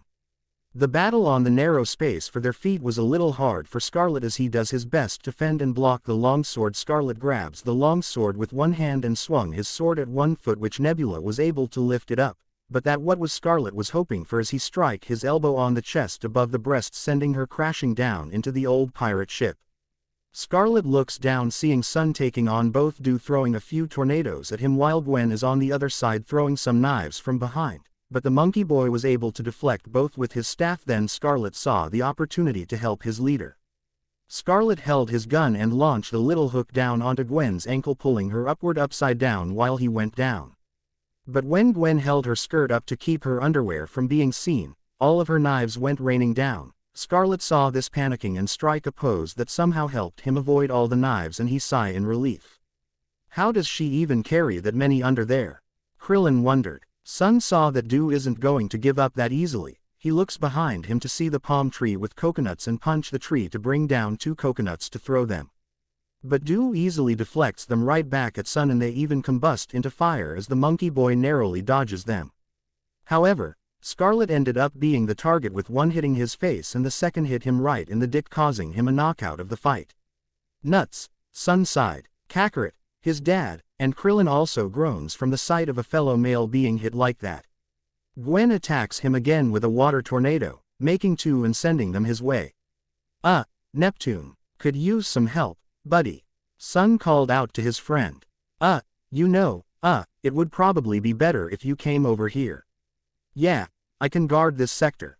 We're in lockdown mode. Neptune made up an excuse, so that he doesn't go near the water. What are you talking about? There's nothing to lock down. Sun gestured his surroundings while Nebula helped get Gwen down by shooting the cord, and she fell. Lockdown. Right, you got it, Neptune said, still not going to the water. Dude, I know you're afraid of water, but you gotta. Sun ducked of a blast from Neptune that blasted Gwen down when she tried to jump attack him. There, I helped. Are you happy now? Also, I am not afraid of water, and I have no idea what you are talking about. Neptune denied the claim of being afraid of water. Sun turns around to see the 3 remaining girls getting together and ready to attack him. Neptune. Sun shouted in anger and gestured to the enemies. Okay, fine, just get out of the water, Neptune said. Neptune jumps over to the shore as he transforms his gun into the trident mode, tiptoeing a little closer to the water, and put his trident in the water, sending electric currents through the water, shocking the 3 girls until they are defeated. Music end. Well, at least they won, Krillin said. Yeah, but that guy really needs to get himself together if he wants to be a huntsman. Kakarot stated that Neptune needs to overcome his water fear sooner before he graduates. Ended.